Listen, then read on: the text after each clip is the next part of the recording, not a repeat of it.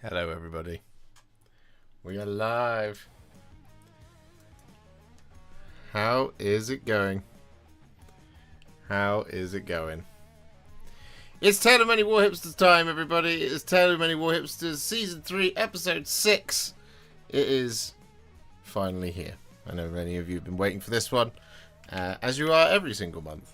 But we are live. We are almost very much ready to go. So tonight, got a special guest star. You all know him from the chat. You all know him. You all love him. If you don't already, you should absolutely follow him. We have Mr. James Matthias is with us tonight. He will be one of our guest judges tonight. And Adam has just snuck in there. I've just seen him pop up. So I'm gonna have to do a little bit of maintenance on the stream. 1 second, everybody. But I hope everybody's excited.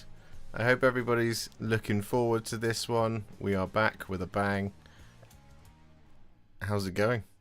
How is everybody? Adam's on time. Adam is just about on time.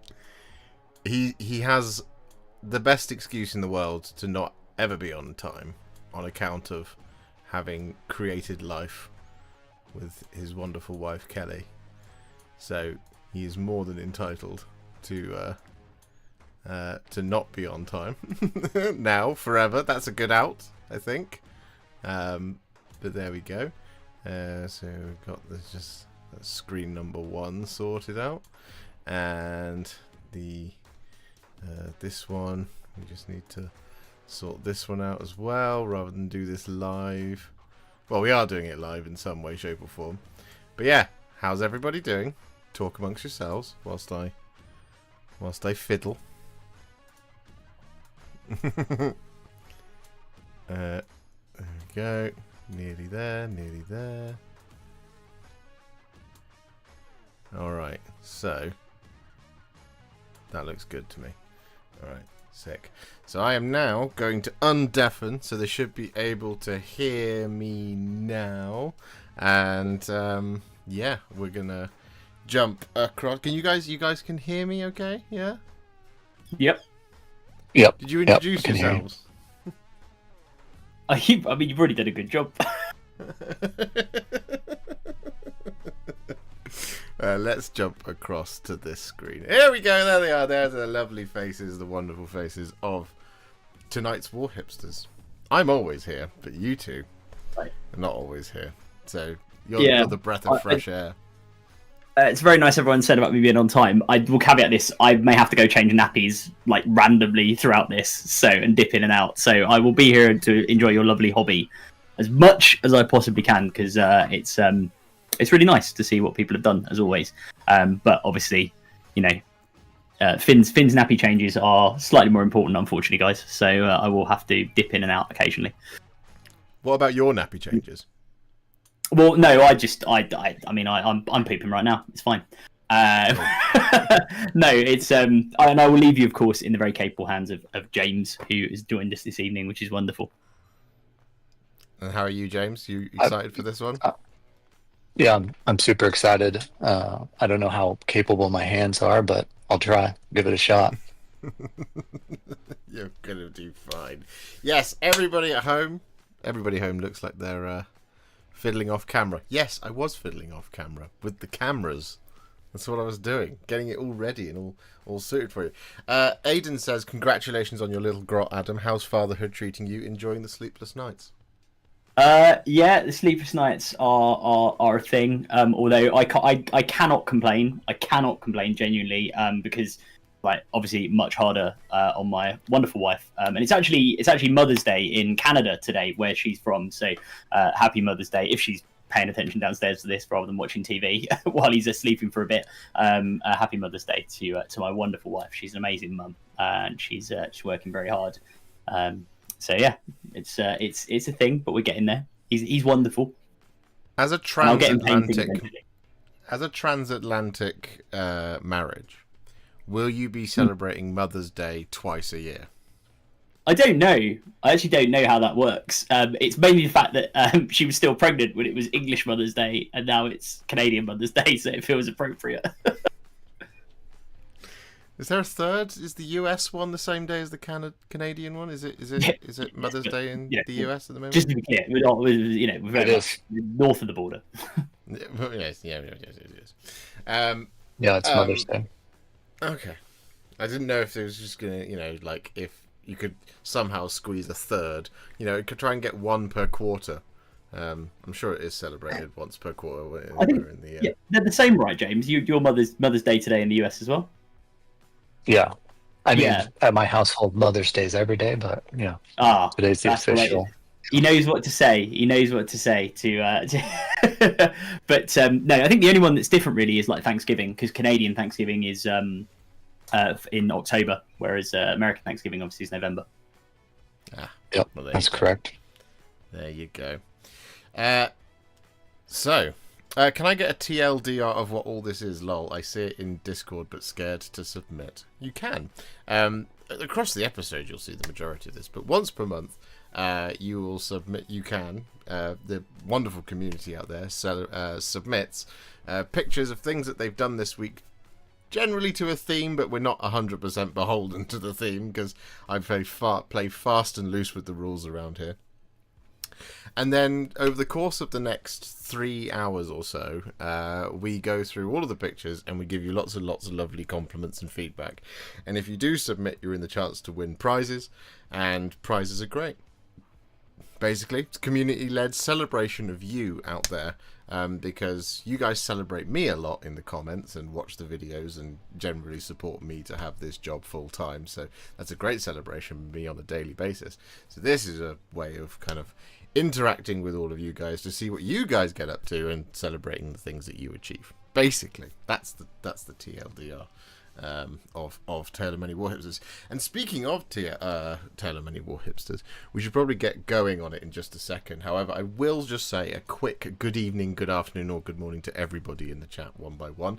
We have the Tattooed Zoologist, Stoogie, Aidan Hughes, No Skill Painter, Yamail Angmar, Pridders, the Mini Creative, Alaric, 79X, Ice Phoenix 100, Flying Muttley, Laminated Pigeon, Zara, Erythrite, Fake Street Spirit, Taz 2070, Street P, Mini Painting Dad, Maureen W, Cloud 2466, Ron, Cal Erber, Martin Spoon, Conic Melter, Laminated Pigeon, Dana is here, Captain Mannerings is here, Colonel of the 149th of Death Corps of Krieg is here, Lau Cannon is here. See all the names you know all of them by now.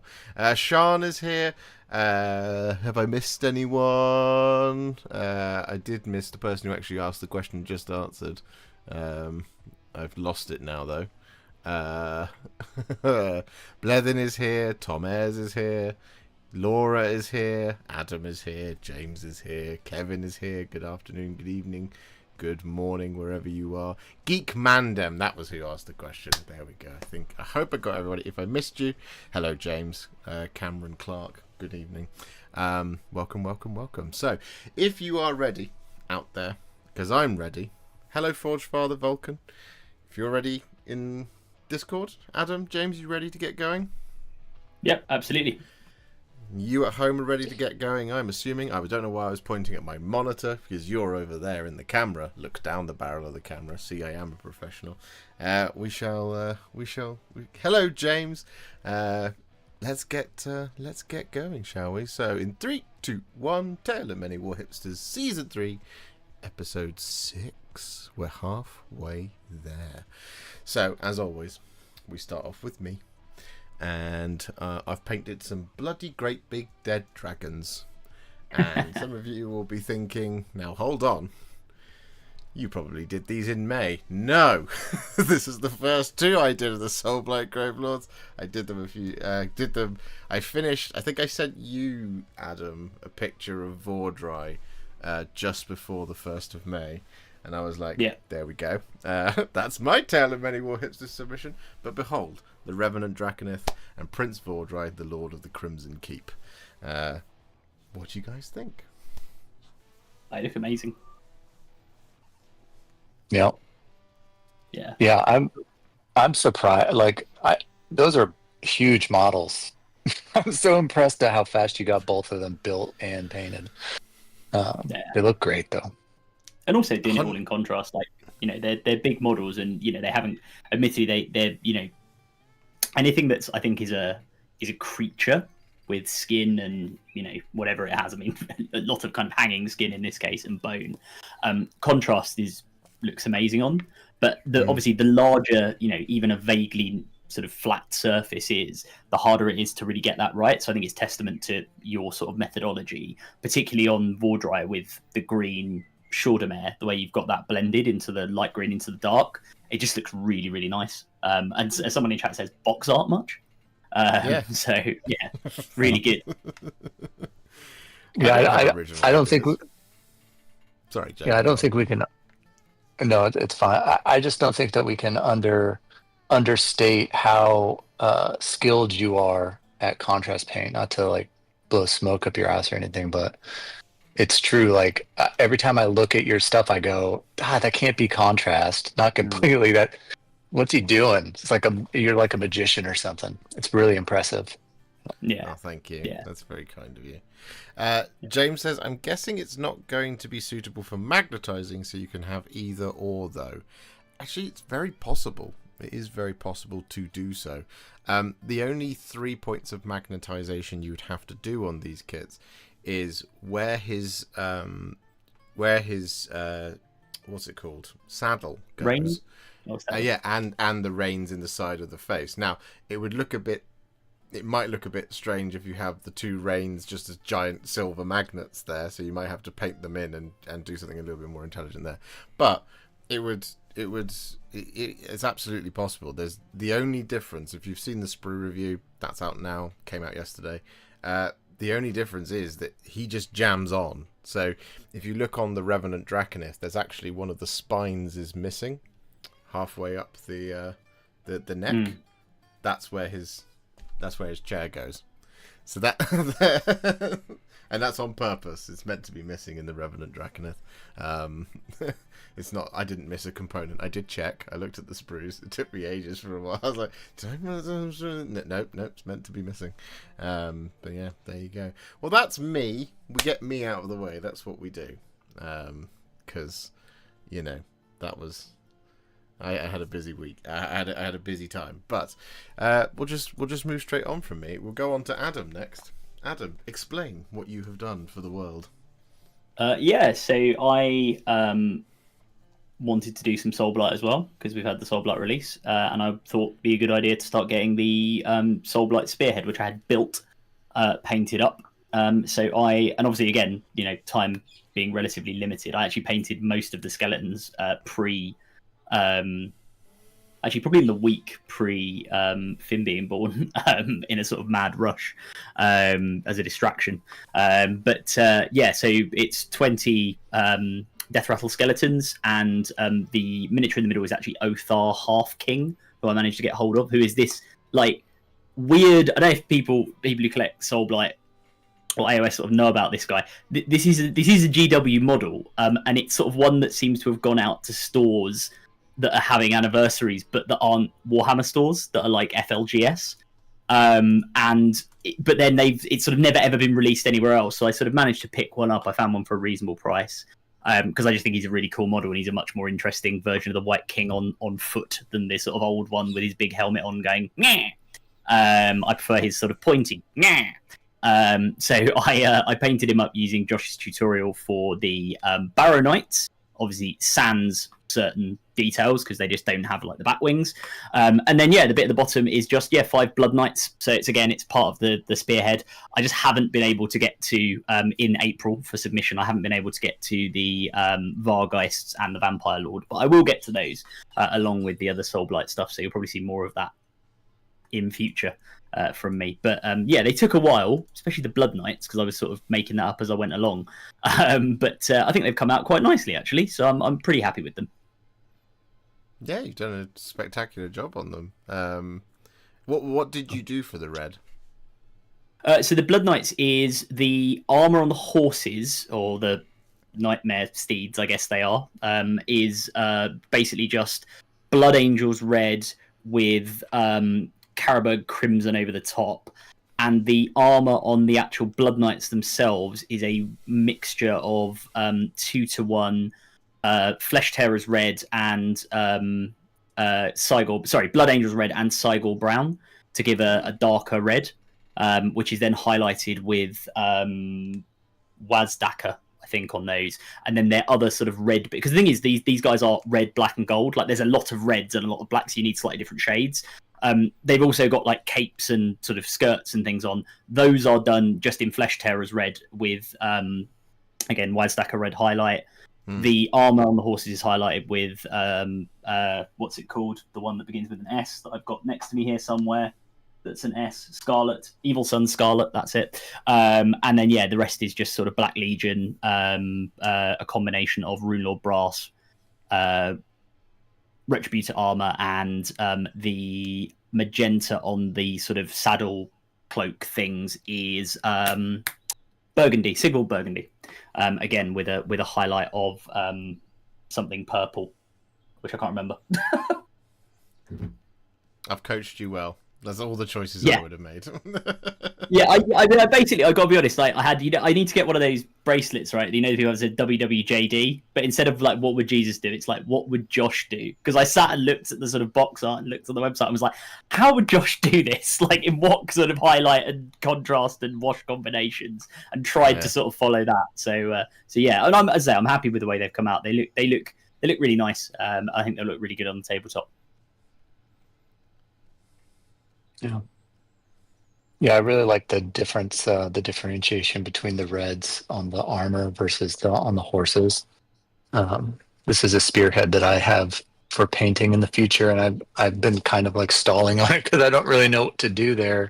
Because it just feels like it's going to be so much red on that one unit, whereas the rest of that spearhead is not going to have a lot of red on it, which might be okay. But I really like how you approached it here. It looks really nice. Oh, thanks, James. I appreciate that. Yeah, the only other I will say there's a fair bit of red. I can probably hold one up from the camera because it's sort of halfway done. There is a fair bit of red on the Vargeist wings because for this, what I would recommend is I would use Josh's tutorial on the Vargulf Courtier because I did that on my Vargulf Courtier and it looks really good. And then it also means I can double these up in my Flesh Eater Courts army. So again, thinking laterally, save some money on models, and you can get a real nice look on them. Yeah, I know that Joe, for those of you at home who know Joe is trying to come up with a 2,000 point army for AOS Worlds in July with his Soulblight Gravelords, and he was like, it was over the course of one evening I was playing Space Marine 2 with him, and he goes, oh, do you know what, I could put some Vargeists into my list. They would be good objective holders. So then we play a game, and then he goes, I'm going to go and grab a box of Vargeists. He goes and grabs a box of Vargeists. We then play another game. He then opens the box of Vargeists, and he goes, these models are the absolute worst in the world. And I was like, yep, it's the Crypt Horrors sprue, and I did warn you. We had 3 games, 3 operations on Space Marine 2, where I was telling him that they're not going to be fun for him. He's like, that'll be fine. And now he's got like 9 of them to do. Full of regret and suffering. They're not the nicest models. They're not the smart. And I also have 6 Crypt Horrors for my Flesh Eater Courts, which I'm doing at the same time again because I believe in, like, I don't get a lot of opportunities to paint, especially these days, but like when I do it, I try and batch paint stuff that's all gonna use roughly the same scheme. So again, the Crypt Horrors all use the sort of Vargulf Courtier Morgaunt scheme. So with the exception of, they don't have wings, right? So there's no kind of red bits on them in that way. So yeah, they are horrible to build. They are horrible looking kits, but just my luck. And you know what? I feel like I'm doing this for the community because I'll paint them up. I'll do as good a job as I possibly can. Not that I'm a particularly brilliant painter. And then GW will inevitably release a brand new updated Crypt Horror kit or something like as soon as I'm finished, and then I feel like a fool. But it is what it is. I suspect you're safe because they've just re-released the Spearhead. So yeah, true. I don't think the Vargeists would stick around to be in Soulblight for them to then replace it with, just for Flesh Eater Courts, Crypt Horrors and Flayers kit later on down the road. I think you're probably just about safe. But thank you very much, Adam. Very productive. You've painted a lot more models than I would have done if I'd just had a baby. So well done. Now, because you've been bumped up to host status this month, James, you're up next. Oh no. But it's an absolute joyous treat to behold, as it always is. Oh, wow. Do you want to walk us through Regiment 436, the Diamond Skulls? Yeah, I I I love the human factions in both settings, right? Like in AOS, I love cities, and in 40K, I love the Astra Militarum. And I bought a lot of the human faction, and I've been putting off because I didn't want to. I wanted to get to a point where I could paint well enough that I wouldn't feel embarrassed over my favorite faction models. I don't think I'm fully there yet, but I felt like I was close enough, and I didn't want to put it off anymore. So I started with these guys. This is the Combat Patrol, the old Combat Patrol. The new one has the Attilan Riders in it, and I don't like those models. So I just went with the old one, mostly because I love the Sentinel so much. It's like probably one of my favorite models. And that's the one I started with. And I kind of just winged it. Like I knew I wanted like a bone color and I wanted a dark green. But from there, I just kind of added in the burgundy and I added in the Payne's gray. And I didn't come up with the idea, like the Regiment 436 Diamond Skulls or any of the lore behind it until I was building the very last unit, which was the third unit there on the bottom of the shock troops. And I was like, oh, I knew that I was going to build, I'm going to build this out more. And I knew I was going to build some Catachin, and I knew I was going to build some Krieg and just play them all together. Because I have that one detachment now that gives you bonuses. And so I was thinking about like how could this make sense? And so I came up with this idea that right before Cadia fell, a small group of Cadians got sucked into the warp and then spit out on Krieg, where they, adopted some Krieg, and then they make their way through and find some Catachin as well. And so then I was trying to come up with a logo that wasn't Cadian, right? Because they're not Cadian technically anymore. And I was looking at the sheet, and I was like, oh, these card symbols are so cool. I know what I'll do. I'll just put a skull on these. And then later I found it. I was like, oh, I'm going to make these hearts. And I grabbed a heart, and it was too big. And then I grabbed the diamond and I put it on, and I screwed up. I don't want to cuss on your show. I screwed up and then put the diamond in the wrong placement, and it looked like a mohawk. And I was like, happy accident. The diamond skulls are born. So that's the idea behind it. That's perfect. But yeah. I love a happy accident. It doesn't look like a happy accident. It looks like it's fully intended and it's come off the transfer sheet itself. Which is that's perfect. The point. Yeah. That's the point of the happy accident, right? Is it looks right. It just fits. Yeah. I love it. I mean, these are fantastic, James. Genuinely, I like. I mean, everyone in chat's going crazy for them, and they're right to. The sort of almost reversal of the traditional Cadian green armor and sort of khaki robes or clothing. I really love it, and I think you've done an absolutely fantastic job. They look so realistic. They look lived in. Like the Sentinel is a really good example. You've got that kind of the darker patch. I mean, it's it's a bit of shadowing as well, but you've got the darker patch on the front of the front armor and on the legs as well, where there's like almost a bit of wear. It just makes it look. It makes it look lived in. It makes it look realistic. Feel sorry for the unfortunate Rubric Marine there, who's lost his head or his dust canister on his head, where his head should be. No. The faces look amazing as well. The way you've got the differentiation in all the different faces across the command squad and the two squads of infantry is brilliant. Like, you should be really proud of these. And it's it's one of these things where this assemblage looks really good. When you've got more of these, when you've got your Catachans, it's going to be one of those things where on the tabletop, or even just as a display piece, it's going to look brilliant. So when you get your family photo, please make sure the diamond skulls are included, because I want to see more of them. I think everyone in chat, let us know if you agree. Would love to see more of these. They're saying awesome. All I see is thank brilliant. you so much. Yeah, says Captain Mannerings. Fantastic work. You make me want to paint mine now, says Kevin.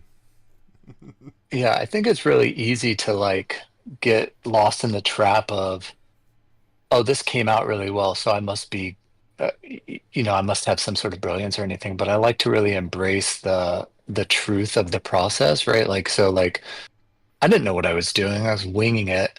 And people on social media are asking me like, "Oh, how did you come up? What was your inspiration for this?" I'm like, I just I just sat down and grabbed some paints and tried different Mm. things, right? Like this wasn't some like grand plan that I knew from the beginning, but then it came into this thing where now I'm stoked and I'm excited to keep going and add to this and make this more than just a combat patrol. Mm. And I love all the compliments people are giving me about these. I didn't notice, Adam, to your point, I didn't notice that I had just basically swapped the traditional Cadian color scheme until I had finished the whole thing. And then I went to go double check how they did the text on the banner because I did Mm. that very last thing. And I was like, oh, geez, I just flopped this. I just switched it around. But then I was like, it still looks good. I'm Yeah, gonna just flow with it. but Um, it still looks unique and it's yours, right? Like yeah, yeah, it's very much your scheme, and the fact you've got the lore, you've got your own, your unique regimental logo to go with it, like that all builds it together. And I think what you've said there as well that struck a chord with me, James, is about kind of when you experiment with stuff and then you suddenly find something that works and you go, actually, do you know what, I'm really excited to carry this on, because I like that for me is the one thing that can, as a negative, can happen with Warhammer, especially if you do what, yeah, some of us, and I've done it before, where you'll buy like a combat patrol or a spearhead or something like that, right, or a battle force, and go, yeah, I'm going to paint this army. It's going to be amazing. Yeah, yeah, yeah. And then you start doing it. You go, oh God, this is such a grind. And actually, I'm not inspired by it. And that's how you end up with the kind of, people call it pile of shame, pile of potential, whatever you want to call it, right? We all have one in some form or another. And you can kind yeah, of lose your momentum. But then conversely, when you find that spark of, oh, actually, this looks really good and I'm really happy with it. I think that's the in terms of the hobby side of Warhammer, away from the kind of rolling dice and just having fun with your mates. That's the best feeling when you just go, ooh, I'm really proud of these. So seeing you do it here, I think it's wonderful. Lovely bit of positivity for a Sunday evening. Mm. Yeah. yeah, I love yeah, how with your reversal, not only have you kind of reversed the bone and the green, like say, you've actually created more space between them, and you've changed the tone of them in an appropriate way. So the fatigues on traditional Cadians are quite a warm bone because it's soft fabric, and you've gone a lot colder, and the green is a lot colder on the traditional Cadian because it's armor, but it's a little warmer here, a little darker because it's the softer fabric. And so it all speaks to, I know you're saying you just winged it, but it all speaks to, you went, right, I'm going to do this, and I'm going to do that, and I'm going to take this out here, I'm going to move this colour temp there, and I'm going to do, it looks like every single part of this was so intentionally well thought out that it's incredible. It's even more impressive when you're saying, I just kind of sat down and had fun with it. It speaks to a natural talent for it, which is very, very impressive. yeah. I downplay it a little bit, right? Like when I say I wing it, but if we're being truthful over time, like I sit down and I start winging it, but by the end of the command squad, now there's intention, right? Yeah. Once I finish that first unit, now there's intention, and I'm going to carry that intention through and make changes or whatever as needed, right? Like because painting the field ordnance batteries is a different experience than painting 20 shock troopers, and there's different elements. And sure, there's some, you know, field ordnance crew on that, but they have different uniforms, and so how do I carry this theme over into this different style of uniform and what are the markings and stuff? And it starts to become more intentional over time. It's not like I just sat down and winged it for the whole combat patrol, you know, if I'm being fully honest, right? But I did, that's how it starts, right? Yeah. And then it becomes fun and intentional and it's kind of snowballs. Yeah. Yeah. No, it's awesome. Thank you very much for sharing with us.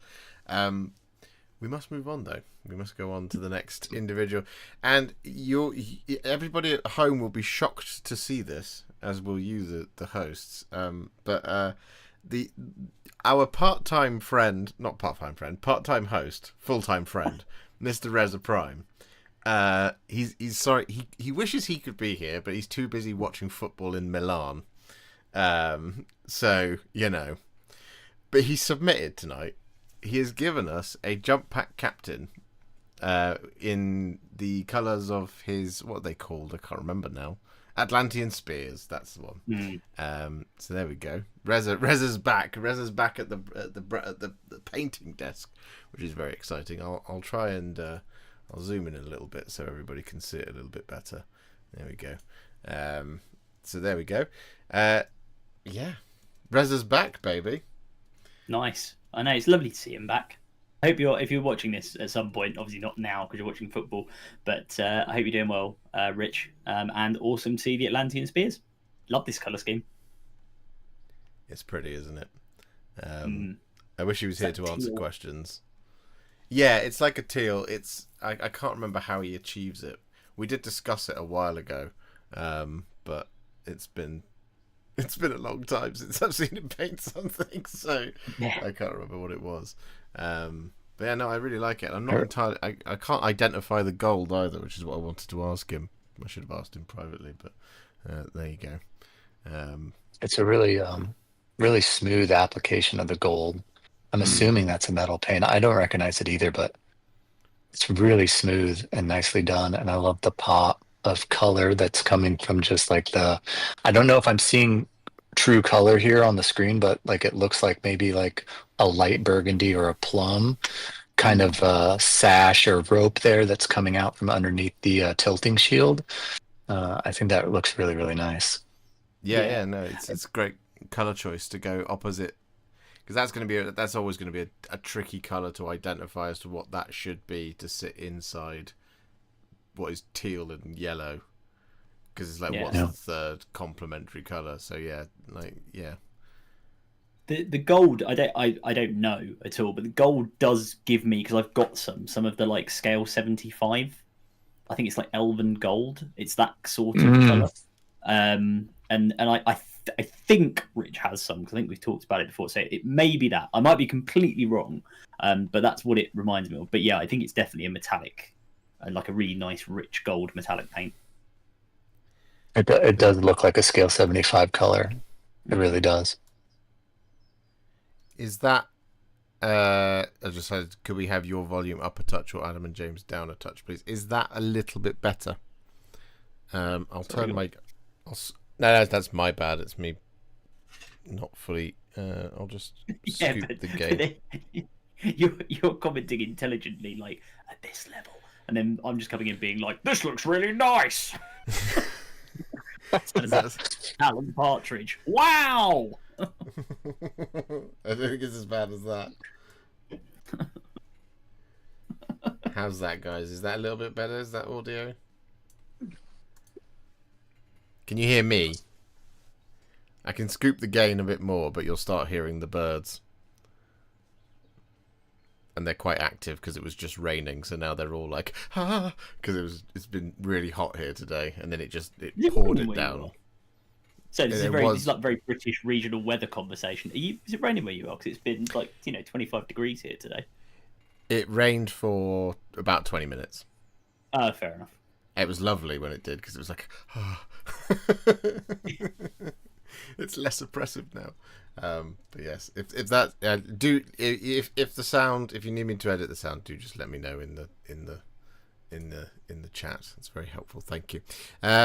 Awesome. Well, thank you very much, Rez. Hopefully, at some point you'll be here to defend yourself. I mean, justify yourself. I mean, explain yourself. Yeah, give it about 6. But there we go. Anyway, now we will move on to Mr. Mike Cetonius, who has painted up 2 squads of Celestian Sacrosancts. Is that correct? Yep, yes. Yep. Yes. The most ornate. These are a bugger to paint, these ones. And Mike has done a fantastic job. I can tell you from experience, they're a bugger to paint. I've never touched them or built them or seen them other than the ones that you showed me when we went to a tournament once. But I do look at them as being perhaps some of, especially when it comes to the sisters, who are already quite ornate models anyway. These just take it up a notch, by several notches. These go all the way up to 11 when it comes to detail. Yeah, this one goes to 11. Yeah, well, they all have and you can see it on the Sister Superior at the top, and also on the where you zoomed in. So they all have a gun attached. Very 40k, very cool, as the sisters tend to be. On the back of their shields, it's not just like a handhold. They have a gun built into it. So they all have either a bolt pistol, or the Sister Superior has, like, I think he's given her the flamer there, but you can give her a flamer, a plasma pistol. I don't think you can do a melter off the top of my head. I can't remember. I'll have to have a look at mine. But yeah, so you like, not only do you have to paint the inside of a shield, which, on a 28.5mm base model can be, that's quite delicate and has a lot of detail, can be a bit awkward. You've also got to do gun detail on the inside of the shield. So I don't know whether Mike did these in sub-assembly, but this is definitely one of those ones where I was like, I did mine in sub-assembly and then sort of put the shield arm on afterwards, because otherwise getting to all the buttons and the gold and the bits on the corsets is just a bit of a nightmare. Yeah, I think sisters always have to be sub-assembled. Yeah, I think it's a prerequisite. They got robes that flow down and almost touch the base. I don't know. I get really anxious about that kind of stuff. I've only painted the kill team, the novitiates kill team, and one box of battle sisters, and I feel like I just really messed them up. Both of those teams really messed them up, and I'm scared of the sisters.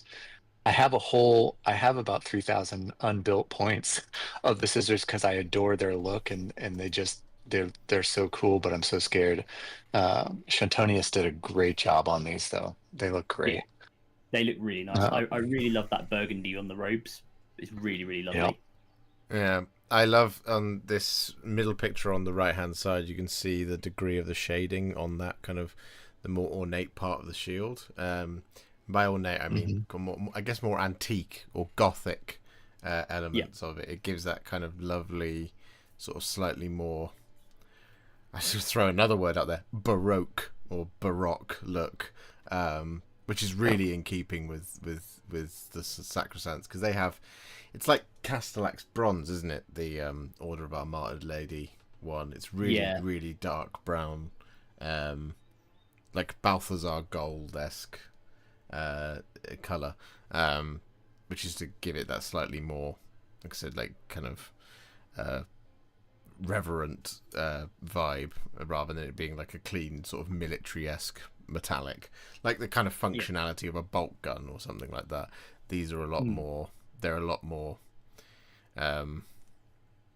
just a lot more kind of decorative whilst also still being functional, and I really love the tone that we've got here, and you can see it in the recesses of the trim of the shield around the kind of the main boss part of it, which is really, really just very subtle and very excellent. I like it a lot. I like the detail on his candles as well. I'm gonna say I feel like these are really tonally consistent. Like, all of the color choices really serve to kind of backplate and frame the really bright white parts. You've got the fleur-de-lis on the shields, and then you've got the face masks on that have this nice pop of white after everything else is just like kind of a similar tone. Like, all the colors don't melt together, but they look like they are harmoniously sitting together, and it's just really nice. It looks really nice overall. Yeah, I'd also, it's worth saying as well, on that white, James, that you've highlighted on the fleur-de-lis on the shields and on the faceplates, and it may just be the way the photo's taken and as I'm looking at it through the screen, but particularly you can see it on the faceplate of the one with a halberd in the air, and the Sister Superior as well on the fleur-de-lis. It's a pearlescent white, and I don't know whether he's put I don't know whether he's painted it white and then he's put something over the top, like almost like Ardcoat or something, to give it that shine. But it's that pearlescent kind of slightly off white rather than just being a pure white, which again I think really adds to the look of these.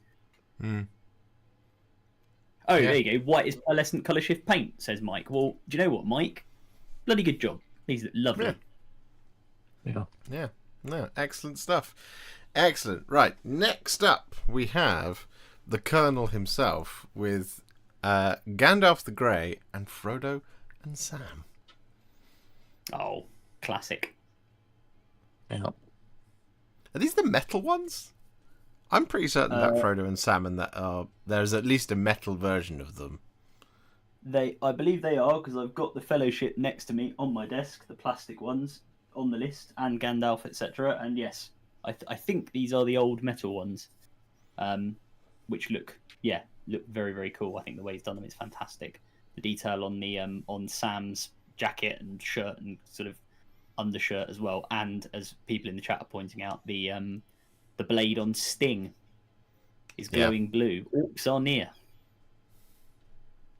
Well, I can't see them in this photo. So that They're near though. They're even more dangerous. No, I love these. I really love the work you've done on Gandalf's beard. I think you've got a really, really great kind of sort of. You've got the various tones of grey and white in there, and you can see the way it kind of the color descends through the beard, and it looks spectacular. It really is. It's a minor thing, but it looks spectacular. I love it. Yeah, it looks really good. I really like the intensity of Samwise's stare. The eyes are perfectly done. And these are small models, so that's an impressive feat. But he just looks like he's really there to give his life for Frodo. And it really comes across in the intensity of the stare. It's really wonderfully done. I love you, Longshanks. Oh yeah, that part of the. I was trying to think of a quote you got there before me. No, it looks great, absolutely fantastic. Again, Gandalf's robe, spot on. His hat as well. The hat has always had a slightly blue tint to it, and I've seen a lot of people paint it either bright blue, or like a very, very clearly reading as blue, and it's not. It's a very faded blue. It still cleaves towards grey. Whereas here you've got the exact tone of it correct. It's movie accurate. That's movie accurate Gandalf hat. But he looks like a wandering hobo, which is really what he's sort of supposed to look like. Yeah. And I just like the color choices you've made here on Frodo and Sam, for Sam's shirt and coat, but also for the green of Frodo's cloak. Again, spot on, absolutely fantastic. Just really, really wonderful. Wonderful. MESBP has some great stuff, and Colonel's done a fantastic job on these. I want to say I'm really impressed with the bases as well. I don't know if that's static grass, but just the depth of color available in those grassy patches, and then you've got the little really realistic looking rocks in there too. It just really grounds the miniatures in a more realistic. You've got Warhammer, which is very sci-fi, and then the fantasy, and you can just kind of do whatever you want with those models. But these are kind of, I know it's still fantasy, but it's more realistic, more grounded fantasy, and I think these bases really communicate that. It's beautiful. As Colonel says, I struggle with the eyes, and it is my first time painting eyes. Well, you did a wonderful job. Are you lying to us? This isn't your first time painting eyes. You crushed it. You crushed it. Don't make me go and find one of my models where my first time attempted painting eyes. Yeah. But somehow have both somehow managing. I found it the other day, actually. It was really funny. It's a Space Marine that I painted, and somehow both the eyes are lazy and also boss-eyed at the same time. As my father used to say, eyes like the football results, one at home, one away. Or in my case, my first attempt, one was away and one was on Mars, whilst also still conducting successful space missions from Houston. It's exceptional job, Colonel. You should attempt more eyes, because you've done a great job there. Do the rest of the Fellowship. Yeah, do that. Yeah. Yeah. No, awesome. Thank you very much, Colonel. Next up, we have Tom Rob Ayres with a smorgasbord of Good Celestial Vindicators. So I think the first two pictures at the top were the new stuff, and there's a halfway family photo at the bottom. And as you can see, we have a Knight Quester, Lord Veritant, Lord Imperatant. We have 3 Reclusians, 3 Praetors, and 3 Memorians, 3 grandkids. Yep. Have you referred to Finn as your Memorian yet? Well, I wrote earlier in the chat. I said, my Nurgling / Grot / Hobbit. I was trying to get something from every system, and like for AOS, I just went with Gargoylian because he's very small at the moment. I don't think he's quite reached Memorian status yet. So I was going for those little things that follow the cities of Sigmar around. The Memorians and the rest of these are lovely. There is something nice about that Celestial Vindicators scheme. I do like it. It's very striking, isn't it? It is. And it contrasts so well with the red cloaks that you've got on them, and also the sort of elements of fire and lightning, or sort of energy, I guess, both in the various torches, and also in the hammers, the axes, and things like that, where you've got the little blue glow. Yeah, I'm really drawn to this color scheme. It's similar to the Astral Templars as well, right? They've got like a teal armor as well. I think for me, like with the Stormcast, it's really hard because I get it, but I don't think people would waste so much gold on armor. So like whenever that's a gold based, like the whole suit is gold, it just kind of takes me out of it a little bit. So I'm really drawn to these kind of alternative color schemes that we have for Stormcast, and these are really beautifully done. I think it's because what we need is for Games Workshop to write one of their, possibly Guy Haley to do it, because he likes to focus on detail like that. Like, for example, if you go back and read the original version of Dark Imperium, the novel, where he spends an entire chapter describing in great vivid detail the layout of an Overlord flyer, only for it to never materialize on the tabletop. Yeah. But I think he also did it with I think there's a book called Baneblade and there's a book called Shadow Sword as well. And I think those are both him as well, where he goes into great vivid detail about how the internal combustion engine works on a Baneblade and stuff like this. What we need is for someone in Sigmar to go through and just describe what Sigmarite is. Because Sigmarite warplate, what colour is it? That's the metal that it's made out of. In the same way that you have, like in Space Marines, you have ceramite and then you have auramite as well. But it's like, what's its natural colour? Because it's like, are the Celestial Vindicators, are they painted? And are the Hammers of Sigmar actually the bare bones guys? Or, as you're saying, James, are they plated gold and therefore it's a complete waste of finances? So yeah, I don't think they've codified that. I might be wrong. Some bigger Sigmar fan out there might know, but yeah, I'm always a fan of the Celestial Vindicators. To me, it always looks like the scheme that the Thousand Suns scheme was going to grow up to be one day. But they went a little bit in a slightly different direction with the Thousand Suns, because there's obviously a lot more yellow and stuff on Thousand Suns, and then green as well for some reason. I don't know why, but I mean, you know, Tom, that I'm a big fan of Celestial Vindicators. I have a ton of them.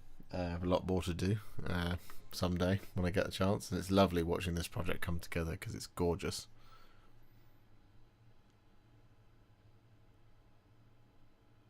Yeah, 100%.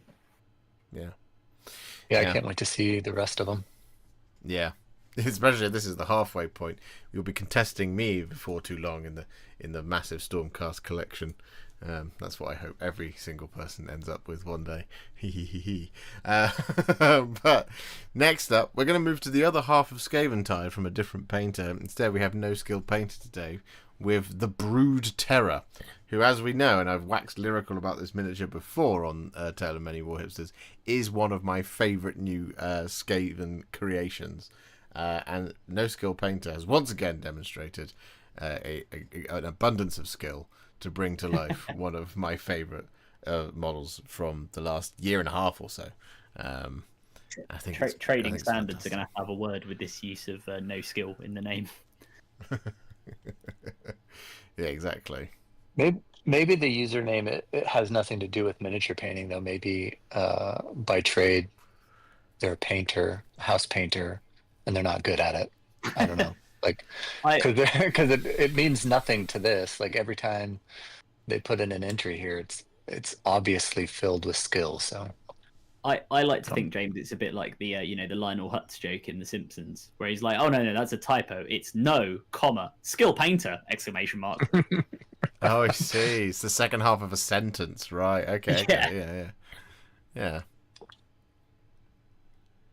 But the Brood Terror, I mean, it done a brilliant job. It looks, as someone in James in the chat said, it looks gnarly in the best way, which it absolutely should, being, the sort of the result of Clan Moulder's various experimentations, and a very unfortunate Master Moulder who's got stapled into it there in the front. Poor guy, well, poor rat man creature thing. But yeah, it looks gross, and I like the fact you've got that very clear distinction between the kind of the various bits of flesh that have clearly been kind of molded together to make this horrific abomination. It looks very sort of, was it Frankenstein's monster in the best way. Yeah, I'm really drawn to this left arm. You just look at how the light's playing off of the darker muscle grouping with the black hair clinging to the kind of the softness of those muscles. It's the first thing I'm drawn to. I absolutely love it. This you see it along the bicep, how it kind of just the light plays off it, and you've got that nice highlight coming down where it will go into the elbow just above the weapon. I think it's beautiful. There's a lot of really nice things to look at here, but that's the thing I'm just immediately looking at, and I think it's gorgeous. Yeah, there's a really good use of textural contrast here, right? With the different types of skin. We've got I don't know what it is, but the thing that's kind of melded in, and it's got the claw hands, but it's kind of got that peachy orangish flesh with the pustules, and then that's right next to that brown arm that's so smoothly rendered. Yeah, it's really gorgeous. It's a great model, great paint job. That's the master molder, James, or the sort of senior molder in Clan Moulder that helped create this thing, and then one of his underlings decided to do him in by forcibly surgically attaching him into his own creation. So it's a fun bit of lore for you about how these things are made and why they look as. Oh, is that real? Yeah. No. That is when you read the Skaven Battle Tome. It does describe that's how these are put together. That's sort of an amalgamation of a bunch of things and a big sort of rat ogre, and then they occasionally get created where the more senior molder sort of rat technician gets done in by or a group of underlings who forcibly sort of surgically attach them in to be this thing's brain. Yep. For the Skaven, did they originally have did they not have the Great Horned Rat originally, and they were trying to give different groupings of Skaven to the other Chaos Gods? Because I noticed in some of the modeling, like there's some Nurgly, like the Molder guys are kind of Nurgly. You got the, maybe I'm way off on this, but I'm fairly new to the hobby. No, you're absolutely right. So they back in the day they had it's Clan Pestilens, who aren't really in it so much anymore. They've come up. I can't remember again. I have to go back and look at the battle tape. But they come up with this sort of explanation as to why they're not such a big deal anymore. But they were basically like Nurgle rat men, and then the others they weren't. I mean, Pestilens, as I remember, were explicitly Nurgle worshippers, but then the others were sort of all just generically evil. They weren't even they were a chaos faction, but they weren't really dedicated to chaos gods in a particular way. Because you've got Scryer, who are the kind of engineering guys. You've got Eshin, who are rat ninjas basically, and you've got Moulder, who do all this kind of weird flesh melding stuff. But then, they I don't remember what edition it was, and people in the chat, if you know, say so, where the Great Horned Rat became a thing. But originally, as I believe I'm correct in saying that, yeah, you are absolutely right that they were basically a generic faction within Warhammer Fantasy, or not a generic faction, obviously a very unique faction, but a generically evil faction that was linked to Chaos, and they didn't have specific links to Chaos Gods except Pestilence, who had at least some association with Nurgle. Yeah, Mm. the Great Horned Rat kind of existed as a god, but never an important one. It's only with the imprisonment of Slaanesh and the cosmic desire to have a balance of 4 in the pantheon of Chaos Gods that the Great Horned Rat ascended to become part of that pantheon in Age of Sigmar. So is considered to be part of that and is involved in the Great Game. Yeah, he is now. Of Chaos, because Slaanesh is still missing, even though I think it's probably the worst kept secret in Age of Sigmar by now as to where Slaanesh actually is. Just nobody seems that concerned to go and break them out. Yeah. But yeah. The As other gods Captain are not Marinus... happy about it. It's No, worth saying the other but... gods are not happy about it because Archaon in the lore basically worked with. Archaon had various bits of Slaves to Darkness and the Chaos factions, the non-god Chaos factions like the Dark Oath, working with the Skaven to do what they needed to do to allow the Great Horned Rat to ascend. And the other Chaos gods were somewhat taken aback by this. So Nurgle was out in his garden, and now he's got bloody hordes of demonic rats running through his realm, and he's like, "The hell's this? Someone called pest control. This is rubbish." Yeah. One of my favourite, just like tangential things, one of my favourite things about Skaven Deep Lore is every single time Nagash has ever come up with a great scheme to conquer the world or the mortal realms, it is always the Skaven that ruin it. Every single time. And there's reason for that, in that Nagash obviously naturally will be like, well, I'm going to now conquer the old world, I'm now going to conquer the mortal realms, and that means everybody dies. But because Nagash is the embodiment of death, and death never changes, Nagash never changes. So his plans never account for the Skaven interfering. And then they do. It happens every single time. So anytime you think that Nagash is gonna come close, nope, the Skaven are going to be ones that ruined it. So it's the Skaven that stopped the Necroquake from being as successful as it was. It was the Skaven that stopped Nagash from ascending in the old world. It was the Skaven that betrayed him when Cetra decided he had enough of Nagash and locked him in a pyramid for a very, very long time. And so it's very, very funny. So yeah. Anyway, we must move on to our next contestant, which is Cloud2466, who's been very, very busy. And we have speaking of Nurgle, we have a Defiler, we have a couple of Inquisitors and a Colexus Assassin, and we have a Horde of Admech as well. It's a real. That's where that. Sorry, go on, James. There was this model in the Admech group here was in Golden Demon, and I could not figure out where it came from because it was modeled with the Gene Stealer cults as like a walker for the Gene Stealer cults, and it's such a cool model. I couldn't find it. It's an Admech model, of course. The one place I didn't look. Oh, the Onaga Dune crawler, the thing at the back. Yeah. Yeah, one of the early. That was the sort of the first Admech tank, really. And it's a weird little thing. Yeah, it's a gorgeous model. Yeah, I mean, to be clear, when I say weird, Cloud has done an amazing job, and I really like the use of the like vibrant pink color on them on the Admech. I think that's really cool. It's very different. Yeah, I've painted a lot of pink in my time, but it's only ever been pink details.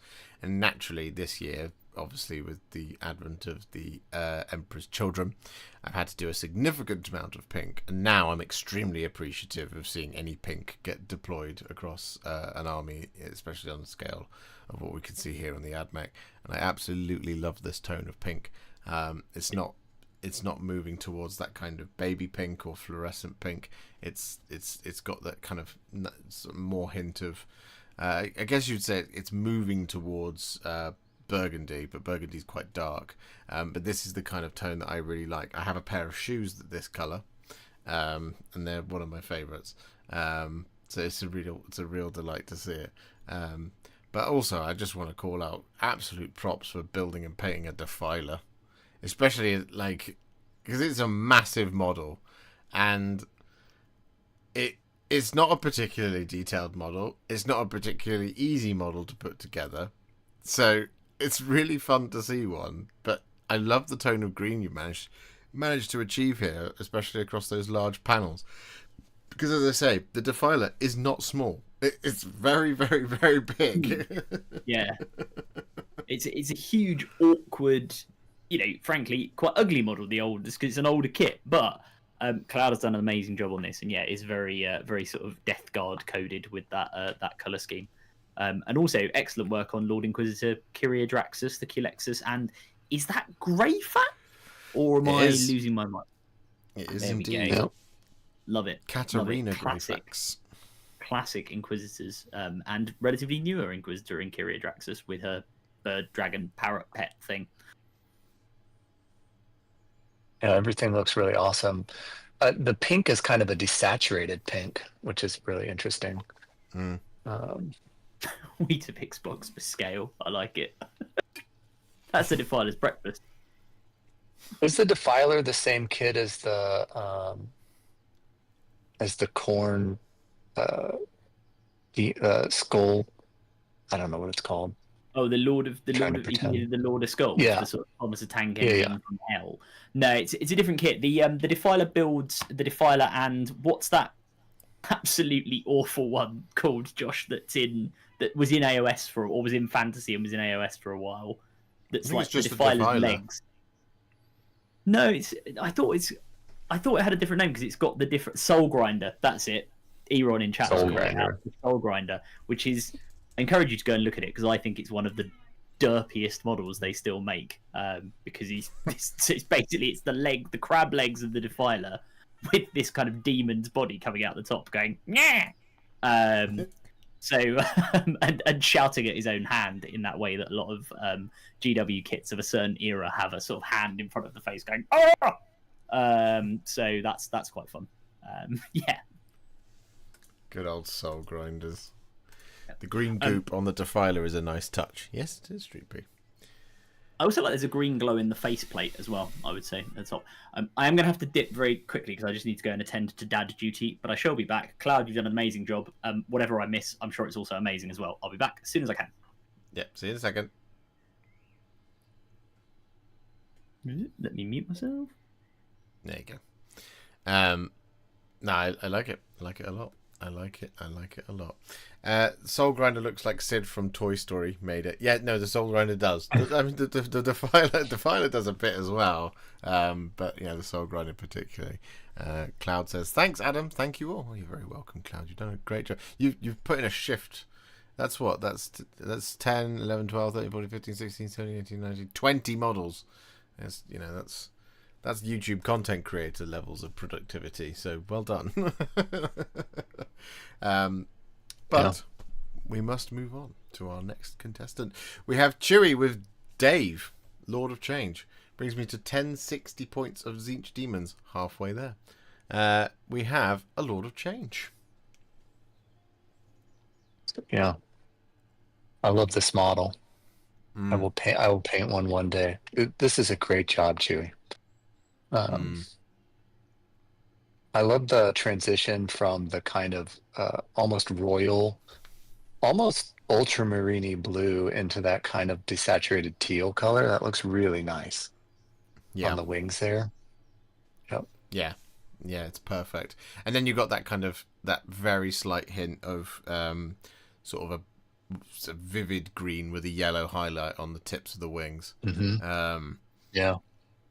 But then also there's the darker blue on the inside of the feathers, the brighter blue towards the tips of the feathers. You then got the sort of, I'd say Achillean green, the sort of sea blue of the Tzeentchian symbol on the top of the staff, and so on and so forth. it is a riot of blue colours where you've got the lovely separation going on across all of it, and it's just very, very well executed. Yeah, and it all looks good together, but also gives you that kind of constant changing vibe that Zinch has.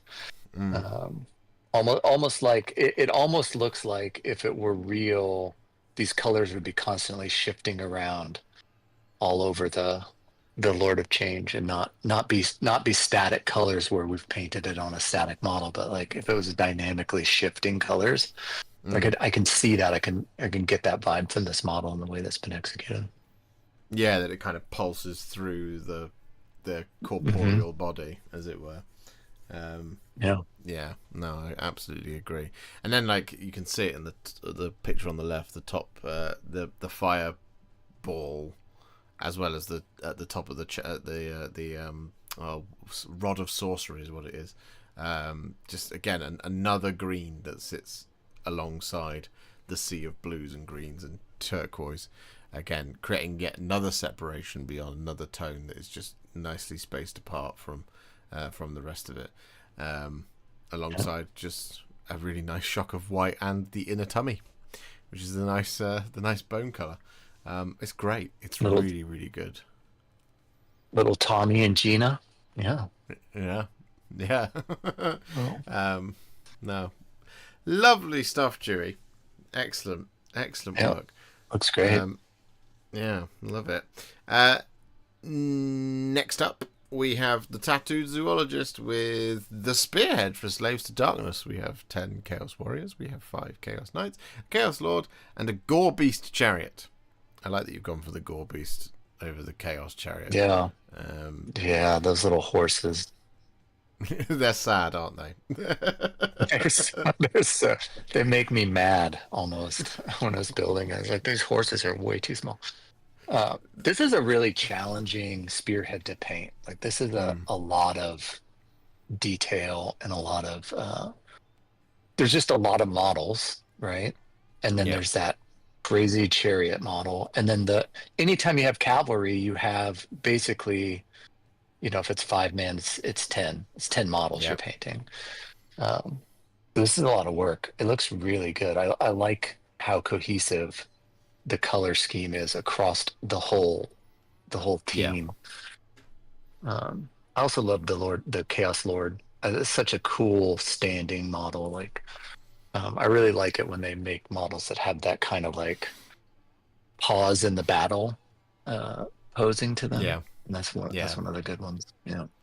Yeah, models at rest. It's one of the things that I think just it adds character to any army. It adds that kind of firstly it adds superiority, because if you're standing at rest, then that means you are at ease, and if you are at ease on the battlefield, then you're supremely confident. That's what I just exudes it, right? So anything where like the model's weapon is away. You guys know. I love it when you have a sword in a sheath. I just enjoy it. But yeah, it's a like you said, it's a really tricky one. But it's a really tricky one to implement. It takes a lot of time, a lot of effort, and you've done an exceptional job here. Is it like you said? It's 10, and then the cavalry do generally count as double, so 20, and then the chariot basically counts as 3, and then the Lord itself is 24, 25 models, that sort of thing. So not easy and very stressful, and the amount of trim that you have going on here, because it's chaos. It's the pits. It's a really brave trim job too, because you got the dark armor, but then the bright silver trim. I don't know in what order you painted those, but that could be a harrowing experience painting silver trim over black armor. It looks really great. Is that freehand on the banner, or is that a decal? It looks great either way. I think that's freehand. That looks like freehand to me. I'm not sure there is I can't remember a decal sheet, but yeah. I think that is a free-handed banner. It does look fantastic. And as Aidan says, the base game is wonderful too. They really suit the colours you've gone for. Yeah, you don't normally see flowers on Slaves to Darkness, but it works, doesn't it? It adds an additional layer of a colour reference, basically, to what is ostensibly quite a dark, imposing miniature, or set of miniatures, as it were. So it's just a lovely pop of extra colour. I think all chaos models should have flowers on their bases. I think it's a prerequisite of chaos. Yeah. Beautiful. I need to go and put flowers on a lot of models now. No, lovely stuff, Statue Zoologist. Thank you very much.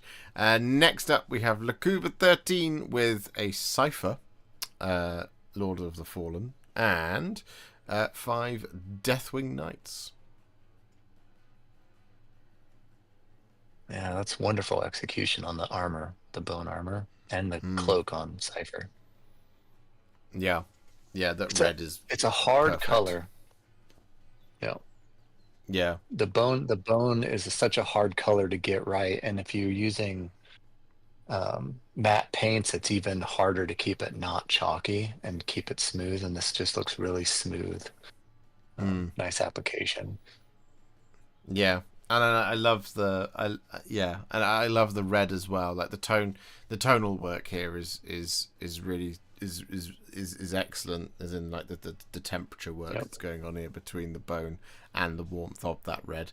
It's not approaching kind of like would you say like a candy red, which sometimes I think feels like balances out the bone nicely. Instead, what you've gone for a slightly sort of colder tone in the red, which balances the bone really nicely, rather than it kind of making the color temperature feel all weird.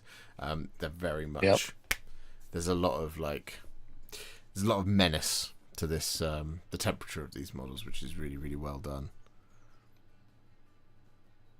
Yeah, and I do like the swapping of the red for the cloaks on the Deathwing Knights as opposed to the traditional dark green. I think it just looks. It almost looks more menacing in some way. Which for me, like that unit, I feel like you want it to feel scary. Yes. You want it to be terrifying, right? And I think the red serves that a little bit better than the dark green. I know the dark green is the traditional Dark Angels or whatever, but I think this looks really nice. Yeah, the red kind of makes them feel more martial, doesn't it? Rather than knightly. The green is a very heraldic choice, and it gives them a kind of like not a parade ready sort of vibe, but the red gives them that kind of, you know, we're here to execute, not to perform maneuvers type thing, and it makes them feel a little bit more dangerous, as it were. Good evening, Chris. How you doing? Just back from last service of the day. Awesome. Was it good? Did you have a good day? Laura says, great job, very menacing. I agree, Laura. Excellent stuff. No, thanks, Lakuba. Really, really cool. Next up, we have Joshua Holmes with Sir John the Blind and Half Pint Jacques living on a prayer. which I very much enjoy. But here we have another treat from the old world. Lovely square-based action. Is this a Bretonian model? I think so. Captain Mannings will know more for sure. Oh yeah, no, it is, because we've got the fleur de it is a fleur de lis, but it's not a fleur de lis. It's a fleur de something. The fleur de lis basically on the banner. It's Coruña, I think, for the blue and red. I'm pretty certain. But yeah, I mean, this is quite an ancient model. I haven't seen this in a very, very long time. It's lovely. Yeah, it's wonderfully painted. I really love if a model has a battle standard. I just instantly love the model. I don't know what it is. I like painting the flags and the standards and stuff, even though they can be a little tricksy. But this just looks so good. I really, really like the way that this looks. like that banner is like super busy. There's like a lot of elements to it. But Joshua's really painted it in a way that I can tell what's what, like which material is which, and things overlaying each other. This doesn't look like a mess like it potentially could. It looks really well defined, but also super clean, like the rest of the horse and the rider. Yeah. I like it. Yeah, I love a battle standard as well. It's the thing that makes your army feel like an army. It's that and musicians. When you see like just drummer boys and stuff like that, it's the type, especially within Age of Sigmar. You have it in 40k as well, so stuff like Terminators with banners and stuff. It looks fantastic. It's always the favorite thing, like the regimental standards in the Cadians and stuff like that. It just roots an army looking like an army. And it's having one or two of them. You're just like, yep, that is an army right there. Yeah. And the more over the top they are, the better. Exactly. The more they look like the person holding it could not possibly hold it, the better. Yep. Yeah. The more unwieldy it is, the better. Yeah. Because occasionally, like in Sigmar, like the Blood Knights one has still got the lance point on the end. It's like, you're not using that as a weapon. Come on. Maybe. They might be. These are superhuman strength people. It's true. It's true. Really nice contrast between the blue and red. Yeah, no, exactly. The tones are all there. It just it just absolutely classically reads as Bretonnians, for sure. And yeah, it's a lovely, lovely piece. And the decal work here is really, really, really good as well. So, all in all, a fantastic miniature. Well done. Next up, we have Steve with some very Elden Ring-esque endless smells. These are they're the Nighthawk ones, I think. I can't remember. Or they're the Ossiarch ones. I'm not. It must be the Ossiarch ones. I can't remember. But then we also have the contents of the Cities of Sigmar Spearhead as well, I think. Or it's the new Spearhead. That's the new one. Okay. Yeah, it's the new one. I love the cities. I think I do think cities is the first Warhammer models that I ever saw and was like, oh, maybe that's something to get into. But yeah, this is really well done. I love the. I don't know. Is the red is the I can't make out the decals on this, so I don't know which team this is, but I really like the contrast of that traditional color scheme for cities. Yeah, it's Hammerhall Aksha. Which is what I painted mine as. I really loved it. It was the box art. It's the sort of reds and oranges and stuff. I really, really liked it as the default scheme, as it were. And it's lovely seeing it en masse like this. It looks fantastic. Steve here says it's a generic manifestation law, the forbidden something. Yeah, okay, yeah. So that's the Tibia Mariner basically is what it looks like from Elden Ring. I'm aware that these ones exist. I've never seen them painted by anyone else other than the ones from Games Workshop, and they're lovely, lovely models. I really love the kind of amethystian color that you've managed to get, but also the pyramids on the ones in the middle here. I love that color. Can you tell us what that color is, Steve?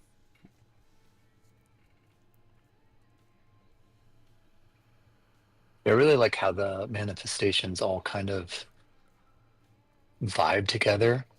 I think that's a really good approach, because if you're going to go, I mean, you only paint the manifestations because you're playing, right? So like you got to take those to the table, and it's really nice that they all fit together, like they're coming from the same army, right? Like they all have the same magic or whatever. I think that's really a nice approach to that. I've never seen the boat one before either, but I've seen these others. Yeah. Are you going to pick up the Soulblight Gravelords manifestations, Steve? Because I think they'd look spectacular in this scheme. that you've done here. And you get to paint a giant hand. Who doesn't want to paint a giant hand? The hand of Nagash. It's so big.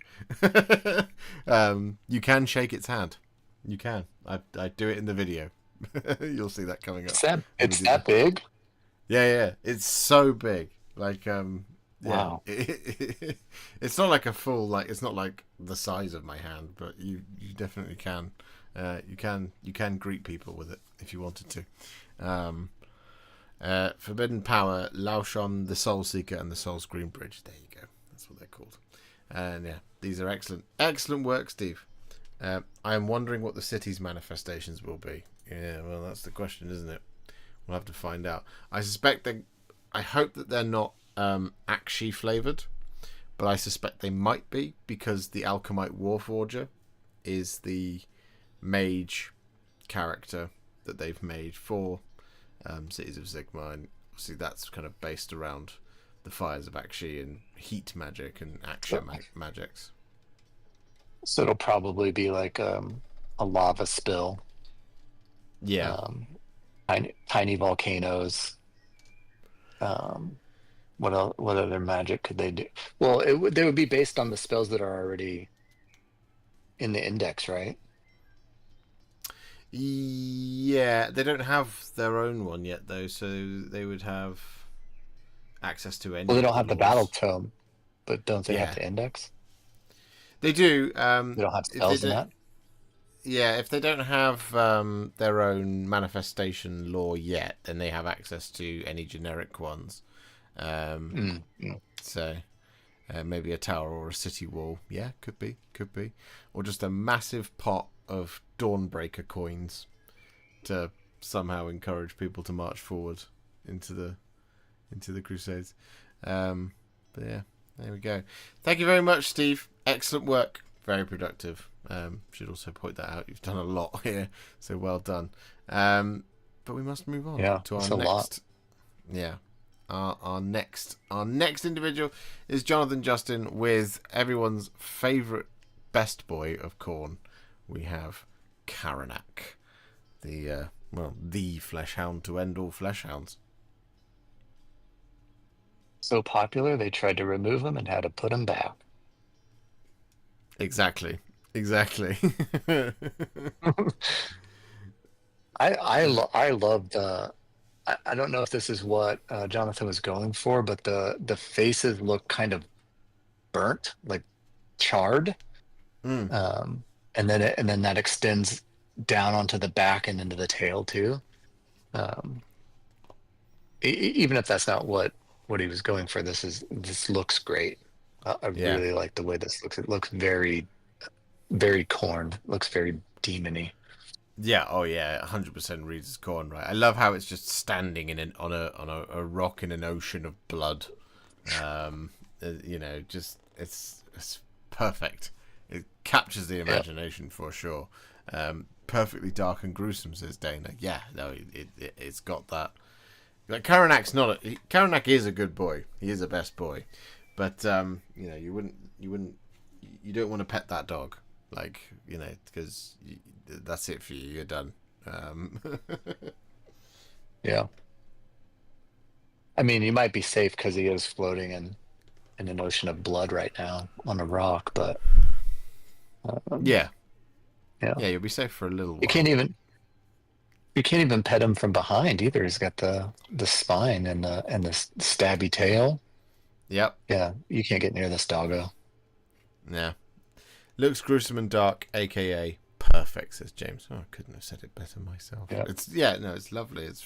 He's also a unit. Like, he's very, very, very big for what he is. Like, the new Fleshhounds were quite significantly large anyway, but he then is just like orders of magnitude. It's like bigger than the rest of them. Not so much so that he sticks out like a sore thumb in amongst the rest of the Fleshhounds, but he's not a simple kind of diddy little guy. He's much, much bigger than you'd expect if you've never seen a Karanak in the flesh. And you could tell kind of really by the size of the base, but then I didn't even think of that. That is a larger. Yeah. He's not small, but he is gorgeous, and you've done a really, really good job. And Aiden says a white girl with a latte would have no fear petting this doggo. No, she wouldn't. She'd regret it. She'd regret it. But it is what it is. Even if Karn was standing right there screaming, "Not friendly, not friendly." That'd be interesting. In all things Khorne is all about blood and cares not from whence the blood flows. But when it comes to his dog, he's like, oh, well, just responsible pet ownership. He doesn't want the local pounds coming and repossessing the dog to have it put down for biting too many people. What if she had a flat white? Okay, well now I'm not sure that would help matters, but there we go. Really good corn puppet, Jonathan, says Captain Mannings. I could not agree more. We're going to keep things demonic now by moving on to Dan, who submits to us 10 demonettes and 3 fiends of Slaanesh. Oh, excellent. Oh, I love the bases. Yeah. Oh, it's a really nice sand colour, isn't it? It's a really nice sand colour. Especially when, how kind of, not gloomy, but how dark you've gone for the actual models themselves. Because, you've definitely got the kind of that desaturated grey for the skin. It's very Slaanesh-y look, but the purples aren't like a vivid, wild purple. It's quite a sleek purple, you would say. It's kind of more royal in some respects. Yep. Yeah, I mean, they look excessive. The models themselves look extremely excessive in terms of like the color scheme. And then you've got this really nice pale, like almost desaturated sandy tan color that's just making them look even more. It's like turning the purple up to 11. It's just really striking. It's striking. It looks wonderful. I love these models too. Can't buy them. They're out of stock everywhere, but they are lovely. Yeah. Great job on these. I love the tongues as well. The tongues are adding such a lovely kind of. Sometimes like when you meet a horse, and then you see this very. I always think of it as a very human tongue that they have. Yeah. Unlike, say, like camels and zebras and stuff, where they have that kind of that sort of more, or giraffes, right? They have a very they have a very kind of natural world appropriate to their species tongue. But you meet a horse, and it's like it has this very kind of human coloured tongue and gums and stuff like that. The tongues on the fiends there are just providing this kind of very unsettling pop of warmth in amongst all of the cold textures, and it's disturbing and beautiful. It actually makes the tongues more unsettling than they already are, right? Like the fiend is already like like kind of a crazy model.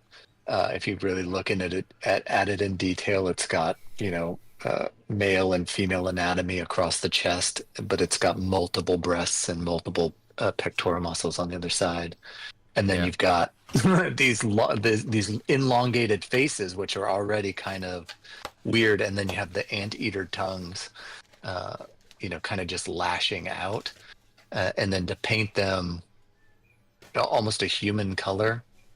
Yeah, I agree. It totally makes them feel more gross in some way. Yeah, an excessive horse. Yeah, love it. Nice, lovely stuff. Thank you very much, Dan. These are so good, says Laura. The Demonettes were my very first Warhammer purchase 2 years ago. Dana, 2 years you've only been painting. Show off. Nice. Next up, we have Vessel Function with a Knight Vexilor of the Hallowed Knights, only the faithful. Very good. Yeah, that's wonderful. I love the Night Vexillor. I think it was my favorite model that came out. Apart from all the dragons, it was my favorite model that came out for Stormcast in the last 2 editions. Because I love how, like we talked about it earlier, kind of models at rest. It is a model at rest. It's standing there atop a precipice, sword relaxed, banner unfurled, as like a cornerstone or a keystone of your army. I love it so much, and it's just so powerful and imposing, and has real presence.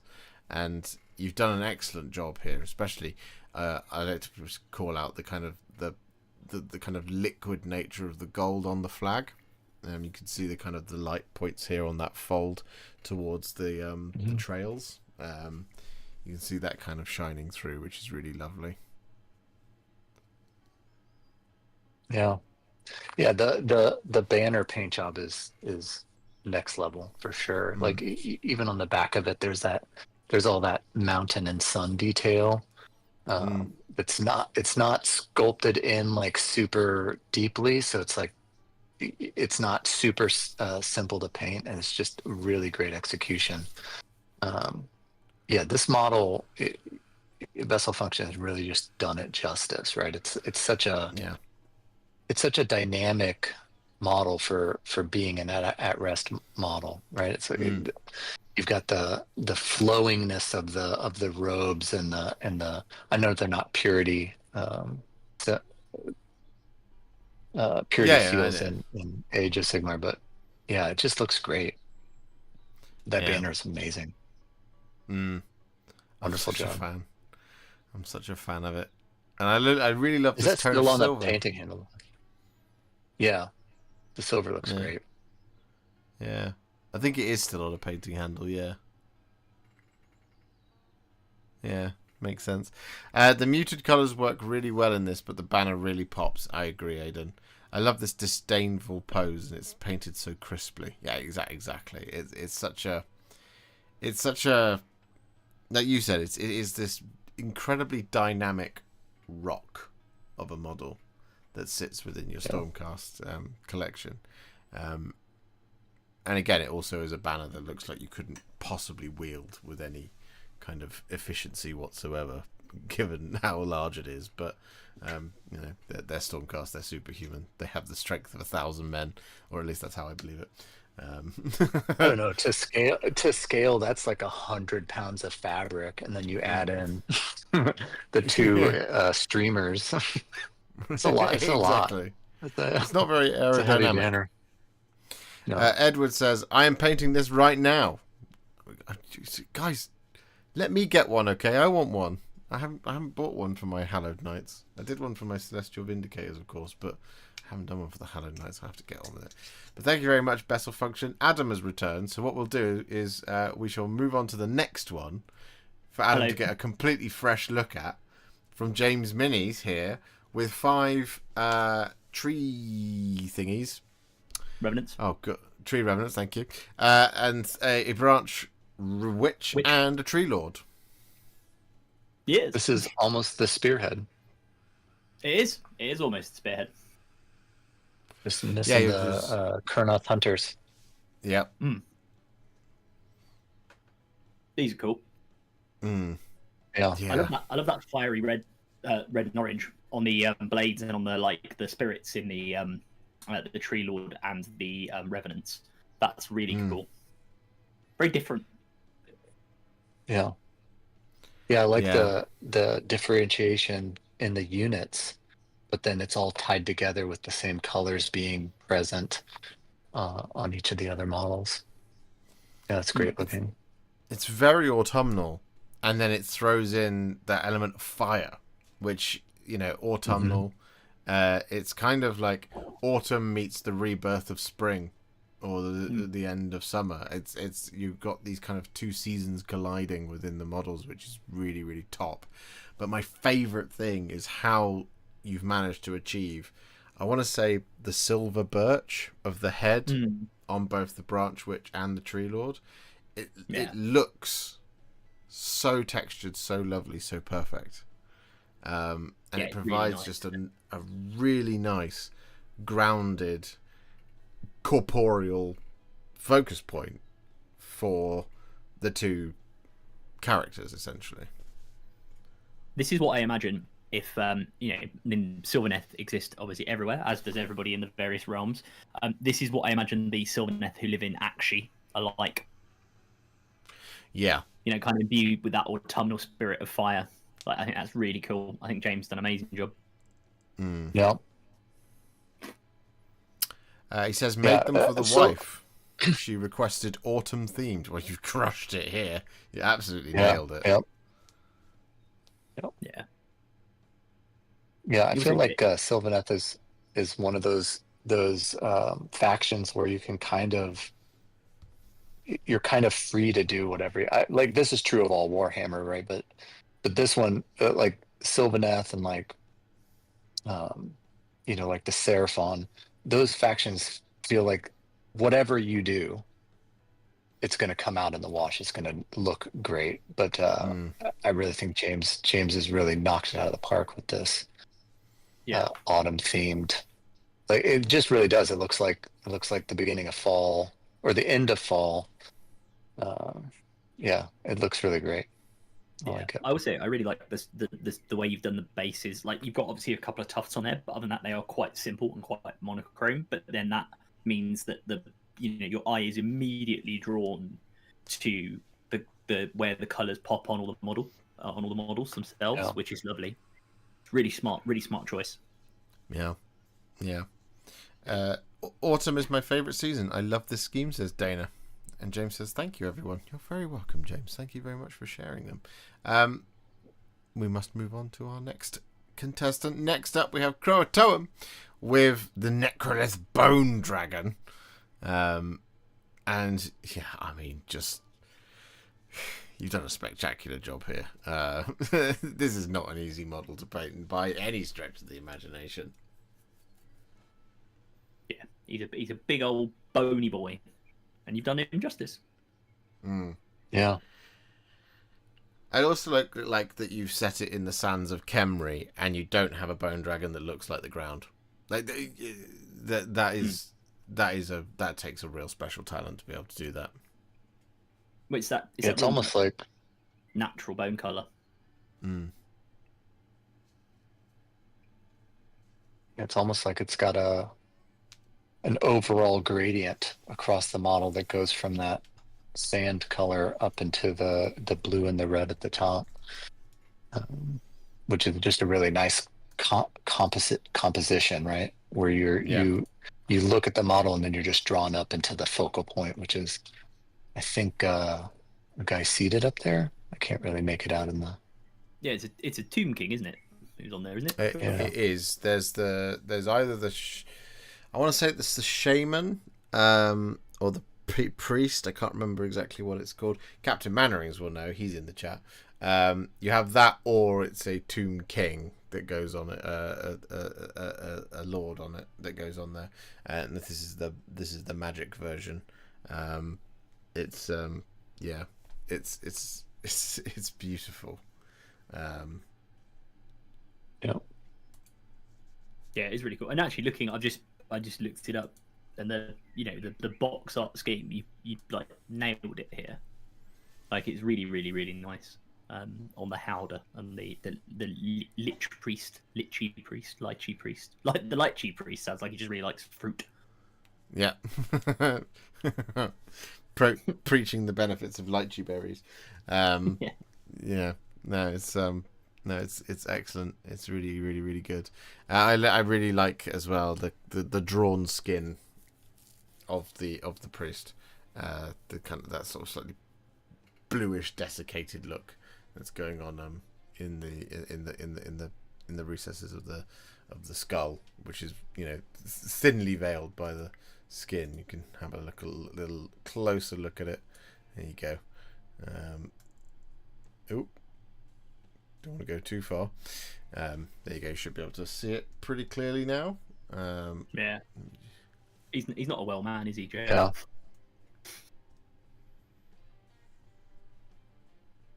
But there you go. that should be Yeah, it looks great. square on the screen now for the folks at home. This is great work on this big boner boy, says Captain Mannerings. And Croatoum says thank you. No, really like it. Really, really appreciate it. It's actually, you just kind of, as I said, if I just kind of scroll up here and we go even further in, you can see there. So you can see the kind of the way the you got the shock of the black talons and the spines of the Necrolith bone dragon, but you've got a really nice color on the bones itself that do not in any way kind of meld with the base, and you've gone for that kind of sandier base, the sands of Khemri, which is which is important. I like it, and yeah, that separation of the two is really, really well done.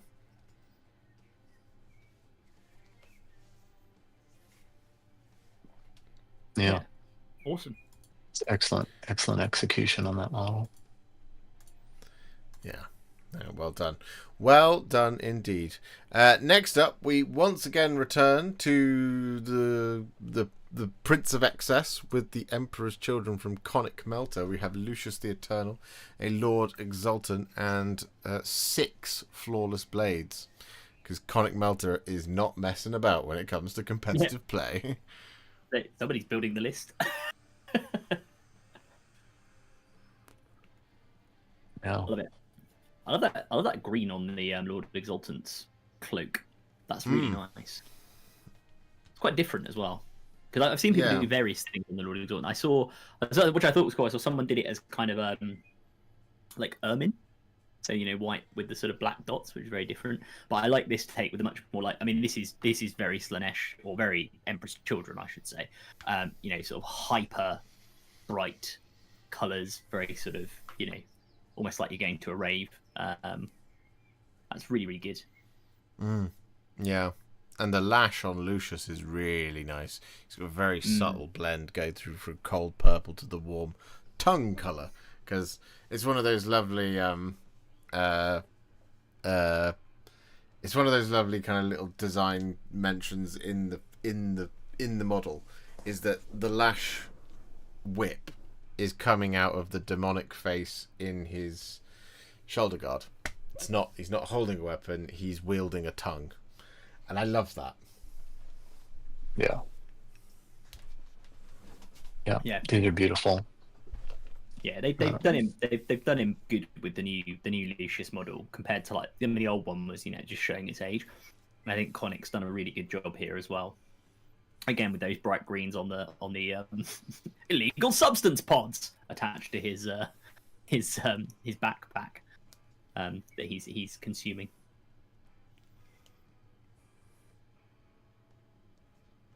Some of the flawless blades are kit bash too. That's really nice. Looks like some possessed models. Yeah. Oh yeah. I like this. The ones on the left. Yeah. Conic says, "Can't lie. For me, it was just big sword equals cool." That is the correct choice. That is the correct choice. The way to go. I think. Conic, did you follow? Yeah, did you? Because I know I've seen a few people on YouTube recommending this, and they reckon out of a single box of flawless blades, if you also have some possessed bits lying about, you can basically build 6 out of the box. Yeah.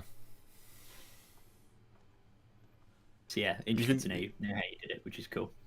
Yeah, you can do a similar thing with the Tormentors and the other one. Exactors? No, Infractors. Infractors. That's what they're called. That's the one. But yeah, no. Excellent stuff. You've been very busy, Conic Melter. Well done. He says, yeah, it is the possessed. No, excellent. Excellent. I did a bit of printing and now I've got another 3. Well, there you go. See, Conic Melter's going full flawless blades. Flawless blades, flawless execution, flawless brushwork. That's what we like to see. That's the trinity. That Conic Melter is displaying right here.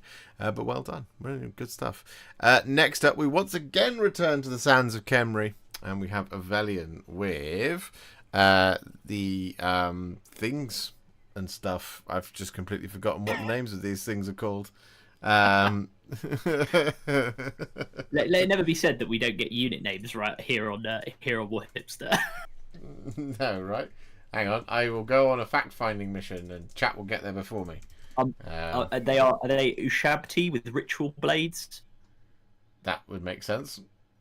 And hang on, I'm literally just scrolling through the Tomb King's page of Warhammer. A Kemrian War Sphinx. Yeah. Yeah, I got that one first.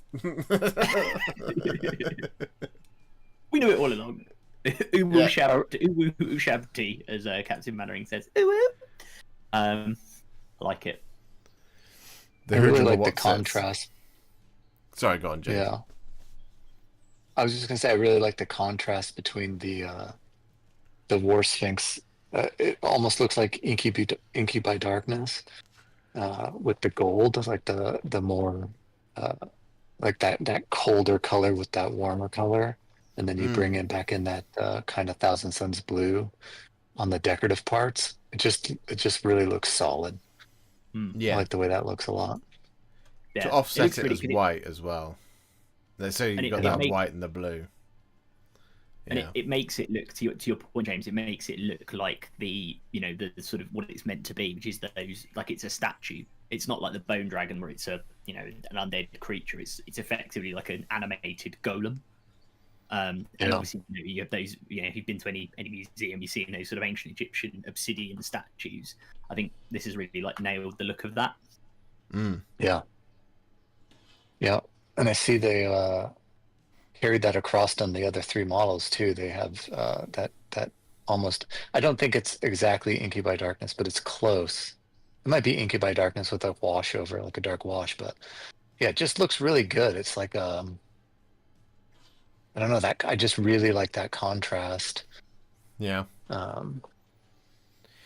well, it's that way of, like, sometimes people will say, the end highlight point of every color is white, and so when you see someone really push the highlights on a model, there will be at some point somewhere at the highest point, the sharpest point, there will be the tiniest of hints of white, or very close to white, like Screaming Skull, for example, if it's a warmer color.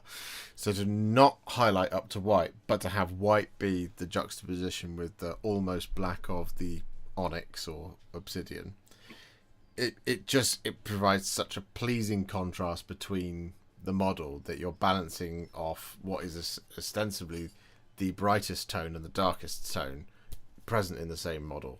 It's why like Black Templars are so effective, right, with their black power armor and their white cross. You just kind of go, oh yeah, that's very pleasing, because it's the full spectrum, even though it's not. It's just it's two ends of the same tone. But yeah, no, it's very pretty. It's very, very, very nicely separates and also accentuates any color that's present on the model. Yeah. Yeah, these are really cool, really, really nice, and it is nice to see more old world on Tales. I think somebody said earlier, Fake Street Spirit, so agree completely, and especially when they've done it as nicely as this. Yeah. And if you are interested in the old world, I would be remiss if I didn't shill for Games Workshop just for a moment. Next week on pre-order is the Wood Elves. For those who've been excited for that, like myself, I will be buying many a Glade Guard model next weekend. So also just looks good, Josh. Yeah, it does. All right, just because I complicated said it. That's a lot of words to say it looks nice.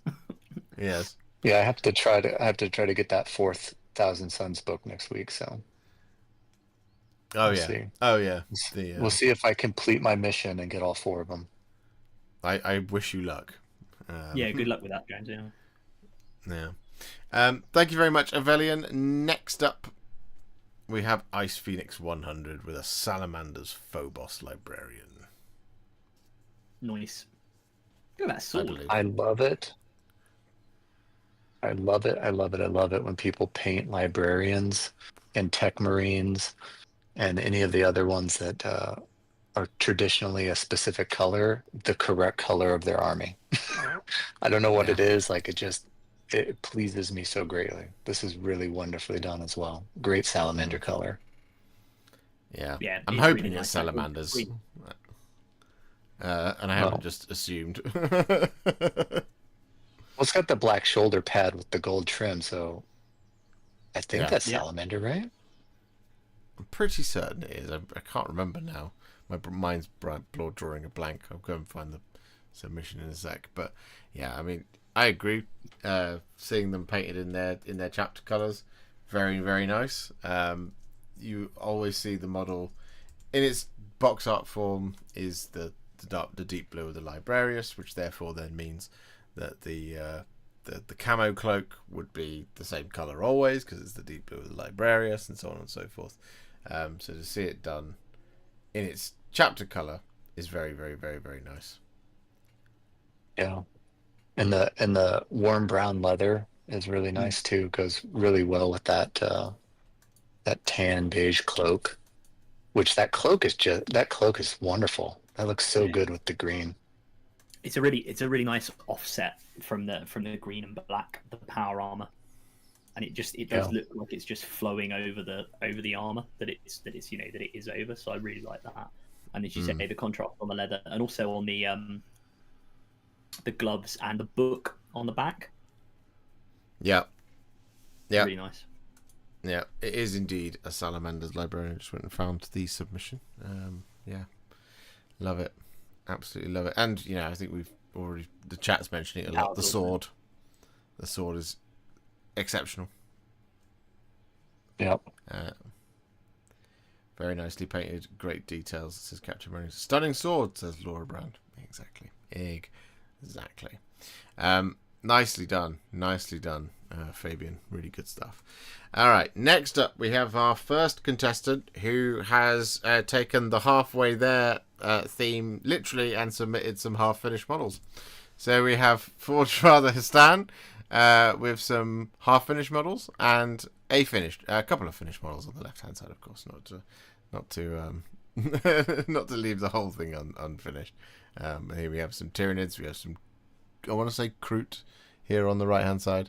And I'm not sure what that one is on the left. Hang on, I'll just go and find the submission. Is it like a Trench Crusade model by any chance or something? They are here in the chat. Forge Father is down. Yes, Trench Crusade. It is indeed. On the left-hand side. Nice. And Turnip 28, apparently. That's another thing. Oh, Turnip 28. Okay, yeah. I know what it is. I don't really understand it, but I've seen enough of it. It's like I think it's a kind of almost satirical war game set in a world of sort of Napoleonic warfare, but they're all vegetables, or they're all inflicted with some kind of vegetable curse that turns them into vegetables or something. So there's like turnip knights and stuff. Makes sense. Yep, yeah. It seems fun though. But yeah, he's really cool. I like that candy red. That's nice. It's very pretty, isn't it? Yeah. Forge Father says, I hate painting Nids. You and me both. The ones on the right are for Turnip 28. Civil War Confederates and English Knights. There you go. The ones on the right are Turnip 28. Forge Father, do you hate painting all Tyranids or just Termagants? These ones. Just these ones. Yeah, I'd like to know how you achieved the candy red. It almost looks like a metallic red. Is that a mix or transparency over silver? Or, I'd really love to know how you did that because it looks great. Yeah, especially the contrast with the kind of blue gray of the cloth material underneath the armor parts. I mean, these aren't finished, so I don't know if that's going to be the final color, but that contrast is really nice. And AP speed paint red over silver, he says. There you go. Simple as that. Awesome. Yeah. So, oh yeah, I remember that one. Buddy told me about it. It seemed really goofy. But I like it. It's a cool concept. It's a bit silly, but in a good way. Yeah. I think it is there. I think it's meant to be satirical. Yeah.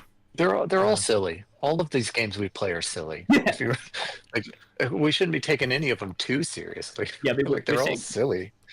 we're sitting here being like, no, actually, my Stormcast Eternals are very serious. How dare you, James? How dare you? Yeah. No, I mean there are people. It's a miniature war game. Yeah. Yeah, there are people that take it seriously, right? Black Templar players, and but I think that Controversial. I just there. It's all silly, right? Like this the whole thing is crafting. We're just doing macho crafting. Oh, yeah. Is really what we're doing, right? Yeah, no, 100%, 100%. And I know I very much on your Black Templar take. I very much agree. It's the what's the comedian's name? His name, the quote where he says, "Why would you say something so controversial and yet so right?" It's not all Black Templar players. No, but yeah, there is a subset. But anyway, moving on. Before we say something. We'll go on to the next one. Thank you very much, Forge, for this, Dan. Well done. I can't wait to see them finished. Yeah, good luck with the Tyranids. If you hate painting them, because I know I sure do. But there we go. Next up, we have Alaric79X, who has gone for bad medicine on a steel horse I ride, and you give love a bad name. He's very much leading into the halfway there theme. Yeah. So we have Typhus, Lord of Contagion. We have Aloy on the horse, which I've immediately forgotten the name of. And we have some alien facehuggers and eggs, which are very, very creepy and gross to look at, but very, very cool. Yeah, they are. I really like those facehuggers and eggs. Like they feel really grounded, right? Like, again, not a real thing, so a difficult thing to paint in a realistic style, but in some way Alaric has achieved a realistic style in that, you know, my suspension of disbelief goes away and I go, oh, those are real, like those exist in reality. Those are really great. All the models are great, but those really stood out to me. The way you've got the way Alaric's done the sort of differentiation, as you say, between the like the sort of outside of the egg and where that like fleshy opening has opened up, and you can see it on the ones that are closed. The way he's done that, it makes them look kind of extra gross and real and so yeah, definitely you give love a bad name on those ones. Yeah, that's so unsettling to look at. Yeah, that's a really good point, and I think Josh made that same point earlier with the fiends having the human tongues. I think you were here back, Adam. Like even though we know this is not realistic, we've added things that are realistic, like changing the color. We know that inside of the egg might be a different color, or we would assume, and it adds realism to it. I think that attention to detail really elevates the entire paint job, right? Yes, 100%. Yeah, definitely. Yeah, for sure. It just makes the whole thing. Yeah, they're so unsettling to look at. But I mean, the Death Guard are also quite unsettling to look at. Like you've absolutely nailed that the timbre of green there, Alaric. It's superb. It's spot on, and I love it. I love seeing Death Guard green because it is a very specific green that is both kind of, it's almost like moss on a tree, but like a very specific kind of moss, which I don't know the name of, but I really, really like it. And it's nice to see Aloy as well. I really need to play Horizon Forbidden West. It's really good. Yeah, I played Zero Dawn. Oh, those are excellent games. I really like the base on the. I think this is Typhus. I'm not 100% sure because the swarm of flies isn't here, but I think that's Typhus. Yeah, it's Typhus. I like the base because you've got that outcropping of rock, but it's sitting over this kind of pool of goo. But it's got the ground like dirt around it, so it kind of it's like you just pulled it out of the scene, but it gives you the bigger picture of what might extend out beyond here. And the rocks I'm pretty sure are made out of cork, but I can't be 100% certain because Alaric's done a really good job of hiding the cork edges, which are normally the dead giveaway for that. If it even is cork, it could be like, any other number of things, but it's just beautiful, really nicely done. Yeah, as you say, it makes him look like a mini, as a lead character model. It makes him look like a mini diorama. It's like this real nexus of kind of corruption. I really like. They've given his scythe a name now. Sorry, random tangent. His scythe never had a name in any of the proofs, and they've given it a name in 10th edition, which I thought was kind of interesting. It's called Lacrimae. Oh, it's a nice name. Yeah. We're going to call it like Steve, were they? Steve. Behold, Steve, the scythe. Alaric confirms that yes, it is indeed cork. Well, bravo, Alaric. Cork is difficult to work with. It looks great. Yeah, no, it does. Cracking stuff. Yeah, really well done. And Steve is in the chat and says, "Hey." Nothing wrong with being called Steve. It's more just, would you want a scythe called Steve? If you're the Lord of the Death Guard, if you're the Chosen of Mortarion, or of Nurgle, Mortarion and Typhus don't get on. So, yeah. Wait, Typhus's weapon is called Steve? Is that real? No. Sorry, I was joking. I said they've given his scythe a name in 10th edition. It's now called Lacrimae. It never had a name before. And I said, it's not as if they're just going to call it like Steve or something. Yeah. Yeah. I have been summoned again, so I will just have to dip out, but I will be back. Okay. We shall move on now. Thank you very much, Alaric. Next up, we have Darksider with one of, and I'm not sure which one it is. It is the Land Speeder something or other, or the Storm Speeder, I should say. Steve would be a plumber's plunger, probably a Git's weapon. I mean, if that's what you want it to be, Steve, it can be. But this is Darksider's Storm Speed. It's not the Hail Strike, is it? It's one of the other ones. I'm going to look it up. It is of the Raven Wing. It is the Hammer Strike. Yes, the Storm Speeder Hammer Strike. I'm going to assume that Darkstrider did this in sub-assemblies with how nicely done the freehand is on all those monitors, because there's no way he's drawing those perfectly straight lines at an angle. This looks great. This makes me want to get this model, and I've been avoiding models that have flight stands if I can get away with avoiding them. But this looks so good. This is a really good Raven Wing. Yeah. And just all of the various glows going on here, like, for the glow of the melter weapon on the front, you've got the glow of all of the screens kind of intersecting and interacting and flowing over one another. It's a really impressive way of doing it. Green and yellow screens next to each other, but very much reading as green and yellow screens that are, shining, thrumming with light that plays off of one another, which is really impressive. Yeah, I also like how the damage, the battle damage on the edges seems to be concentrated more in places where there would naturally be more wear. Like realistically, getting in and out of this machine, there would put more wear in that in between, like putting your Space Marine hand up there and pushing out or whatever, as opposed to other edges that seem to be a little more clean. I think that's a nice touch as well. Yeah, no, agreed. Like the weatherings, sort of, like you said, they're on that kind of the roll cage bar, for lack of a better word. But then also at the chipping coming up the front of the bonnet, for the hood, as it were, on the front. It's really, really, really just, it's intelligently placed, isn't it? It's a really kind of well thought out set of weathering.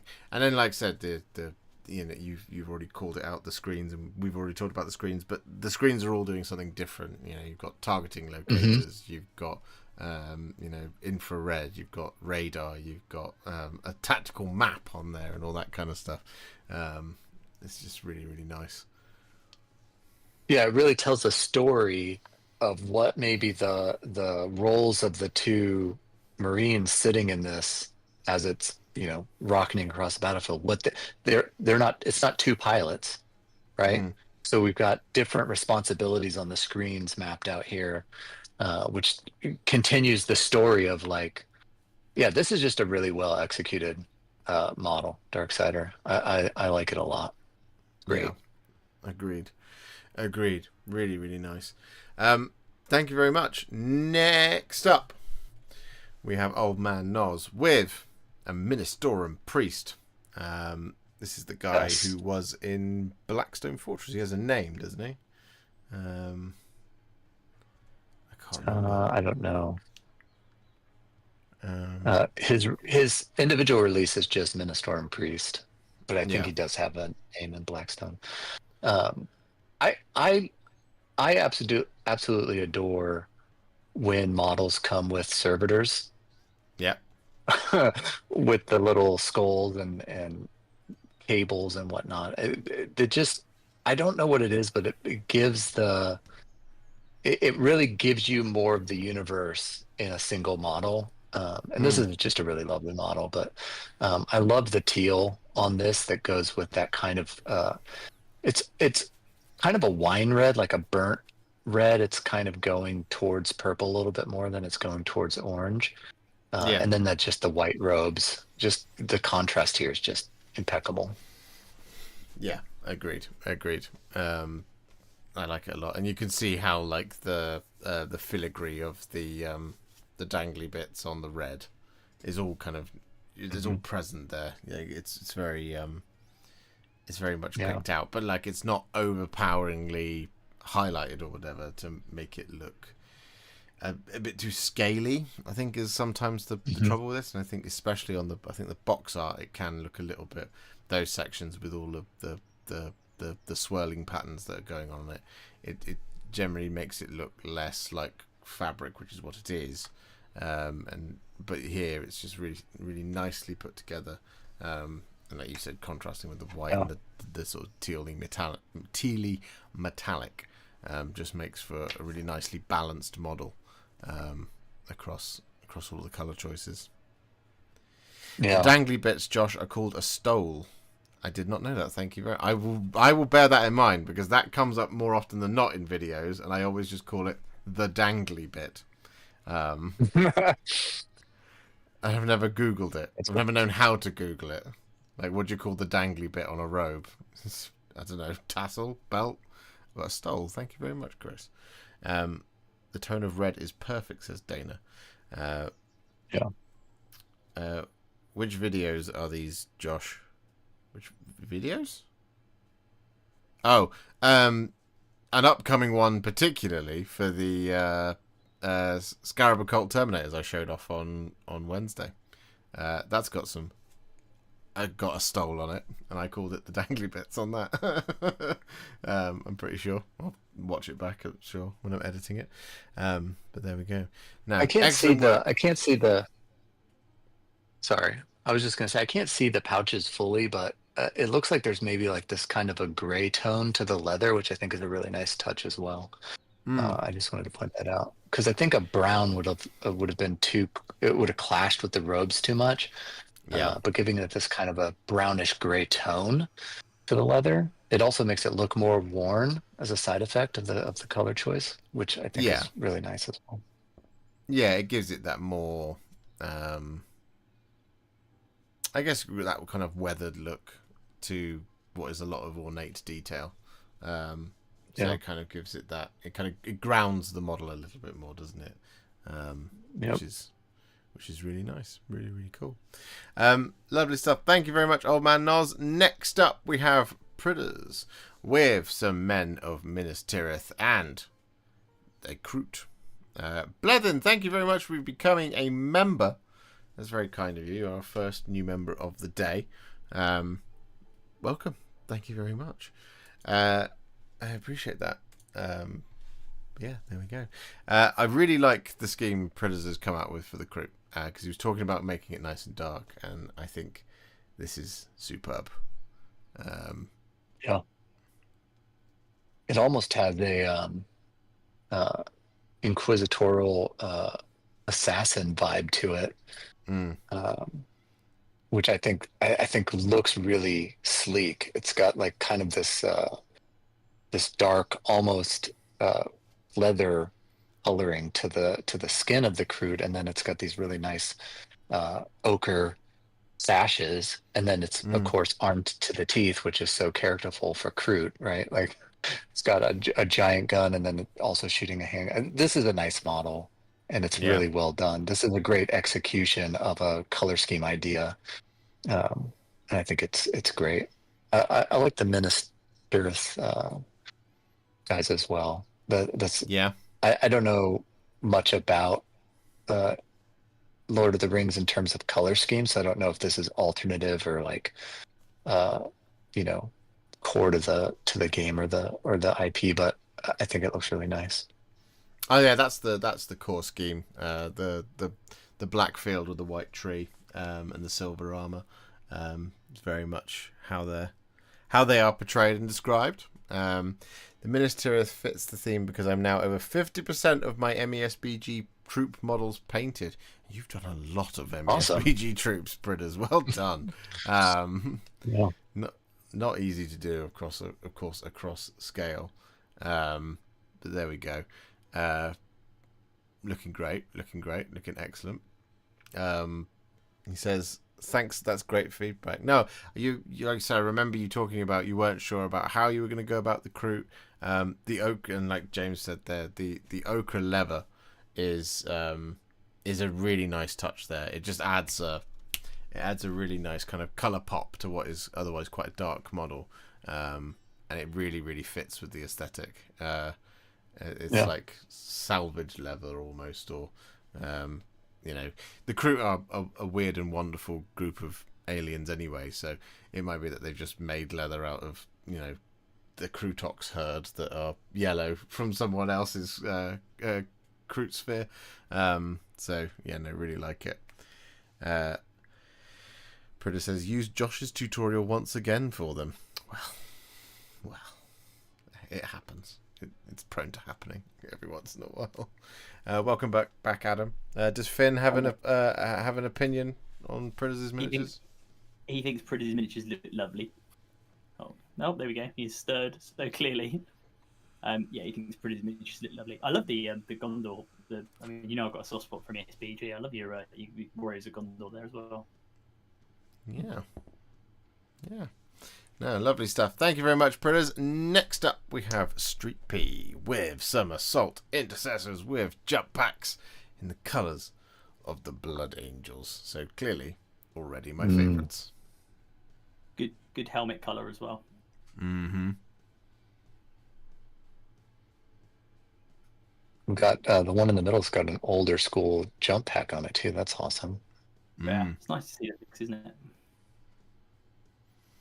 Yeah, it's a lovely way to kind of add not a hodgepodge aspect to the Blood Angels, but to kind of just pull in that slightly more kind of, they should be a little bit more mixed in terms of the amount of gear that they're using now, and you see it sometimes with like the Stern Guard where there's different helmets and stuff now. And you used to see it all the time on Space Marines where they had just different models of backpack, for example.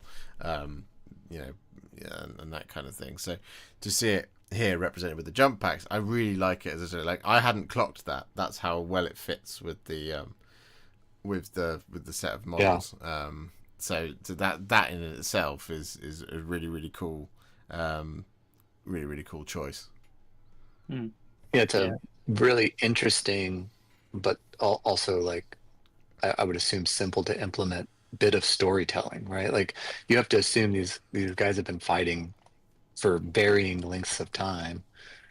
There would be guys with different accoutrement on their suits, right? This isn't I guess unless you're Ultramarines, you're not really,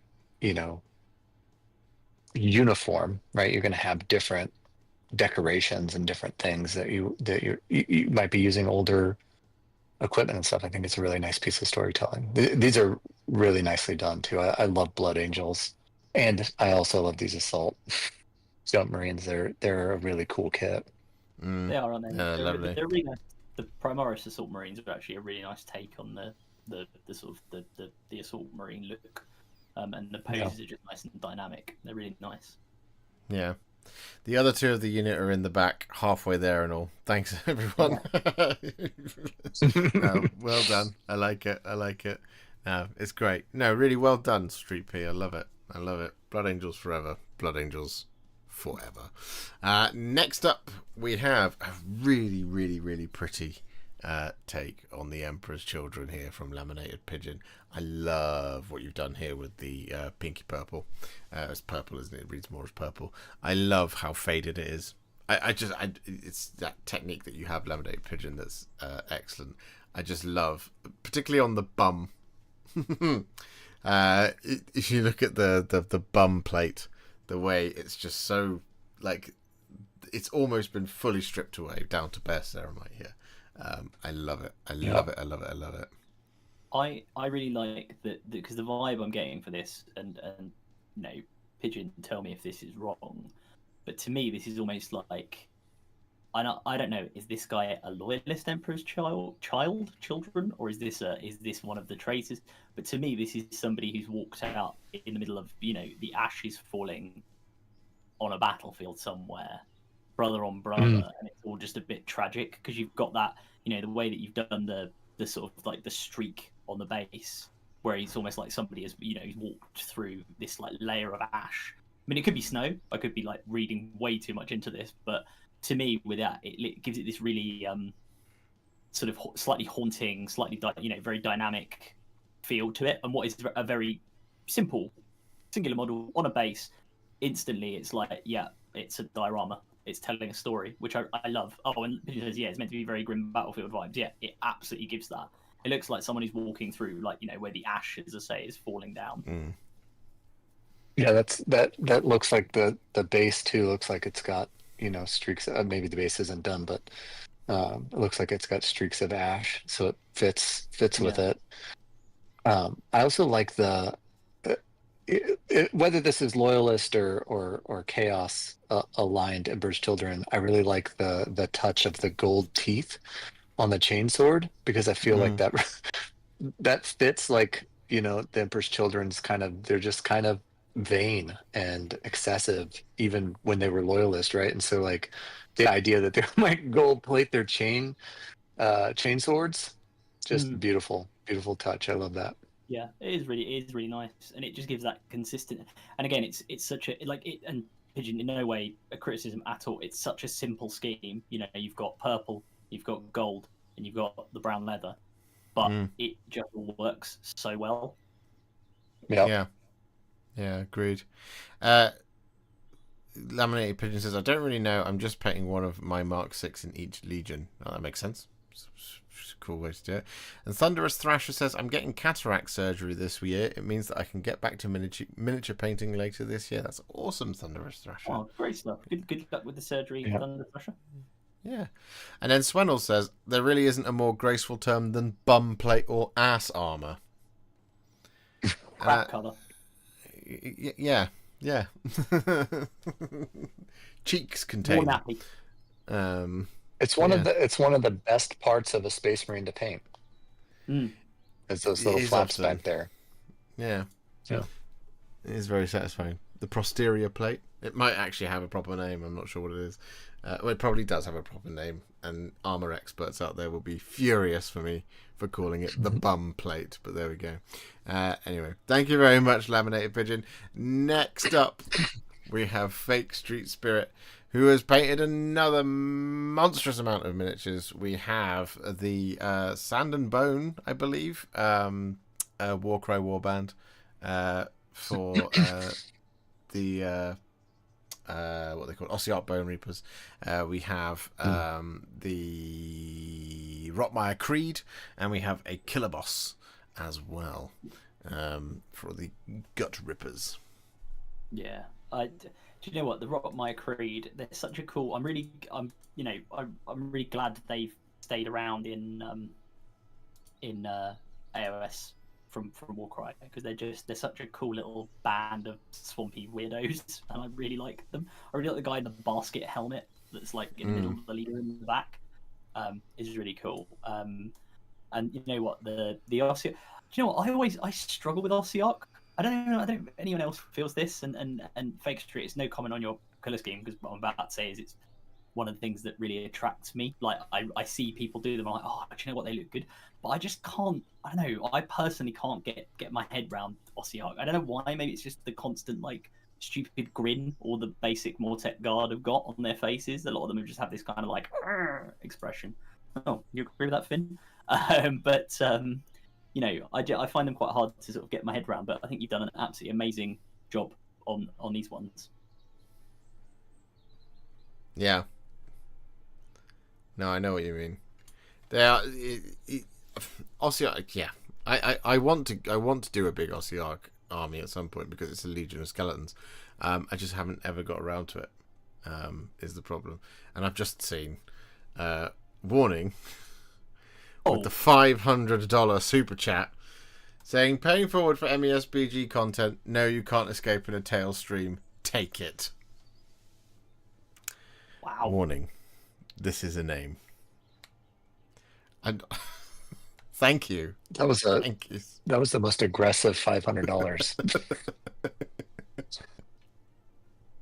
Thank you so much, Warning. That's very, very kind of you. Thank you. Oh my word, that's wonderful. Yeah, thanks, Warren.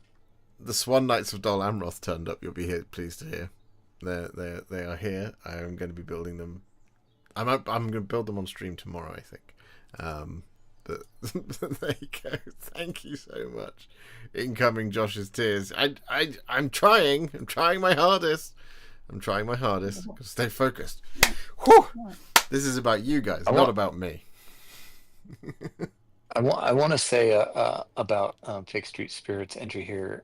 The Rotmire Creed and the Tetrarchic cohort, these are difficult teams to paint. These are not straightforward models in any way, shape, or form. And he's just done a really fantastic job across both of these Warcry warbands. You know, getting all of the tiny details. Like some of the Rotmire Creed details are so small, and he's just done a really great job here. And also, I love the Stormcast Eternal on the Cruel Boys base. I don't. Does that come with that, or did you kit bash that in?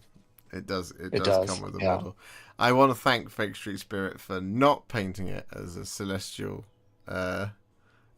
vindicator as everybody else does. When they submit it, I was just like, yeah, no, thank you very much. There's nothing wrong with sharing some tears, or I'm right. Oh no, there's nothing wrong with it. I get very emotionally overwhelmed when people are very nice to me, and a $500 donation is incredibly nice to me, and it makes me well up, and it makes my heart very, very overly happy. So thank you very much, Warning. This is a name, and Warning. I really do appreciate it. I've got to shoot now, but get to miss the rest of the entries. Have a good night, or good night, Street P. Thank you very much for submitting. Son of a bee, YouTube won't let me gift more memberships till tomorrow. This is Horse Dookie. Yeah, well, stupid YouTube. Eh? Warcry isn't dead, says Martin Spoon. No, it is not. But yeah, no, I echo what James was saying there about what Fake Street Spirit has achieved. I haven't yet conquered the Rotmire Creed because they, I don't want to say they intimidate me, but like, they do intimidate me a little bit in terms of how detailed they are, how wonderfully atmospheric the models are, and I think Fake Street Spirit has just captured that so brilliantly here in these in this iteration of the Rotmire Creed. Because my challenge with them for me is that I will go for a Wraithbone, because there's a lots of warmth in there as the primer, but there's a lot of cold, swampy malevolence in there. as well. So it's drawing that out of the model, which is the challenge for me. So yeah. Yeah, I'm super intimidated by them. They are the first Warcry team I bought, and they've stayed primed. They're just Yeah. primed in a box somewhere. I don't know if I'll ever Yeah. get to them because they scare me. Great job here. Yeah. No, excellent work. Lovely stuff. Right, next up we have Viking Minis 50 with Commander Farsight, a Loyalist Overseer Consul, and a Horus Heresy Traitor Herald Consul. Oh, these are lovely. That Farsight is just very, very atmospheric, isn't it? It is. And you know what?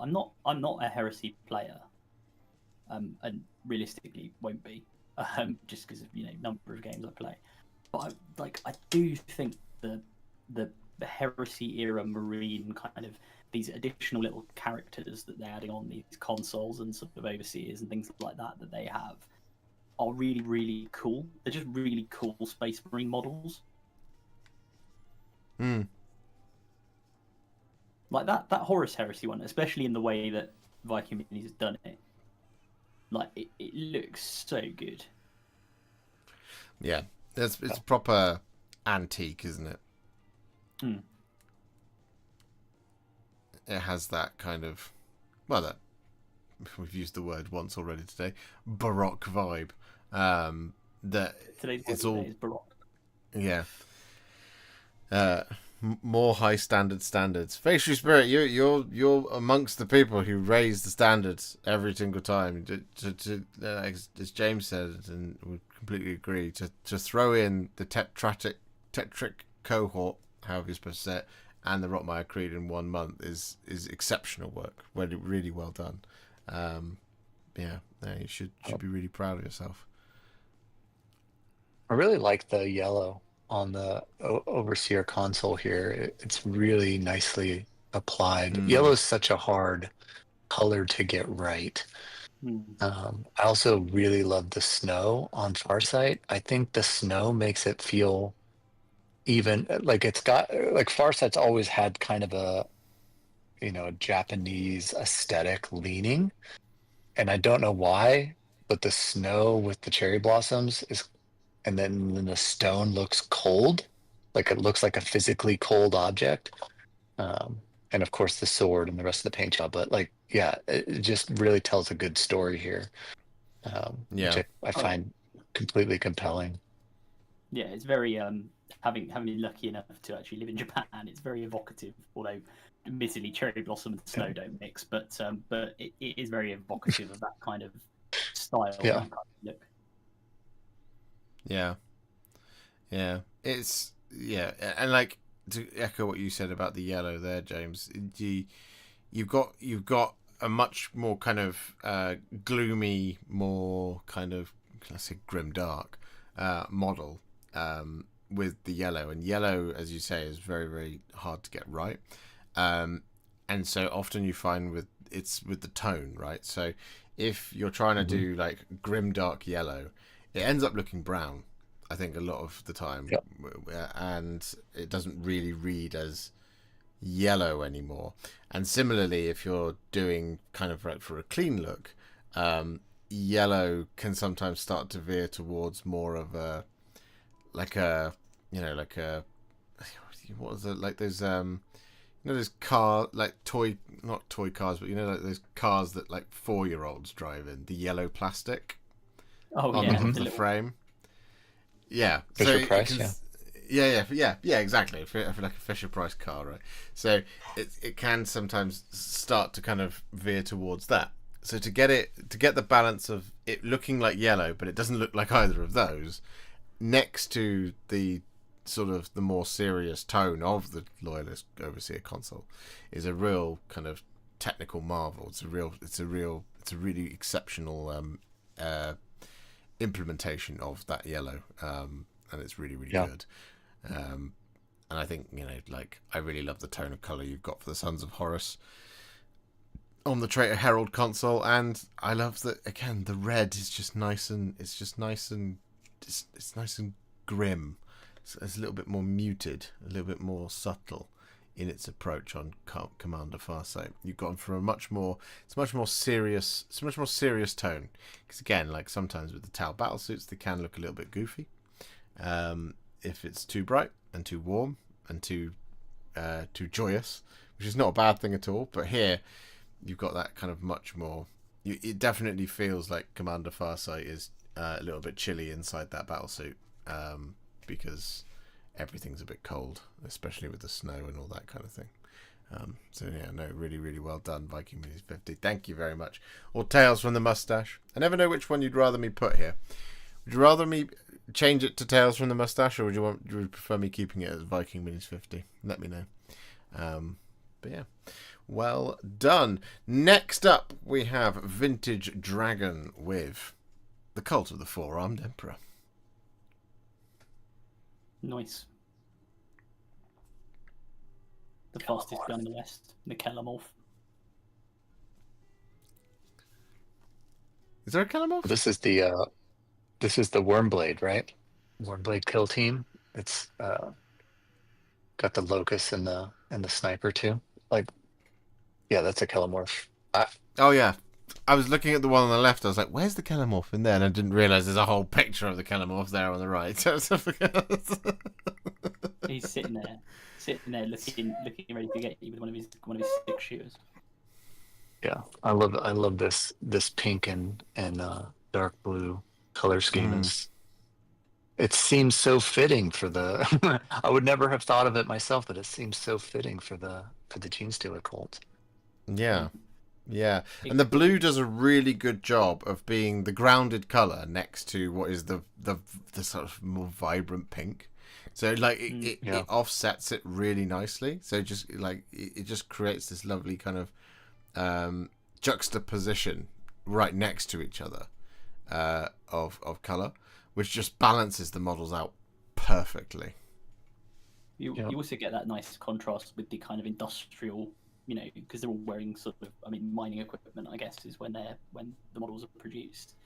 But you get that really nice contrast from both the blue and the pink against the sort of the grey, the way that Vintage Dragon's done the I guess mining suits or whatever they are, whatever you would call them.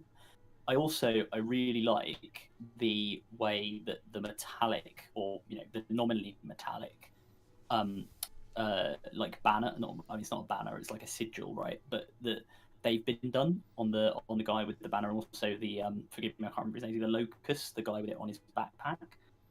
Because to me, it reminds me, and you can see it particularly in the like spikes that come off. It reminds me very much of that HR Giga, almost wet look or pseudo-organic black metal that you get with or bio-organic metallic material that you get in the Alien films, that we saw earlier on the eggs, on the Alien face hugger eggs, like on the bases on the bottom. And I think that looks really good here, and it's obviously very appropriate for the Genestealer cults as well. Yeah. No, absolutely. Echo that. The one thing I just also very, very much like here is the icon. That sort of just very heavy color that's used on both the icons. You see the circle on the that gentleman and the icon being carried. It's a really lovely heavy metal, sort of dark grey color that I really appreciate. I just love. So one of the reasons why I very much like Iron Warriors as my silver of choice is Iron Warriors, when shaded with Null Oil, is really dark, so that when you then apply the Iron Breaker highlight, which is what I do most of the time, it makes the silver look really sharp. And it's just a really, really lovely kind of bright to dark contrast. And I really like it. It looks exceptional. It's lovely stuff. Thank you very much, Vintage Dragon. Great stuff. All right, next up we have Captain Mannerings with some I want to say dark shards. That's what I want to say. Dark elves, dark shards. It's what so are they, Captain vibrant. Mannerings? Yeah. As long as it's not dark shards, you're fine. Sorry. Look, I've been dealing with a lot of poo. It's a hazard of having a newborn, so poo jokes are pretty much all I can go with at the moment. And you're English. Yeah. They are dark shards. Yeah. Yes! I know my stuff sometimes. Aren't they pretty, says Laura? They are. They are very, very pretty. We're very much appreciative Gorgeous. of Captain Marion's Druki, or the Druchi, however you're supposed to say it. There's lots of debate. I've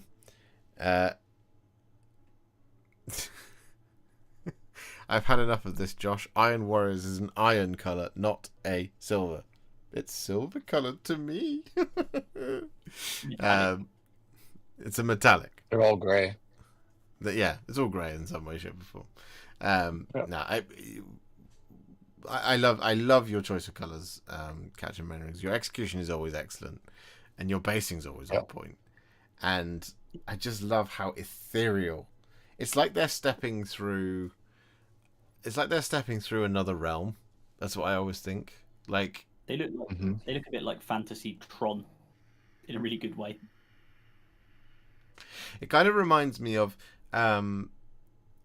what's the name of the place? Did you ever play Final Fantasy X?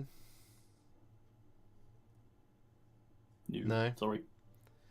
There's a forest in Final Fantasy X, which I'm going to go and just going to Google it now. It is the Macalania Woods. It reminds me of that so much, and I really love the colors. Yeah, if you've played Final Fantasy X, you'll know exactly what I'm talking about. But yeah, what do you? They look like they're emitting. They look like they're emitting light. Like they just look like they're glowing, which gives more atmosphere to the overall composition. And you can't really tell if they're glowing and lighting up the ground, or if the ground is glowing and lighting them up. Which I think is a good thing. Like there's some mystery there. They're just really well done. Like just super lovely color scheme. I need to know all of the paints used and all of the colors used, because I am going to steal these colors from you. Just wonderful. You're right on the glow. They almost look cyberpunk to me, like that kind of neon. Yeah. And it just really works. It really works well, and you can sort of, because the Druki, the Dark Elves, are always associated with the kind of shadow. And I don't know why, but I just picture these guys in almost like a, and obviously they're not in a club in the sense of like a nightclub, but like like a really dark environment, and then there's just this like pop of neon coming through. It's actually kind of foreboding. Yeah. I really like that with these. I think Captain's done a great job. Yeah, it's got almost like an inverted, not technically inverted, but like it's a dark cyberpunk, right? Like cyberpunk would be really high pinks and stuff, and this is more like blues and darker pinks, and it's really nice. It's just really nice. These Druki got let into Berghain. Right? That's what happened. They've been allowed in. No, they're so very pretty. Captain, I'm very, very excited for the family photo when Captain Mannering drops that, because it's going to be an assault on the senses in all the best ways possible. Taz says these colours on lizard men would be cool. Indeed, they would. They would. You might be able to convince. These are good. Yeah, you might be able to convince Captain Mannerings to do a Lizardman army. I don't think you'd have to convince him that hard. It's Pterodon turquoise, then a rough white highlight on the edges, and then Eldari emerald at Swennels. That's what he says. There you go. That's how it works. So there we go. Lovely stuff, Captain Mannerings. Next up, we have teeny tiny victories with some clone troopers. And I believe this takes you to halfway done on the Shatterpoint set. Is that correct, Laura? Do let us know. I hope I've remembered that correctly. These are not just any clone troopers. These are members of the 501st, Vader's own Legion. Indeed. Yeah. I always think of the Battlefront 2 on PlayStation, where you play as the 501st, don't you? The strange thing about the Fall of the Republic was how quiet it was. Yeah. Half done, says Laura. Excellent.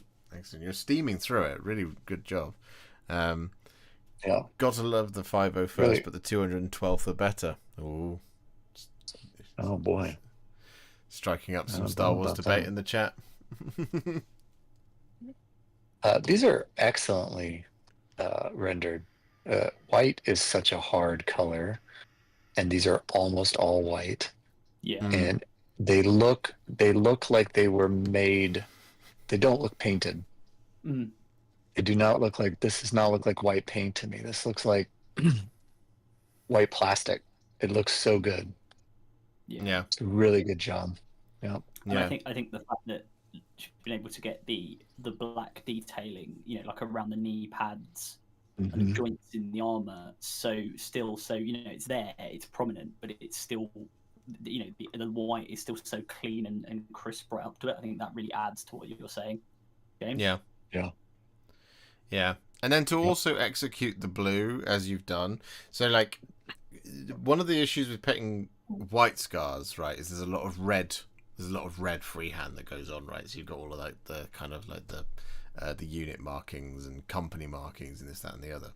And because you're freehanding over white, it renders any mistake as just like a glaring mistake, more so than anything else, right? So like if you're painting like red freehand over a black banner, you don't notice it so much if you may have a little wobble or whatever. Anyway, my point is, the blue freehanding of the markings on the chest, on the helmets and stuff is executed so well that it's such a kind of daunting thing to do. Is to it's like drawing on a piece of paper, right? With felt tip pens, right? If you go outside the lines, you notice it. You notice it more so than you do any other color. So here, to get it as well as you've done, Laura, it's just really, it speaks to the level of craftsmanship that's gone into the paint job, and it's really, really, really well done. Yeah, that's a super good point. It is so hard to do freehand over lighter colors.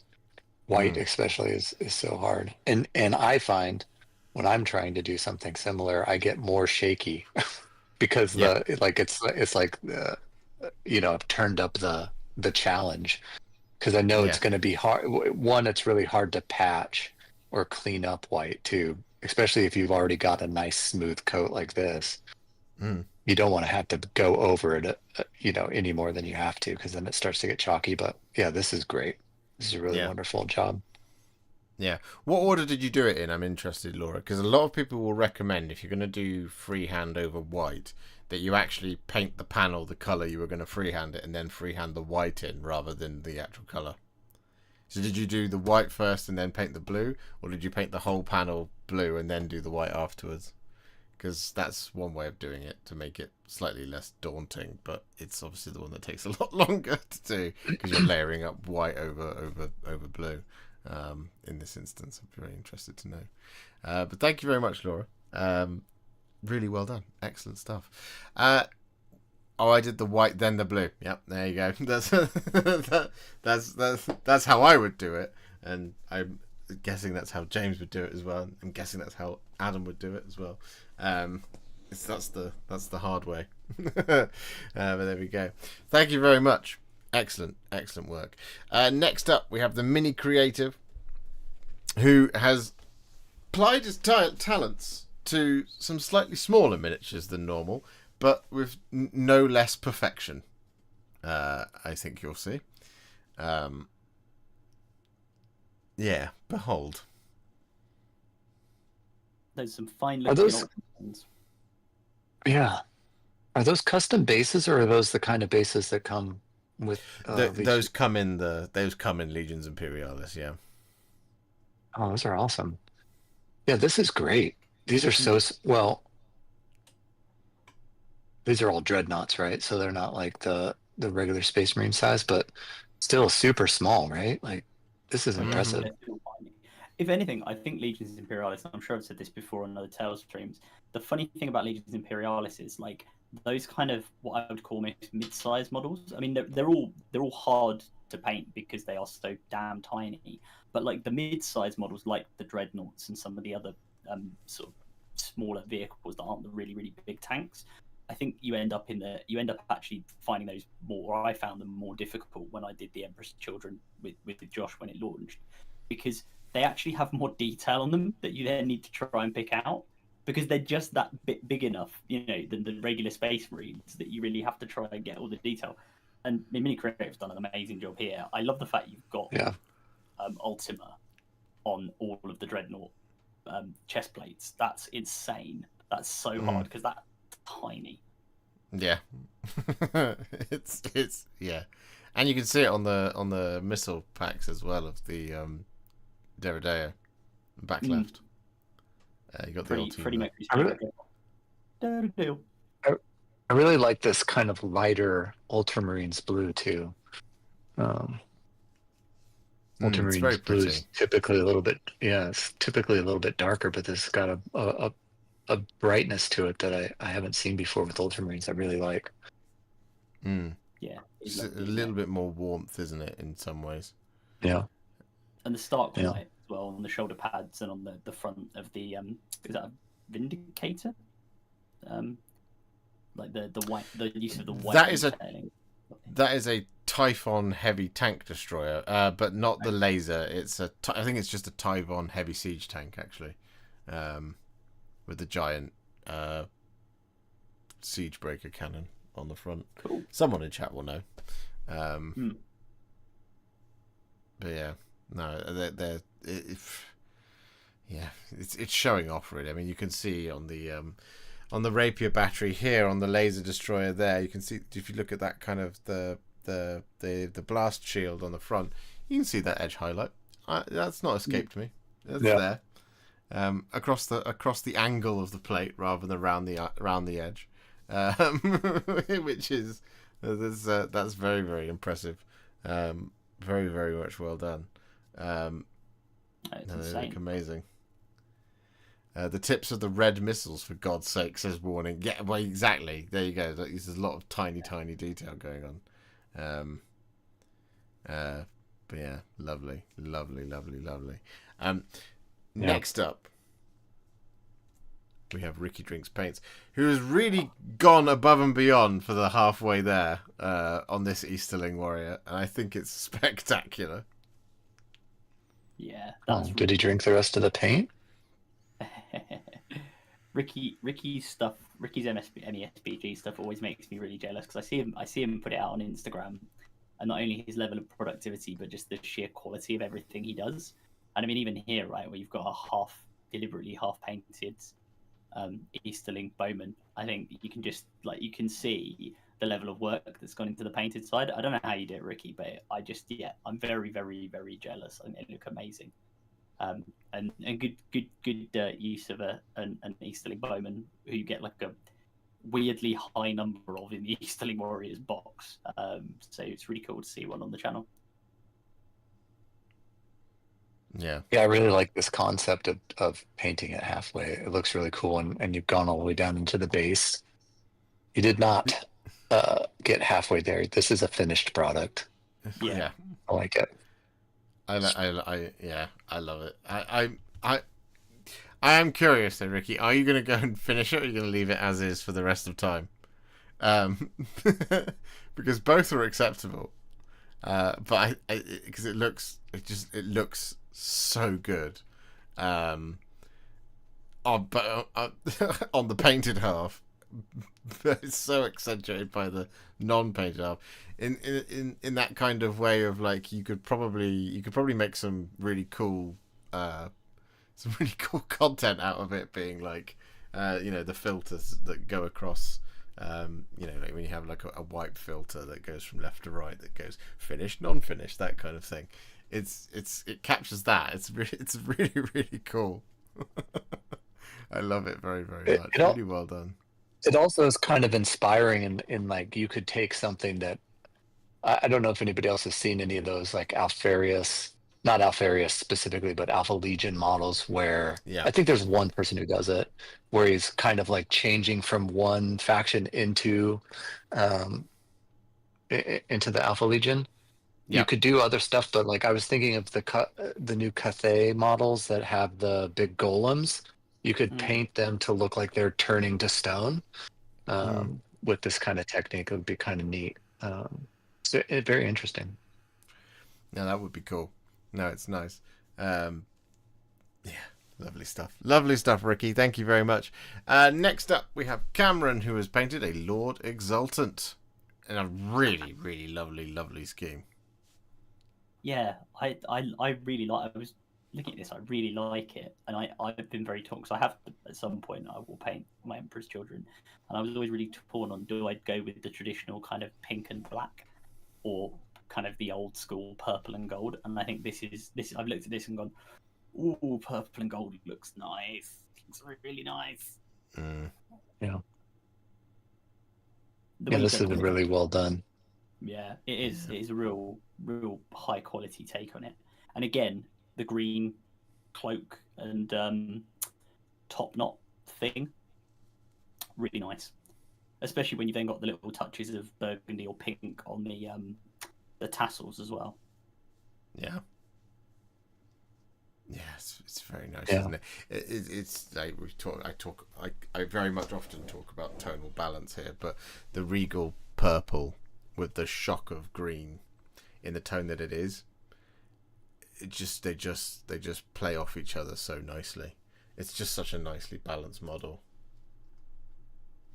It's a wonderful model. I painted one of these recently, and I had such a good time. It's such a well sculpted model with so many like legitimate options. It's really fun to paint, but it's also a challenge, right? It's got so many parts of it that are just like it's excessive. It's over the top. And Cameron's just done a really wonderful job here. I went with a green cloak on mine as well, but I went pink and black for everything else. And I think this just really looks good together. This purple, gold, and green is just such a solid. It's just such a solid gradient of color across the model, and it has there's a lot of contrast between gold, which is yellow, and the purple, right? And then you add in that wipe of green. It's a wonderful model. Great job. Yeah. Definitely, really well done. Absolutely. And purple flowers. I put purple flowers on mine too. Purple flowers. I telling you, chaos needs flowers. It does. You know what? I use purple flowers for all my undead AOS stuff. So it's fun to see the different uses people have of them. Yeah. Yeah. No, I like it. I like it a lot. The flowers really work with the rest of the scheme. I agree, Ron. Yeah, no, it looks great. Next up, we have... Thank you very much, Cameron, I should say. Next up, we have Frothy Paints with a Ballista's Dreadnought. And I need to quickly run to the bathroom. So I'm gonna be listening. But I'll be back in just a second. But check it out. A Deathwing Ballista's Dreadnought. It looks fantastic. Make sure your mic's disconnected. It is. Don't worry about that. Only listen, do not broadcast. Yeah. No, I think this is lovely. You know what, the Deathwing scheme, that like bone cream color, looks really good, and I think Frothy's done a great job on this. It's very clean, it's very crisp. You've got the nice contrasting detail of the white, and actually getting bone, cream and white to contrast with each other, especially on things like the crux on the shoulder pad and the Dark Angels logo, is actually potentially quite difficult. But I think you've got it so crisp here; it looks really good. Yeah, this is excellent application of the bone armor. Yeah, I think this is a really well done model. It looks like Frothy's maybe added some bits from the old box knot. I might be wrong, but I think this purity seal on the front, hanging off the front there, I think that's from the box knot. And then there's I think you're right. It's the one that goes like between its legs, doesn't it? Yeah, and then there's the I think this book is from the new Dark Angels upgrade sprue, but that's a nice touch too on the base. Yeah, this is a really cool model, and it's not like it doesn't come from out of the box out of Leviathan with any like Dark Angel-esque stuff on it. So these additions really give it that kind of knightly feel that the Dark Angels would have with their Deathwing stuff. Oh, definitely. It's really nice looking. Yeah. And there's also, I know we can't see them particularly clearly in the photo, but you've also got the 3 on the top of both of the sort of arm pods, and then on the very top of the carapace there's like 3 bits of gold detail, which again I think give it that, as you say, gives it that like knightly Dark Angels detail. I'm a really, it's a small thing, but I'm a really big fan of the alternating missile colours. Yeah. Yeah, that's cool looking actually. Yeah, Frag and crack, isn't it? Yes. Yeah, exactly. Yeah. So you don't even need me around. You guys can just do this without me. Perfect. What do you? Finn likes it. So. I'd like to know the recipe for the bone, because it's really smoothly applied. So if you did this with contrast paints, bravo, because there's a lot of flat panels on this machine, and it'd be tough to do with contrast, I think. Oh, for sure. For sure. Yeah. No, that's one I would probably do it with Seraphim Sepia if I was going to do it, in the same way I do the Deathwing Knights. And then there would be a Screaming Skull glaze, which wouldn't necessarily speed things up, but it would at least smooth it out. So, but yeah, no, I don't think that's what's happened here, because that would be very close to what the white would be, and the white is very distinctive on the emblems and on the casing of the missile launcher. So yeah, I'd be very interested to know what the bone recipe is there, Frothy Paints, because it's really, really, really, really, really good, and just so clean, so fresh and so clean. Yeah. And this is the killing machine, so it's gonna kill some stuff for sure. Yeah. I had to face 3 of these on Friday. Gentleman had 2 of them. Sorry, 2 of these and a Redemptor in a Black Templars list. That was fun with my horde of Space Marines. So cool. I can't do anything to those because all I've got is bolt guns. So that was nice. But yeah, no, it's great stuff. Really, really cool. Thank you very much, Frothy Paints. Next up, we have Hobby ADHD with a Knight Lancer in an exceptionally dynamic pose. Yeah, that's really cool. Mm-hmm. That's awesome. Yeah, I'm a huge fan of that. I think that looks absolutely fabulous. So dynamic. It's great, isn't it? It's a Knight Lancer lancing. Yeah, it's actually lancing rather than going, I'm going to stand behind my shield. Yeah. I really like that green. I mean, the contrast with the sort of, again, like pale bone colour is nice, but it does give that real medieval vibe of sort of knightly colour scheme. So I think that's really good. Yeah. There's lovely weathering going on. You can see it here on the tilting shield. You can see around the top of the the trim. You see you've got just that little bit of kind of like that's almost like sort of build up of dirt, right? But like it's really, really, really nice. And then it balances that slightly darker bone colour next to that very kind of forest green. Yeah. It makes for just such a lovely kind of pairing.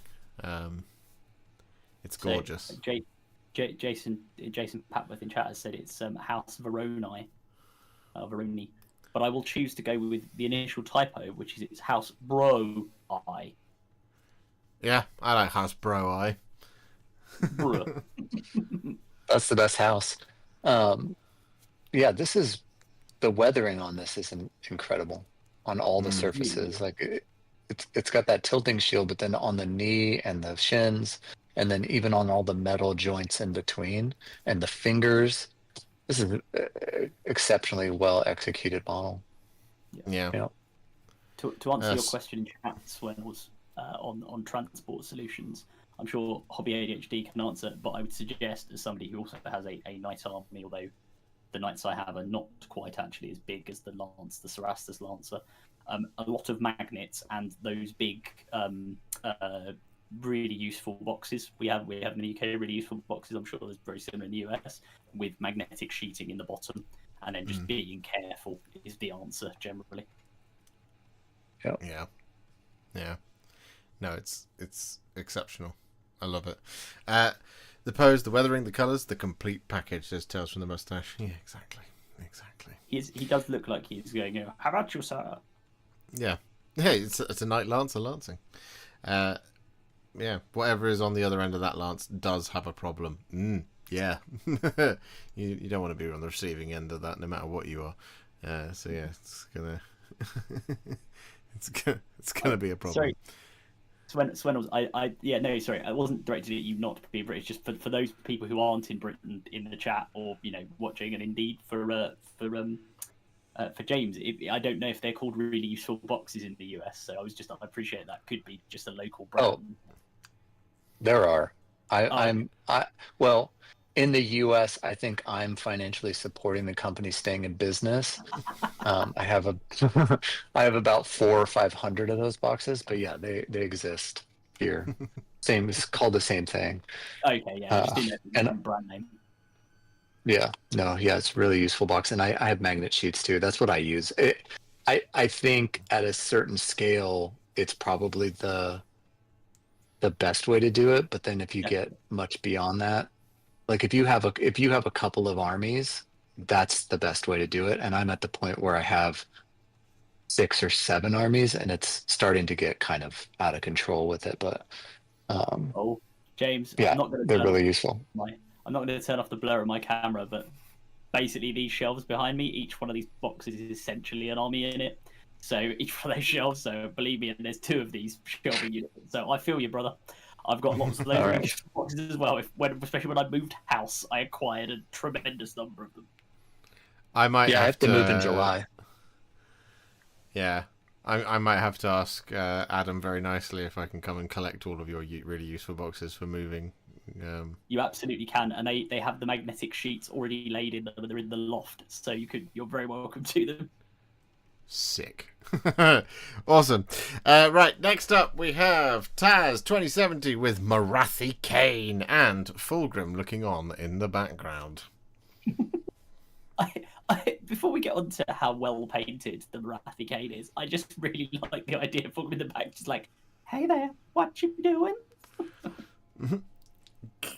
Yeah, he's just imitating Morathi anyway. Like Morathi did it first in model form. So Fulgrim, the Great Pretender. I support your decision, Taz, to do Morathi first because I love that Morathi model. I think it's fantastic.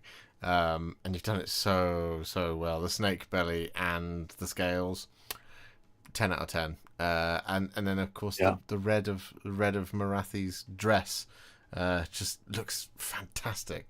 Taz says, I was trying to recreate that meme with the guy sneaking up in the back on someone. You've done it. You did it. Well. You did it. And Fulgrim is creepy enough that's the kind of thing he would do. Well, his posing also makes it look like not necessarily sneaking, but also he could just be playing as just really depressed that somebody else is doing the wings better. Yeah. Like her wings are insane. Those are so cool. This is a great model. This is a great model. Yeah. This is a great paint job. I love the symbols on the scales where it starts to wrap around the column on the base. Are those freehand symbols or are those sculpted in? They're sculpted in. Yeah, it's a really good execution then of the sculpted in ones because they look super clean. Yeah. This is really well painted. Yeah, I was gonna say also I really like the way you've done like her dark elf skin. I mean she's a goddess, right? But the pale skin to give that contrast with the pinks and the reds and the sort of darker purples as well. Like it really gives a really nice contrast and shows where, you know, you've got this sort of, I mean, again, she's an elf of some description, but do you know what I mean? Like it's this more grounded being that's then been transfigured into this creature. It's really awesome to see them together. Like I hadn't thought to do that. I think it speaks to how much better a model she is. Because I think the criticism I've had of the Fulgrim model is that it doesn't have a base. It's just him on a base. Like he doesn't have a tactical rock. And I know that there are tactical rocks everywhere, and you know you can do whatever you like with them. But I love that she's coiled around the fallen pillar. It's something that's just so. It's such a nice kind of addition to the model, and it really roots her as well in a place, which is very, very cool. And it makes her a lot more dynamic.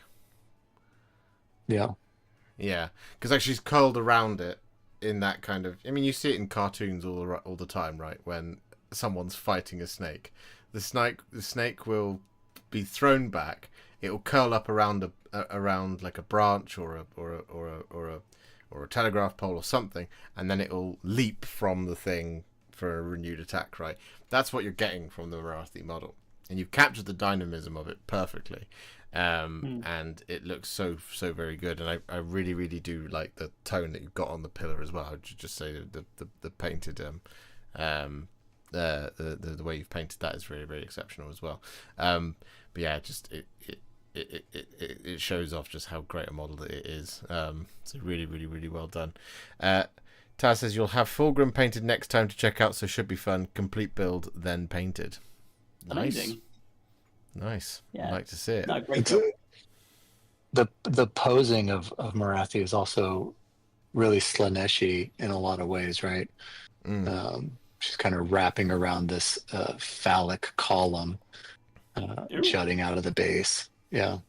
Welcome to Warhipster After Dark. Not to take it there, but I think Fulgrim would have been okay to do that as well. I think I will say in partial defense of Fulgrim as well, I do think they both suit their characters a little bit in that she looks imperious and commanding. You know, like she could be pointing at an enemy, she could be pointing at one of her own, you know, daughters of Cain and sort of commanding them forward. Whereas Fulgrim, he's just a bit of an egotist. I mean, that's an understatement. So he's just screaming at you. He's on his own. He doesn't care what's going on around him, and he's just going to lunge at you and kill you. And that's it, you know, in a perfect way, or whatever he thinks, you know. So I do, to defend the sculpting bit, although I will say, I do agree, I do think Marathi Cain is the, you know, superior model, and AOS got there first on the whole snake body, wings, person thing. Yeah. Awesome. Really well done, Taz. Really well done for conquering it as well. Like, she's not easy. The dress alone, it's this vast expanse of open fabric at the back. There's nothing there. It's just this long red dress. So and it just looks fantastic. Thank you so much for submitting. Next up we have Stirlo with an entire legion of bone. We have the Ossiarch Bone Reapers once more. Is this the spearhead? I think it is. I think so, because you do get quite a lot in the Ossiarchs, don't you? Hang on. Yeah. I'll check. I think that's missing the bone eater thing, or maybe I'm thinking of a different set. It's the Gothazar Harvester. Yeah. That's the only thing not present here. But still, I mean, it's a lot of. It's 20 Mortek Guard, 5 Cabalos Death Riders. It's a lot of models. It is a lot. I really like the blue. I really like that blue. See, again, it's one of these things where I say I don't normally get on with Ossiarch, but when I see you guys paint them, I don't need another spearhead. Don't stop, Adam. Yes, you do. You need them all. Yes, you need them all. My wife has just, Well- I don't know if anyone heard that. She just said, don't buy any more Warhammer. So there we go. I Oh, won't. no.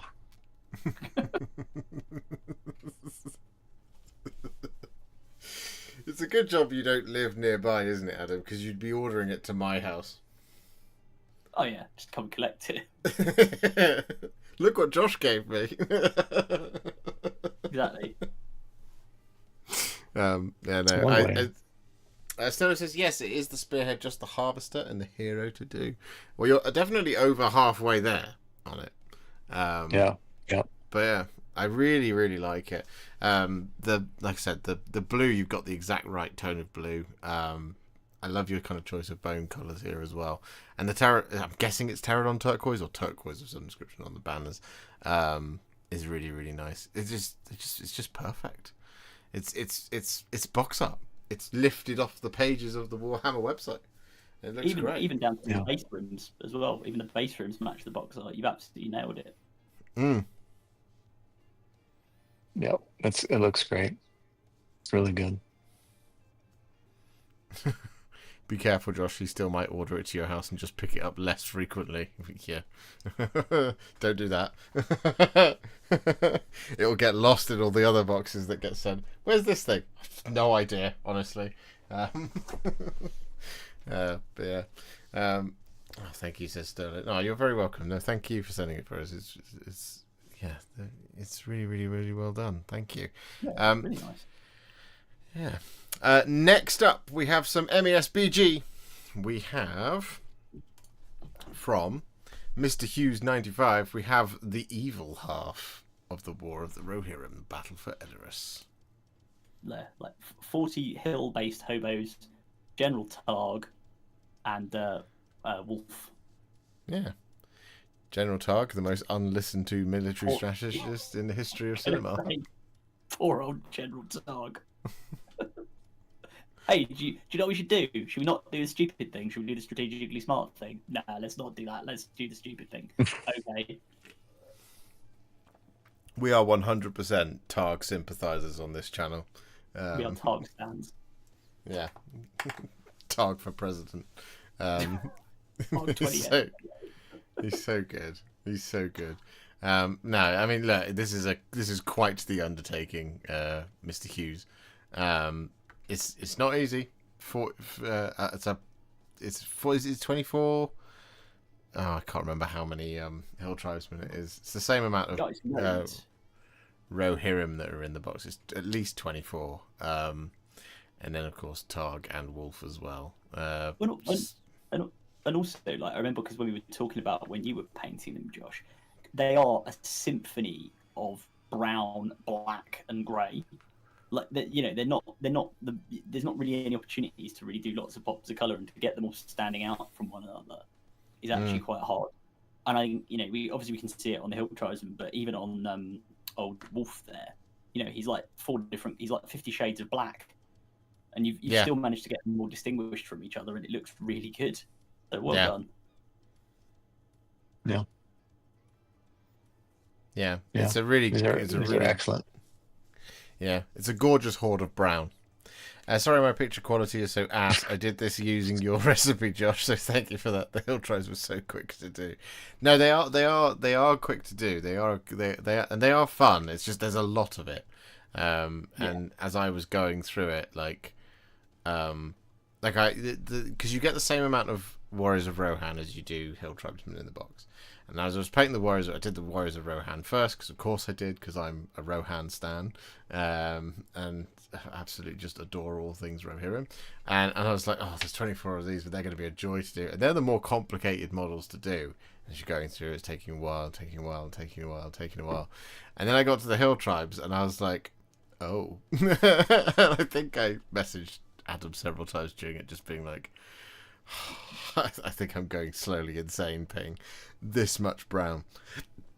But you've done such a great job here, and just like Adam says, just partitioning out the browns, and it is just layered fur, layered furs and leathers over and over and over again. But once you get into the swing of doing it, and once you've figured them out, once you've done the first 12, because you then have to basically just repeat it again, but do some color swaps if you want it to be varied. So if instead of Cygor Brown on this pelt, you do Black Templar on it instead, that's how you get that variation within it, and you've done a really, really good job. God, these are good. Make the ones I just finished feel sad in comparison. No warning, I'm sure they're not. They're better than you think they are. But Aidan, really, really nice job on these. Well done. I need to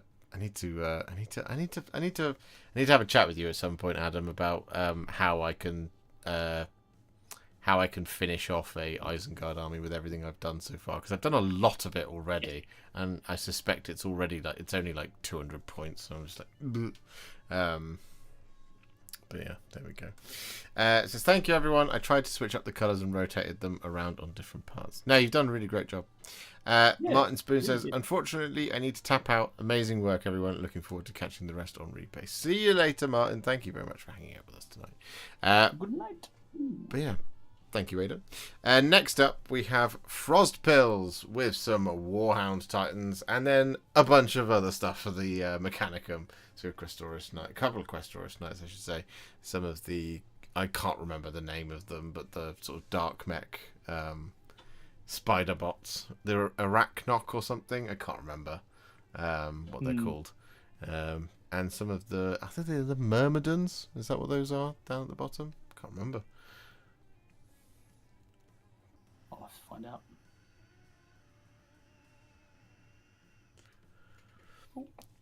They're not the Myrmidesh, because that's Age of Sigmar. But yeah. Yeah, that's.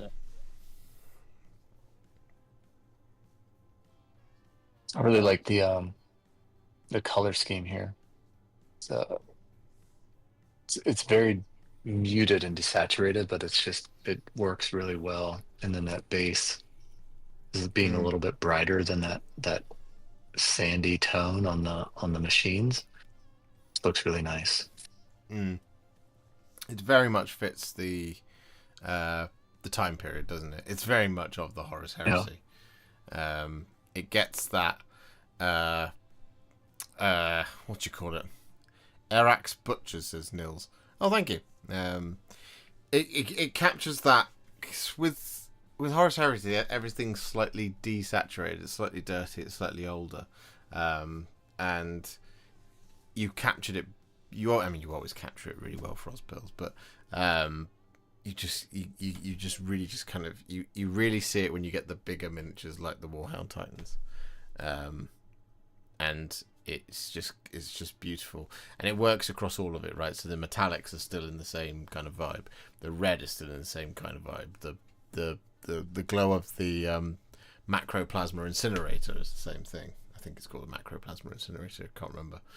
I have it right here, but you know, the big version. But no, it's lovely.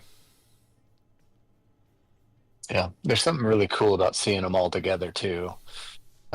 This is true, I think, of this Imperialis line. There's something really epic about seeing a bunch of the stuff that would normally take up way too much table space. Just being all together like that just looks really epic and cool. Yeah. No, it's really, really nice. These are really cool, atmospheric, says Dana. Yeah, absolutely. They're great stuff. Awesome. And next up, we have Philip Gomez with a Slaves to Darkness Demon Prince. Demon Prince of Demons. The Demon Prince, the Prince of Demons. I like this. He's sort of a bit cornate, isn't he, with the red scheme, which I really like. He's like a mini bloodthirster. Yeah, I think, as I recall, Philip followed my Slaves to Darkness Demon Prince video to do this. He is in chat, I think. And I just think it's done so well. I really like it. It's excellent, and I like that it's a universe hopper. It's got a Stormcast and a Space Marine in the base, so it's just jumping back and forth between the universes, slaying the different types of Marines. I like that a lot. Khorne cares not from where the blood flows, including game system. So yeah, they don't at all. Philip's in chat and says, "Sure did." Yeah, no, you've done it really, really well. I haven't. I don't know where my Demon Prince is, so to see it rendered so perfectly here. Sorry, have you lost a Demon Prince? He's not a small model. Yeah, well, I've got a lot of models, and a lot of boxes. He's probably hiding behind a bigger model. Yeah, probably, almost definitely. But yeah, to see it rendered so well in your iteration, Philip, is really, really joyful. It's lovely to see. Wings are probably the best part. Yeah, no, I really love how you've done the wings. They've got that kind of, they've just got that kind of painful look to them. These are ripped out and mutated demonically, and it was not a fun experience for the person who became the Demon Prince, shall we say. Yeah, I really like the purple loincloth as well, or tabard. I think that purple goes really well with the gold. Yeah. It adds that element of regality to it, doesn't it? Yeah. They're a prince, so they needed to get some princely accoutrements. Yeah, exactly. Some embellishment. Not exactly a bad thing for a prince. They are royalty after all. No, really, really well done, Philip. No, nicely done. What's in the background? I can't see. On the desk. I know what they are. Sisters? Are they sisters? No. It looks like sisters, doesn't it? He'll tell us, I'm sure. Yeah, no. Lovely stuff. Thank you, Philip. Next up, speaking of sisters, actually, we have Illy with a Battle Sisters squad. Some Kroot I need to finish, and sisters. Ah, there you go, Philip. It's smorgasbord. That's why it was throwing me off. A couple of different things all at once. But we have some Ordered of our Martyred Lady Sisters of Battle here from Illy. Classic Sisters of Battle. Mm-hmm. Yeah. Again, really nice, really lovely reds. The contrast with the black. I like what you've done on the simulacrum as well, and the cherubim. Yeah, this looks really good, and especially with those sort of ice bases, it's a really nice contrast from the models. Yeah. Yeah, the Battle Sister squad is fantastically done here. And that chest that's inside the box on the banner, tough to paint. So great job on that too. Yeah, because the way you have to glue it together as well means it's actually quite difficult to do it as a sub-assembly. Yep. No, I remember because this particular Battle Sister squad and that particular simulacrum, if I recall correctly, is the one that came with the original when they re-released Sisters, when they did the army box, and that wasn't the multi-part, that was like the OG Sisters. So I've got a real soft spot for these ones in particular. So it's really nice when I see people like Illy keep doing them. They still keep being painted by people because they just look awesome. Yeah. It's iconic, isn't it? I mean, there's something so iconic about the Sisters of Battle. They're definitely up there alongside, for me at least, they're up there alongside Space Marines for sure. They've just got such a distinctive look and aesthetic about them, especially in the Order of our Martyred Lady, with the black power armor and the red. It's just, I mean, it's the colors that speak to me the most, right? As a Blood Angels fan, it's just a reversal of those colors, as it were, and it's just really, really nice. They're very evocative, and it's very, very classic Warhammer, just rendered in perfection with brushwork. I gotta run to the bathroom and grab a different set of headphones. I just heard the death knell on these ones. Oh, no worries. See you in a second. No, awesome stuff. Thank you, really. We shall go to our next one, which is Europhoenixia with Be'lakor, a Knight Lancer again, and we have a what's he called? A Slan Stairmaster. Yeah, Slan Star Priest on Stairmaster. On Stana Stairlift. On Stana Starlift. Yeah. I mean, this is 3 spectacular models done spectacularly well. Really love. good. Yeah. Love the Imperial Fist. Again, not chosen to put one of my armies on the base there in Blood Angels or Celestial Vindicators, which I appreciate. Which is fantastic. Oh no, have I spelt your name Europhenixia wrong? Oh, I'm so sorry. I've put an O in there. That's my bad. I'm very, very sorry. I can't. Annoyingly, I can't edit it. I will correct that for next time. Very, very sorry. But yeah, I really love the leopard spotting as well on the canopy of the Knight Lancer. I was going to say, I really like, as a good contrast to the Knight Lancer we saw earlier that's lancing. I think this is a really appropriate pose for the Slaneshi one, because it it's almost just like, I'm too good for you. Are you going to fight me? Really? You sure? Come on then. It's just that sort of, I don't know, it exudes arrogance and a belief in its own perfection, which I quite like. Yeah. Well, and I also just love the sort of the custom work that's going on here, right, with all the Slaneshi jewelry from, I'm guessing, A Keeper of Secrets is where that stuff has come from. Just sort of scattered around. Oh, it must have done, right, because the trails off of the pauldrons, that definitely reads as coming from Shalaxi Hellbane. A spare parts from A Keeper, there you go. That's where it's all come from.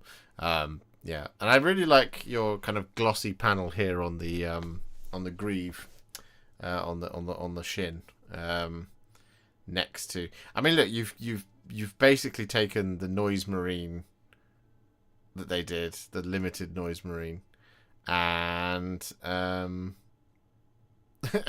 rendered it on a Knight Lancer, which is incredibly impressive and really, really well done.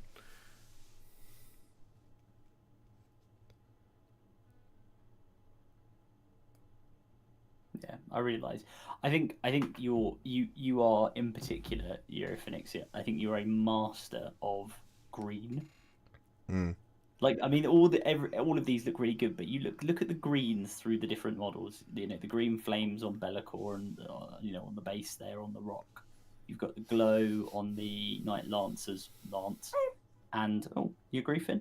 And the slan as well, both on the slan itself, but then all the sort of mosses and jungle plants around him. I think you're a very good painter. These all look excellent, but just the way we've got so many greens to compare, and you've made them all look a little bit different. I really like that. That's the mark of some real skill. Yeah, no, I agree. I agree. Also smooth, says Eron. All thanks to Josh's videos, especially the slan. I don't believe you for 1 minute. This is all talent on your part. No, really well done. Really, really well done. I refuse to take credit. This is all you, Euro. You've done a really, really great job here. Really well done. Really, really well done. Be very proud. Right, well, we must move on to our next individual, who is Dambuster UK with a Lord Celestant on Stardrake, in the colours of the Hallowed Knights, I believe, because of the silver, or Dambuster's own Storm Host.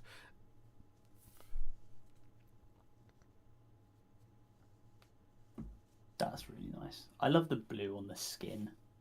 The dragon, and the way you've got. And the way you've got the blend into the red on the wings as well. It's funny because the older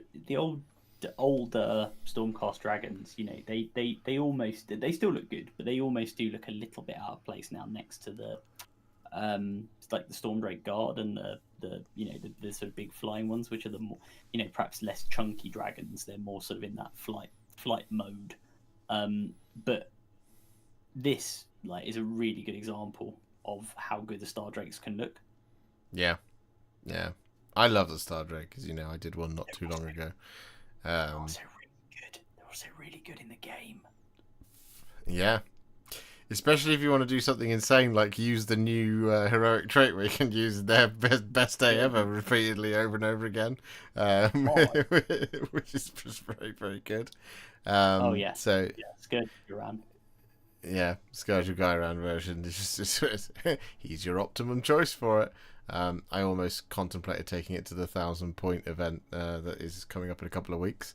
I've actually changed my list again on that front, but it is now 1,000 points on the nose.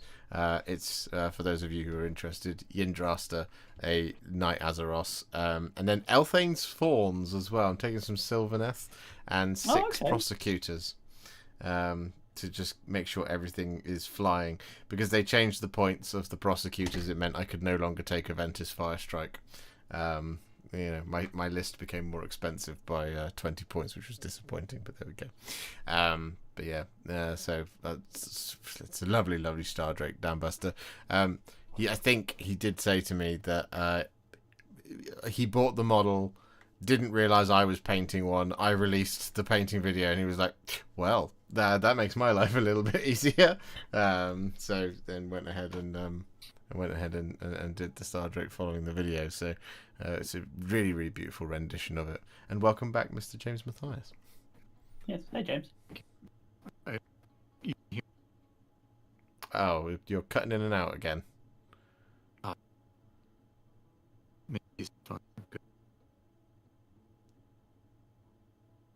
We're experiencing technical difficulties. We will be back with you shortly. Have you thought about the Warhipster insurance plan?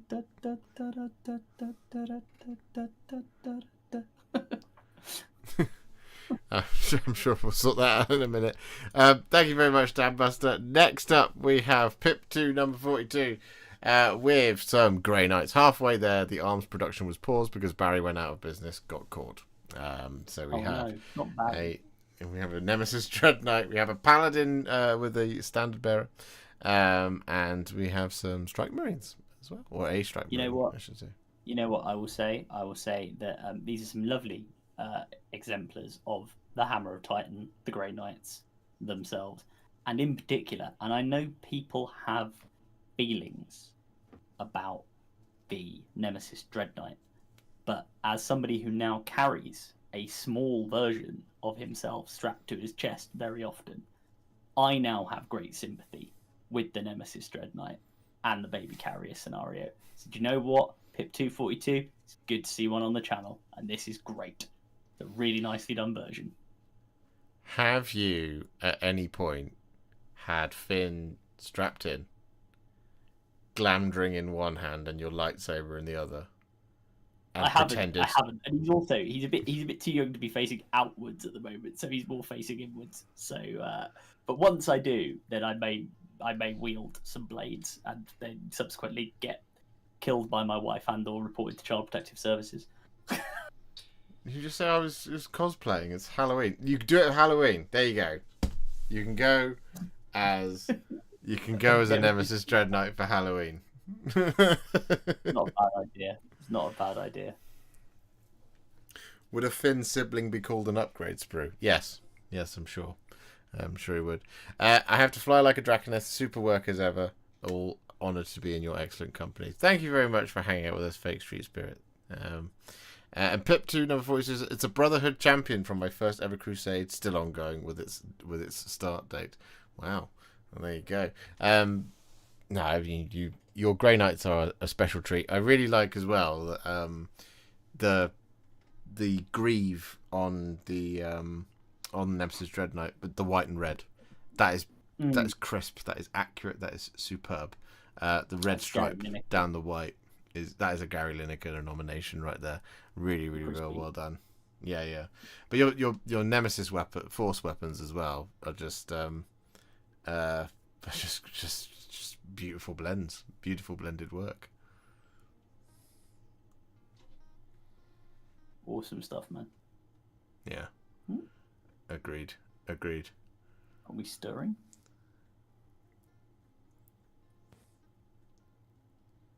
Are you back? Are you back proper, James? Or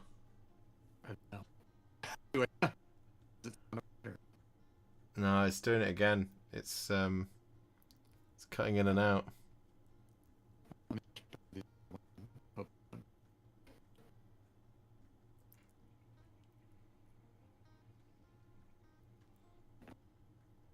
Okay.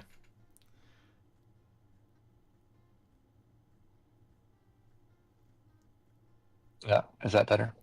Yeah, we yes, can there you hear you perfectly there. Alrighty. I'll just pray. we'll, we'll get it. It'll be all right. I'm sure it'll be fine. We'll have faith in Apple's battery tech. No, excellent work, Pip242. Thank you very much. Pip says thanks everyone. You're very welcome, Pip. Next up, we have Martin Spoon with some prosecutors, a Lord Vigilant on Gryffstalker, and a Lord Terminos in a really lovely kind of turquoisey flames and the green here going on. It's beautiful.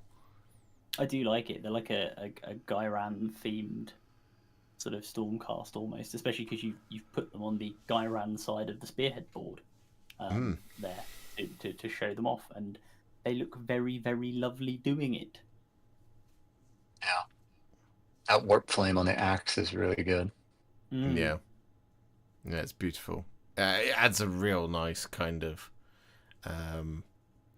almost it adds a kind of the kind of vibe of the Lich, doesn't it? Almost, it's not, but it has that. It works really well next to the silver and gold. Yeah, it's a really, really nice offset.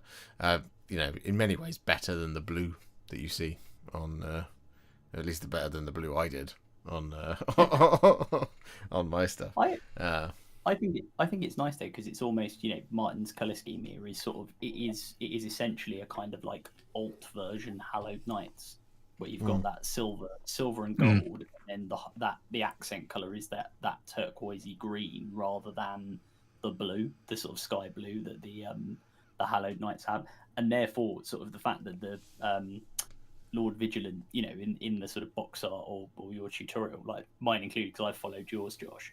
He has, the blue cloak and therefore the blue flame. It's actually really nice that Martin's gone with the greenish cloak and therefore the green flame. It just all matches together really nicely.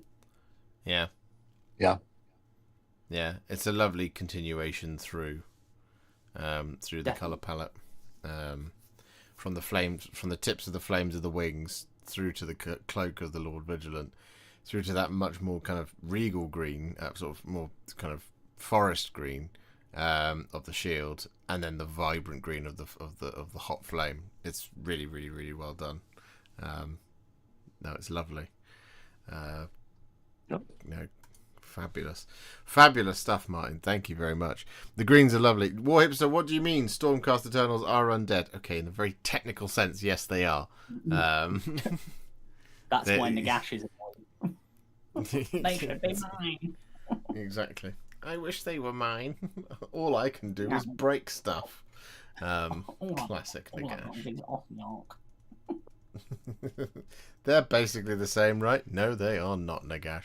But no. Lovely stuff, Martin. Thank you very much. Next up, we have GameX with 5 of the finest Deathwing Terminators. We got a love. You know what? People have got a lot of love for Deathwing, and I respect that. I like it, and these are a lovely example.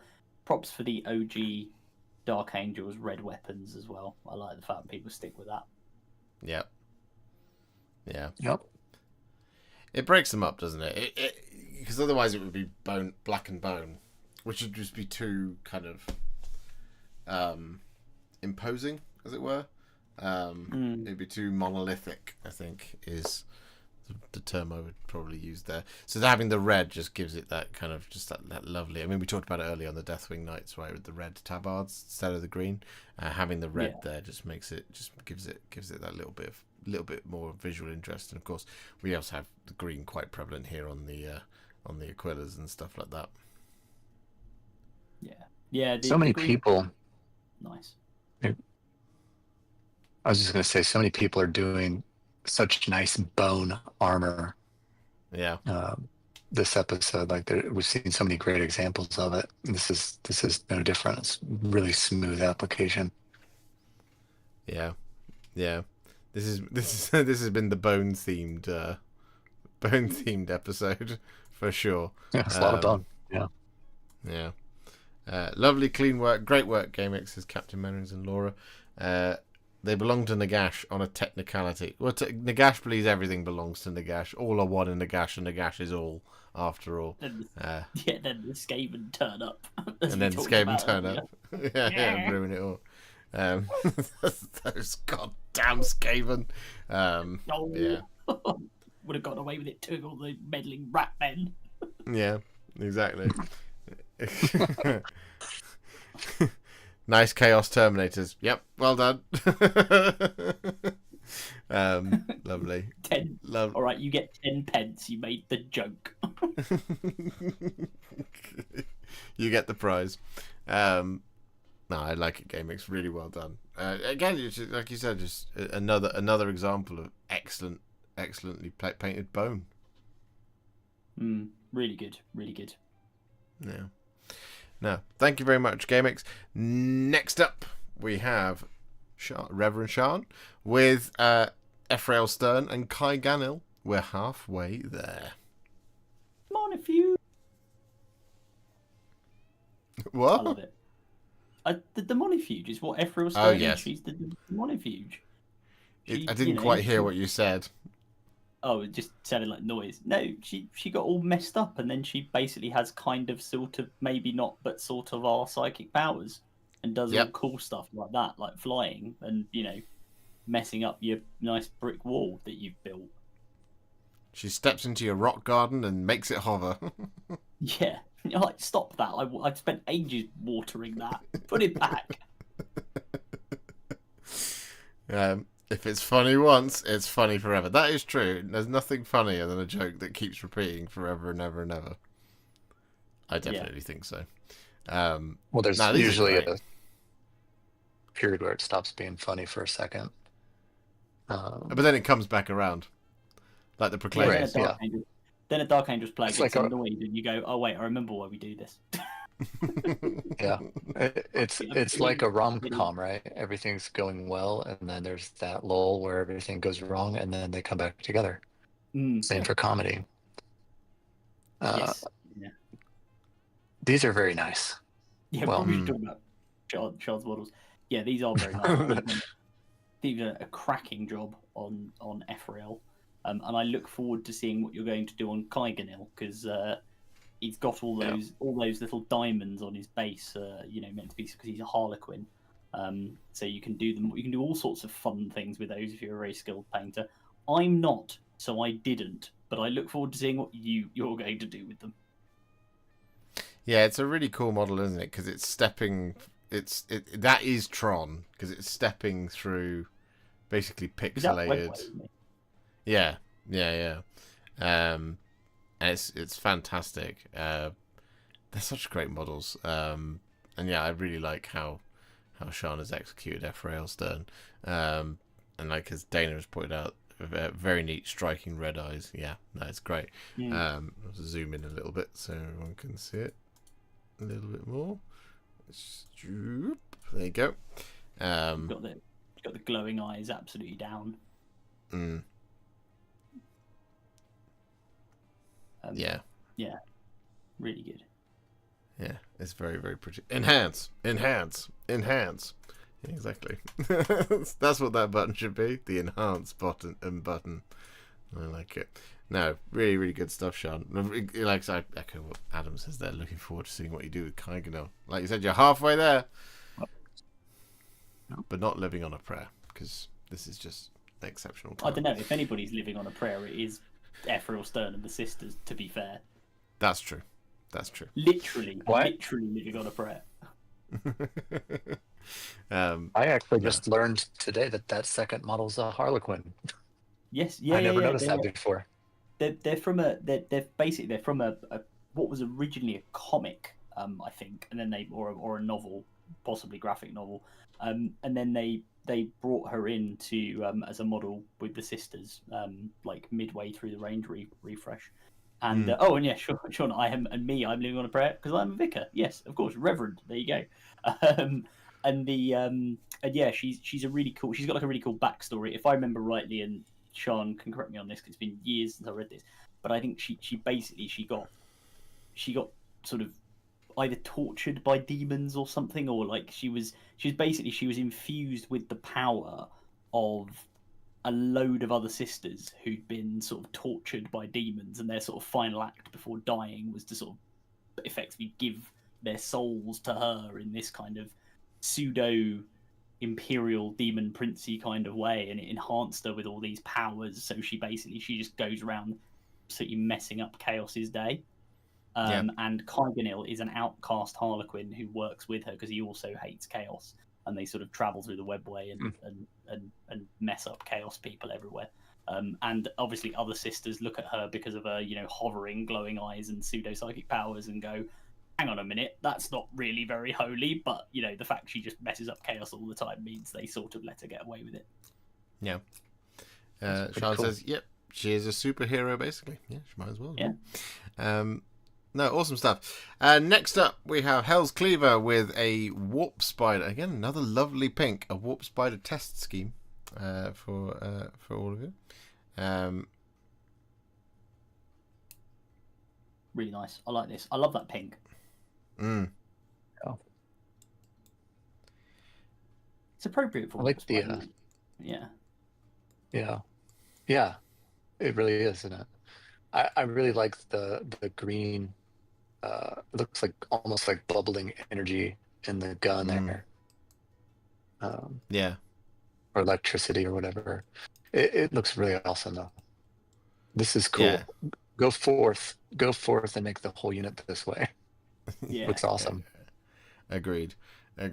Yeah, it's again. I think the Emperor's Children release has given a lot of people permission to paint pink. Mm. And it's so nice seeing it just kind of be liberated across a bunch of everything. It works so well here on the Warp Spider. I was gonna say this sort of pink is the kind of thing I sort of would like if I do my Emperor's Children in pink colour, I'd like it to be this really over the top pink because it's Emperor's Children, so why not? Yeah. I wonder if we'll get to hear the deadline and theme for the next Tales. Yeah, you will. The deadline is the 31st of May, and the next theme is maybe you're going to be the one that saves me. There you go. It's another musical month.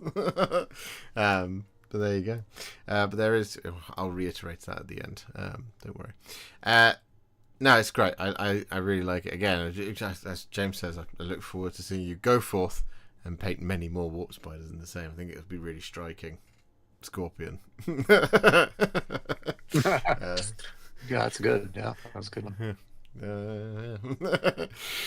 Next up, we travel back to the Mortal Realms with Edward 705 crashing to Earth with Annihilators of the Hallowed Knights.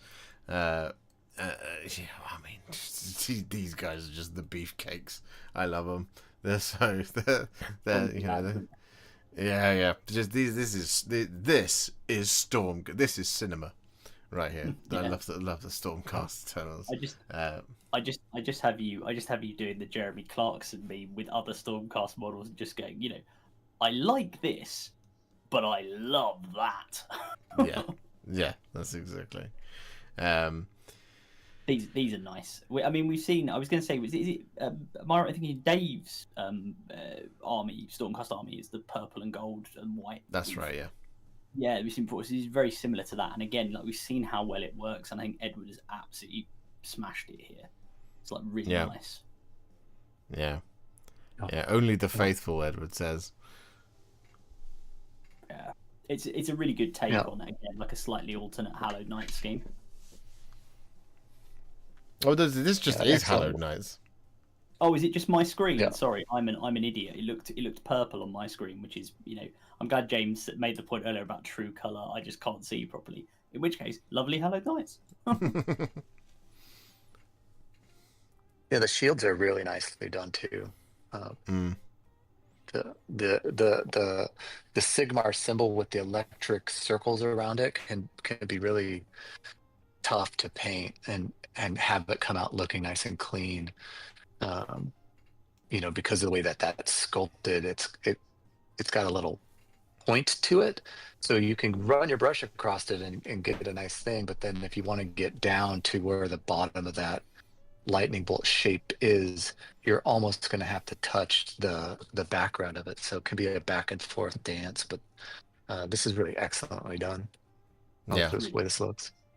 Really lovely. Yeah. And again, And- good use of flowers on the base.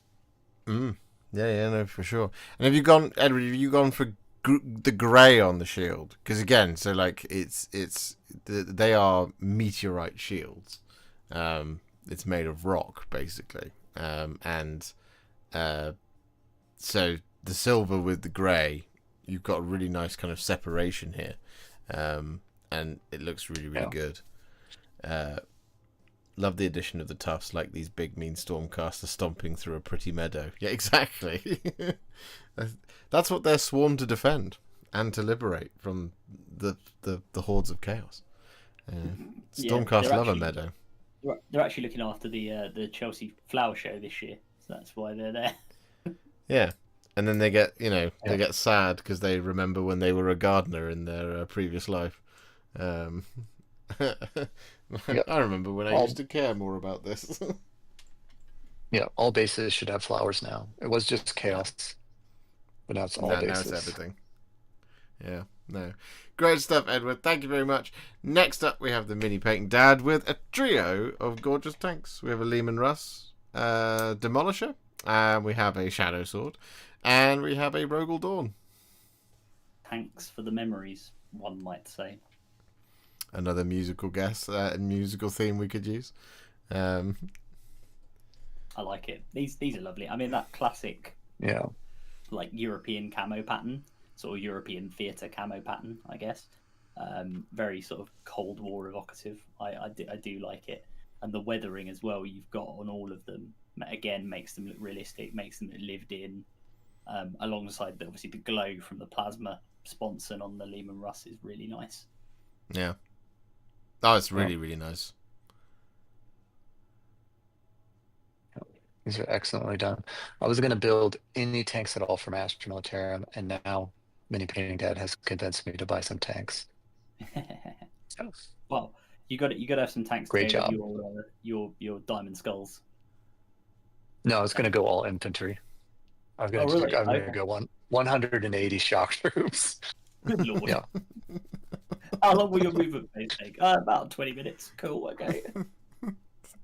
Just the 20 best minutes. That's just for the infantry. Goodness. I've still got to move all the other guys too. Yeah, these tanks look excellent. No, they're very pretty. Really good job. Yeah. Yeah, just like you said, just suitably lived in, suitably camoed, and like you could see how irregular the camo pattern is as well in a really good way. Like you've got some sharp edges, some soft edges, here and there. Like it's very pretty. It's very well balanced as well, which is really cool. Yeah. Yeah, and there's some great highlighting on the cannons as well. The shafts of the cannons have some great highlighting on them that looks appropriately sun-kissed. Yeah. Warning, this is an amen warning, says, God, all infantry should be reserved for a 2,000 point Goblin Town Horde. That must be nearing nearing 1,000 models. Yeah. The lucky thing is because almost no MESBG tournament goes up to anything like that. I mean, 800 points is a lot of models in MESBG. So but a 2K Goblin Town army would be horrendous. I mean, MESBG at 2K generally would be horrendous, to be fair, unless you're like Ents. Yeah, that's true. Edward says, I did Griff Charge Grey, and all my armies for AOS are set in the realm of life. Thanks for your kind words. Oh, you're very welcome, Edward. Thank you very much for submitting. You know I love a Hallowed Knight. Hallowed Knights are the best knights, and the best Stormcast of all times. But thank you very much, Mini Painting Dad. You've been very busy. It's very, very well done. But nice work. Next up, we have David T. With they're the Tank Busters, right? They're the Wrecker Mob from Hive. No, not Hivestorm. It's the other one that came out. Brutal and Cunning. Yeah, with the Ratlins. I thought we'd already established that all skirmish games must have something and something names now in both AOS and 40k. Yeah. Yeah, that's what they're doing. Mm-hmm. These are cool. Mm-hmm. Proper goth boys, isn't they? With their yeah. I always like people who take the time, because far more talented than I, to do the proper goth, what I like to think of as scar band checkerboarding that you have on the boss pole there. I think that's really cool.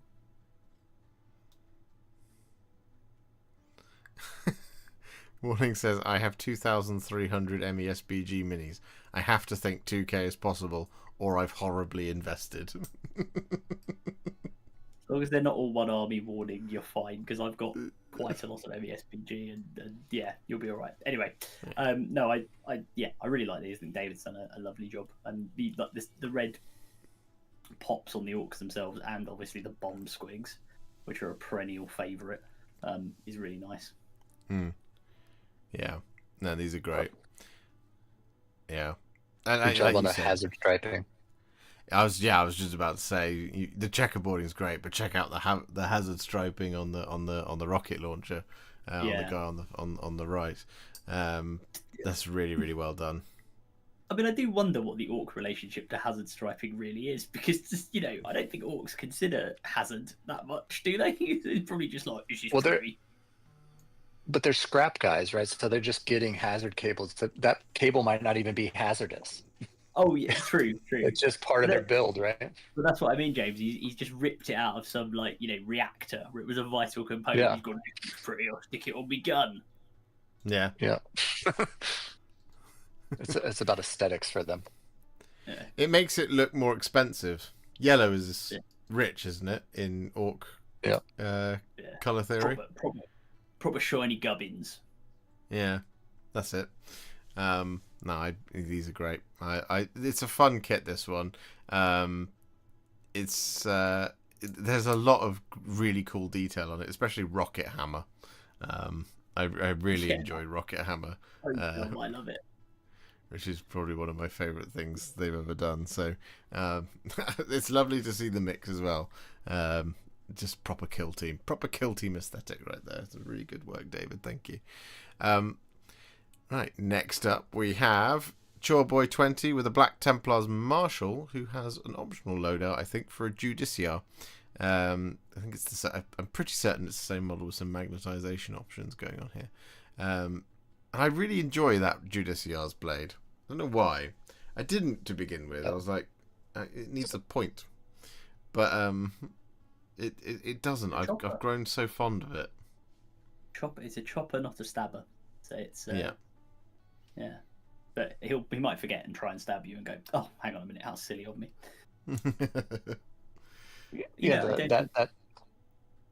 Sorry, go ahead. No, go ahead. I was just going to say that. That sort of has an undeniable profile, like silhouette on the battlefield, right? You just know that's the Judiciar. I love that sword. I think it's great. Yeah, it's really cool. What I was going to say is just looking at Choreboy's model. Obviously, color scheme generally really, really nice. One thing that stands out to me is the way you've done the sort of very pale skin tone on the face of it. It reminds me of. Do you remember the Killzone games? Yes, the Hellghast. The Hell. Do you know what I mean? The Hellghast character, like the characters you could see with the very pale kind of sallow skin, which I think is like quite appropriate for a Black Templar, actually, because they are kind of sinister. I mean, they are religious fanatics, but also Space Marines. As were the Hellghast. They were dedicated to the cause. And it's really, really nice. It's really, really nice. Because I've only ever seen, this is the Marshal, isn't it? The Marshal model. I've only ever seen it with that loadout, the axe. I'm pretty certain.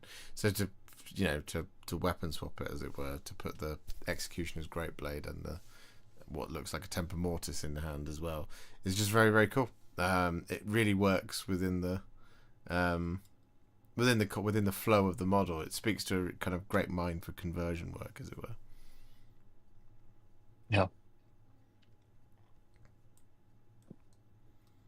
It's lovely. It's lovely stuff. Thank you very much, Chorboy. Well done. Good stuff. Next up, we have the Warhammer Mama. We have Dana herself, halfway up my pile of shame. We have the Escher Gang, looking suitably fantastic. He's really cool. I love the bright colours. I love the the sort of like really sort of punky neons in them. Like that's proper proper early Necromunda. I think that really captures the vibe. Mm-hmm. Yeah. Yeah, I like the feeling that they're either playing in an arena that's lit cyberpunk style, or they're playing in an arena where there's been a lot of paint fighting. Yeah. Because the floor is just all super colorful too. Yeah. And then all the different animal prints and whatnot. These are great. These are making my soul happy. Yeah, it's a real like callback to that sort of like late 80s, early 90s rogue trader type aesthetic that you see in some of the art, and I think Dana's absolutely captured it really, really nicely here. Yeah. It's very evocative, isn't it? Of, like you said, like that 90s, early noughties Warhammer Necromunda aesthetic, especially like throwing in the leopard print, the tiger striping, the sort of various neon colours next to each other. It just creates that riot of punk. It's punk rock, basically. It's punk rock rendered in the Escher Gang, which is fantastic. Yeah.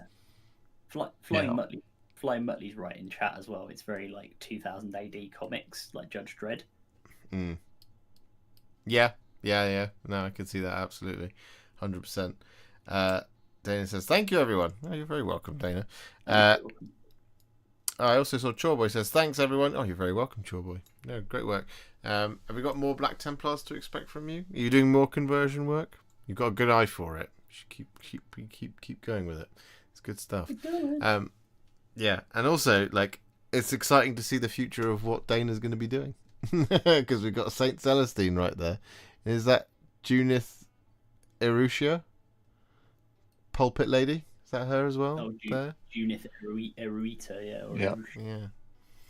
And then the combat patrol below it. Yeah, looks like there's a lot of exciting things, Dana. Lovely stuff. Got to be the bravest painter. Real skill to use color so effectively. Yeah. No, it's making the choice to do a lot of bright colors together is not. It's very, very, very, very good. To execute it as well as you have done as well. Like you can see if you look at the tiger pattern there, the sort of blending you've done on the feathers. So you're adding even more layers of color into the riot of color, which is very, very, very good. It feels very anti John Blanche, right? Yes. Like take your Zorn palette and stick it where the sun don't shine, mister. We're going right back to the beginning. Yeah. Yeah. I like this a lot. Love it. Dana says, Immolator next. Awesome. Looking forward to that. Steve says, I worked in GW in the late 80s and we didn't see much of that. Bronzed flesh wasn't up to it. Yeah. Well, yeah. Those were the days. Thank you, Dana. Next up, we have Cody Lalone with a classic Khorne Berserkers scheme. And by classic, I mean Gladiator Cadre 313. 331. 331. Sorry, I thought I was going to be really smart there, and It's only because this is how I painted my World Eaters, and I think they look really good. I think Cody's done a great job here. I really like the classic white and blue on the very chaosy Berserker sculpt. I just think it looks amazing. I think Cody's done a cracking job here. Yep. Yeah. Yep. Yeah. Gladiator. Do you want to know something quite sad? They're not mentioned in the new book anymore. Looks like they all got killed. Gladiator Cadre 331. They are no longer mentioned in the book, which is a shame because they were a really cool little piece of lore that they had in the previous edition codex. But Games Workshop has forgotten that they have to put narrative and background into their codexes for 40k as well. That's true. That's true. That's true. Instead of just a description of all of the units that are in the book, and then I don't know, a showcase.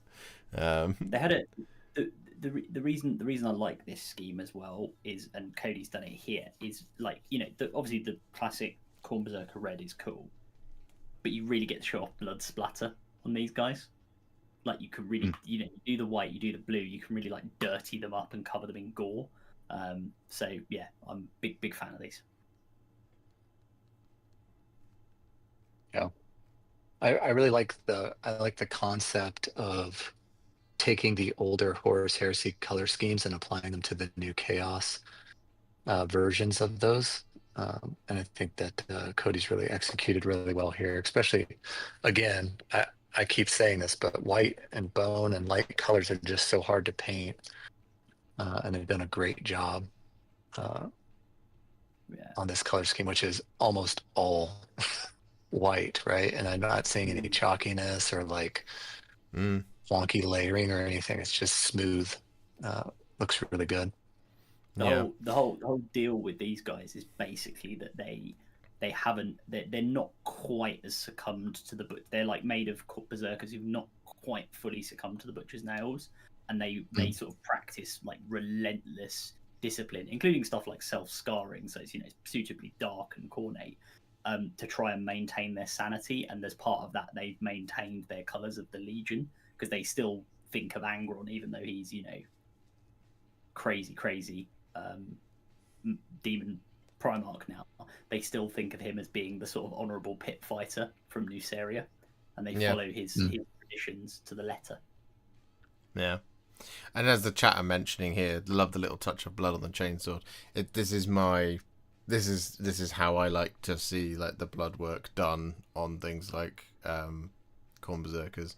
Like, obviously you can go fully saturated and coated in blood for the blood god, but I love just that kind of subtle less is more, little spatters here and there approach, and I really love it. Like on the top right picture, just a little spot there on the middle of the knee, and the flex of it up the chainsword and stuff like that. I think it's just really nicely executed on the model. I really appreciate it. It's exactly how I like to do it, so really well done. Nice stuff, Cody. Next up, having conquered one of my favourite models of all time, Laucannon comes in with Archaon, the Everchosen, on a giant scenic base, making what is the biggest plastic kit that Games Workshop produces even bigger. I love it. Oh, I love Laucannon. Yeah, I love Laucannon's like blue, icy themed Slaves to Darkness army. And I think this is just the icing on the proverbial cake. Says, halfway done with my Slaves to Darkness army with this one done. Halfway? That's going to be a monstrous Slaves to Darkness collection, I must say. Isn't this model like 1,000 points by itself? 840, I think. It's north of 800. I know that. Yeah, it's like Nagash. It's 800 plus. It just takes up the majority of your army. Enjoy for the rest of it. Yeah, it's just really good, really nice. And again, I think you know, a stunning model in and of itself with Laucannon's paint job. But I think as well, when we see it alongside the rest of the army, like in the family photo, it's going to look even more effective. Because then you get those like consistency of all the like the green glowing runes and the armor and the sword and the eyes of what's his name, Dorgar, the thing he's writing about, which forgive me, but I think is one of the dumbest names. Hello, I'm Dorgar. But anyway, he just sounds a bit simple. You know, alongside the rest of the army, I think it's going to look really good. Yeah. No, it's cracking. Yep. Way too many Varangard to paint in the future. I hear you on that front. Do you like trim? Because boy, have we got trim for you. Have you ever contemplated conquering an Archaon, James? contemplated it. No. Uh, after I painted the Age of Sigmar Man Crusher Gargants for that spearhead, those three, I got really turned off of larger models, and so I've been kind of avoiding painting larger models. Part of the reason I decided not to do any pinks in my Astra Militarum is I just didn't want to paint anything large because I got really frustrated with those models, and it's not necessarily that I have some space from. It's not necessarily the size anymore. I think it was just the way that the build was unfun, and then painting them was weird because their arms are sticking out, and I couldn't set one back down on the table without knocking into another one because of a club coming out at a 90-degree angle. It was just frustrating me. But yeah, I will probably end up painting one of these because I am doing a Slaves to Darkness, but I'm doing Dark Oath mostly, so maybe not do this, but I don't know. Someday I'll probably tackle it. I need to do the Iron Jaws guy on the cabbage first, though. Gordrak. Gordrak. Yeah, that's the next big one I have on the docket. Nice. In my orange orc scheme, but yeah. No, nice. This one I really like the choice that they made to not paint the individual heads differently like they do in the box art. I think it brings this model a little bit more cohesion, and it just looks so good on this ice base. It's really a great job. Yeah, I agree. If you'd thrown in the red of the corn head, it would have been a bit too much of a departure. And then similarly, if you'd done the Nurgle of the Nurgle head, it would have felt they would have felt very detached from the rest of the model. So to unify it makes the whole thing just read as such a lovely concepted piece. Concept piece. I've lost the English words, those things. But yeah, no, it's really nice now, Canon. Really well done. No, great stuff. Next up, we have from Abdul. We have, I believe, Attack on Titan bust. There are going to be people who know a lot more than I do. These things like that are where I'm lacking in nerd culture completely. But I really, really, really enjoy the kind of the variations and subtle variations, I should say, as well, within the skin tones that are going on here. And you see underneath the, they've got the sort of pale skin next to the sort of, sore-looking eyes. It's then replicated around the abdominal muscles and stuff like that. But then you have that shock of black hair that just offsets the whole thing. Yeah, I do really like this, and I think you've got the whole kind of, because I assume this thing is a Titan, right? It's one of the sort of, I guess enemy. Again, forgive me, people who like Attack on Titan. I know it's a huge anime, but I actually haven't really watched any of it. But I'm vaguely aware of what happens, and I know they sort of look, they like sort of slightly off-putting almost, the giant Titans, right? Because they're like big people, but their skin tone slightly off, and they have the constant kind of big teeth and things like that. So I think you've really captured a lot of that well. I mean, he certainly looks like quite an intimidating figure. Yeah. Who is it, Alaric? You all know if you're saying yes, it's Attack on Titan.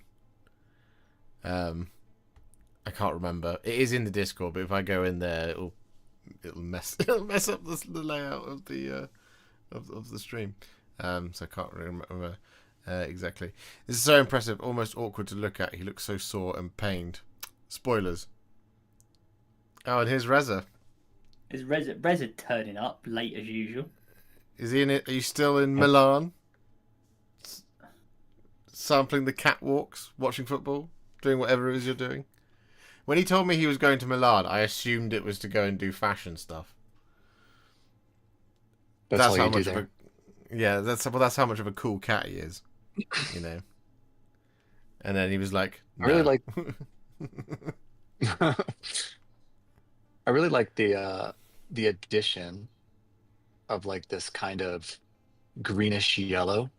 It's really faint, but it's all over the back muscles and on the chest and in the shoulders that gives this kind of like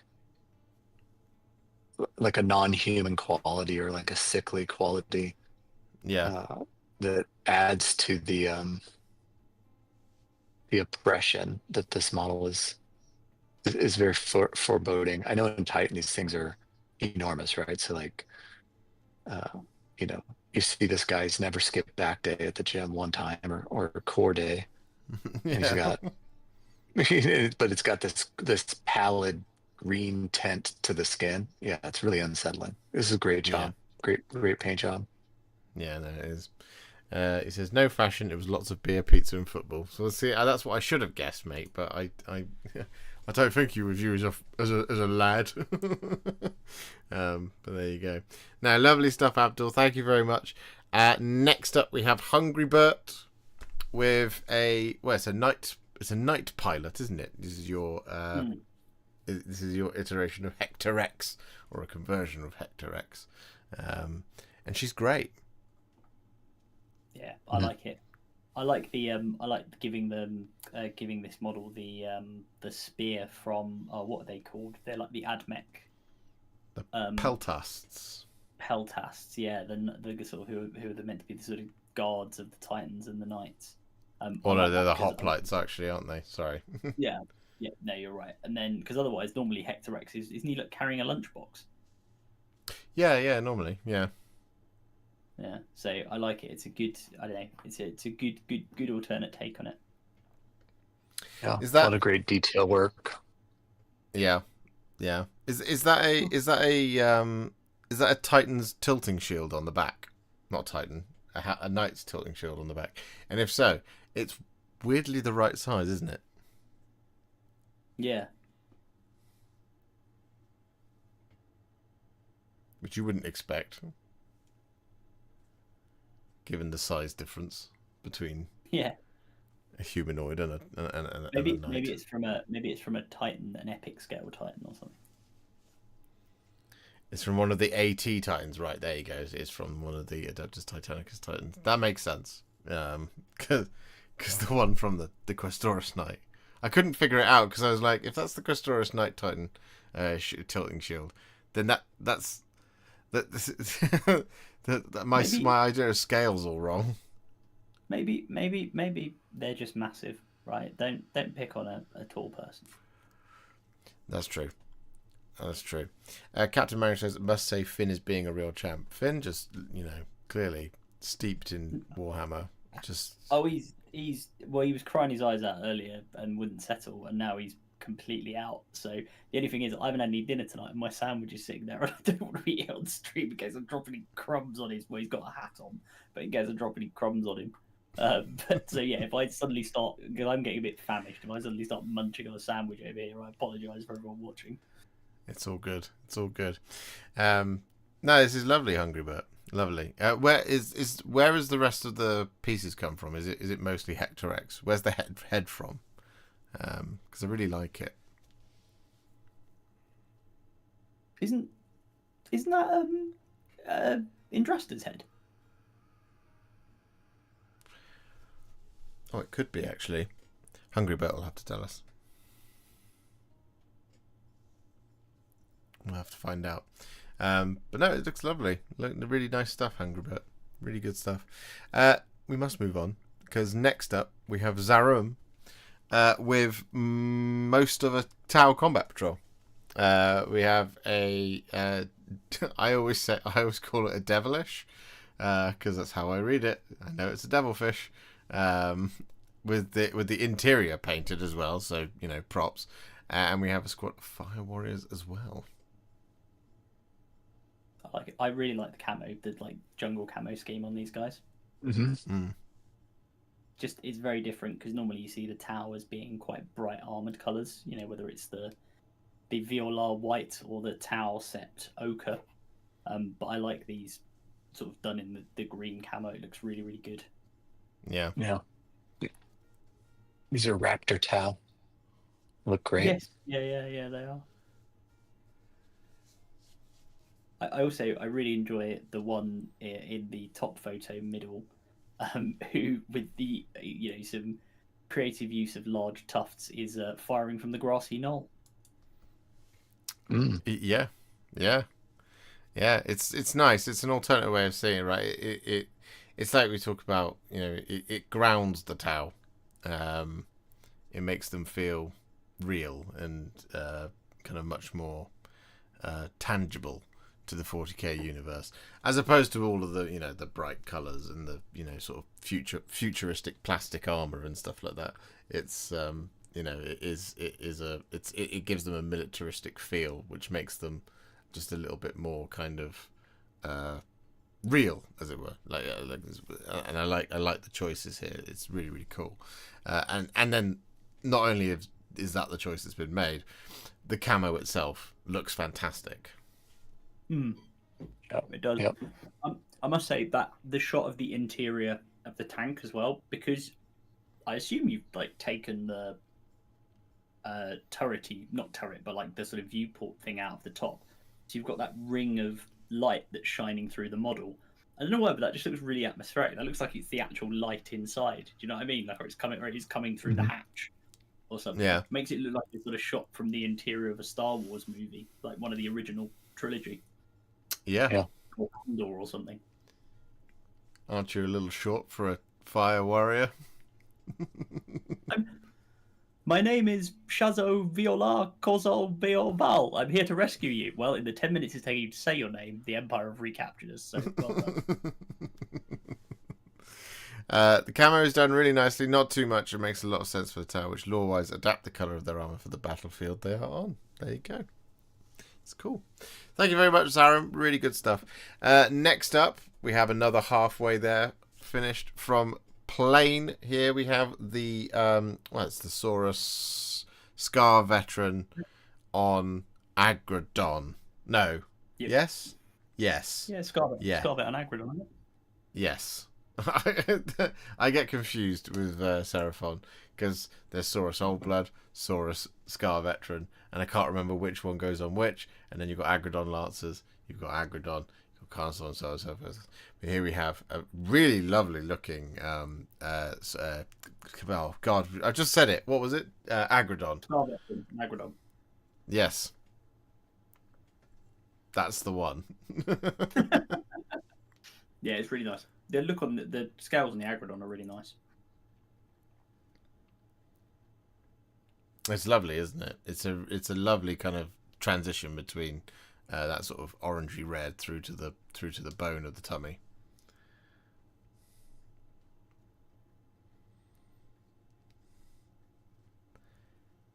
And then just a nice Aztec gold as well that just sits alongside all of it, that kind of balances the two. I think he's gone to sleep. Yeah, I don't blame him.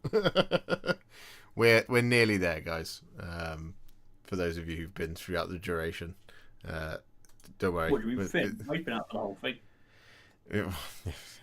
Finn's let the side down by not kind of commenting on all of it, to be honest. But we'll get him next month. Love how the colours are echoed. Yeah, exactly. Like you've got a nice kind of symmetry and mirroring going on that kind of features between both, which therefore just ties the whole model together. The base still needs crackle texture paint. There you go. That's the next thing. I was going to say I really like the choice on the flesh of the rider. Being like a desaturated muted gray, and then at least that's what it's reading on screen for me, and then surrounded by all of the warm bright colors of the mount and the shields and the headdress and stuff. It looks really it pops it out really nicely without it being garish. Yeah definitely. It says the base still needs crackle texture paint. That's the halfway there. So when I saw the picture and Brendan had said this is the half finished, and I was like, is it? So I'll just say it's half finished, but I couldn't see that it was half finished. But there you go. That's the halfway there aspect of it. No, it's really good stuff.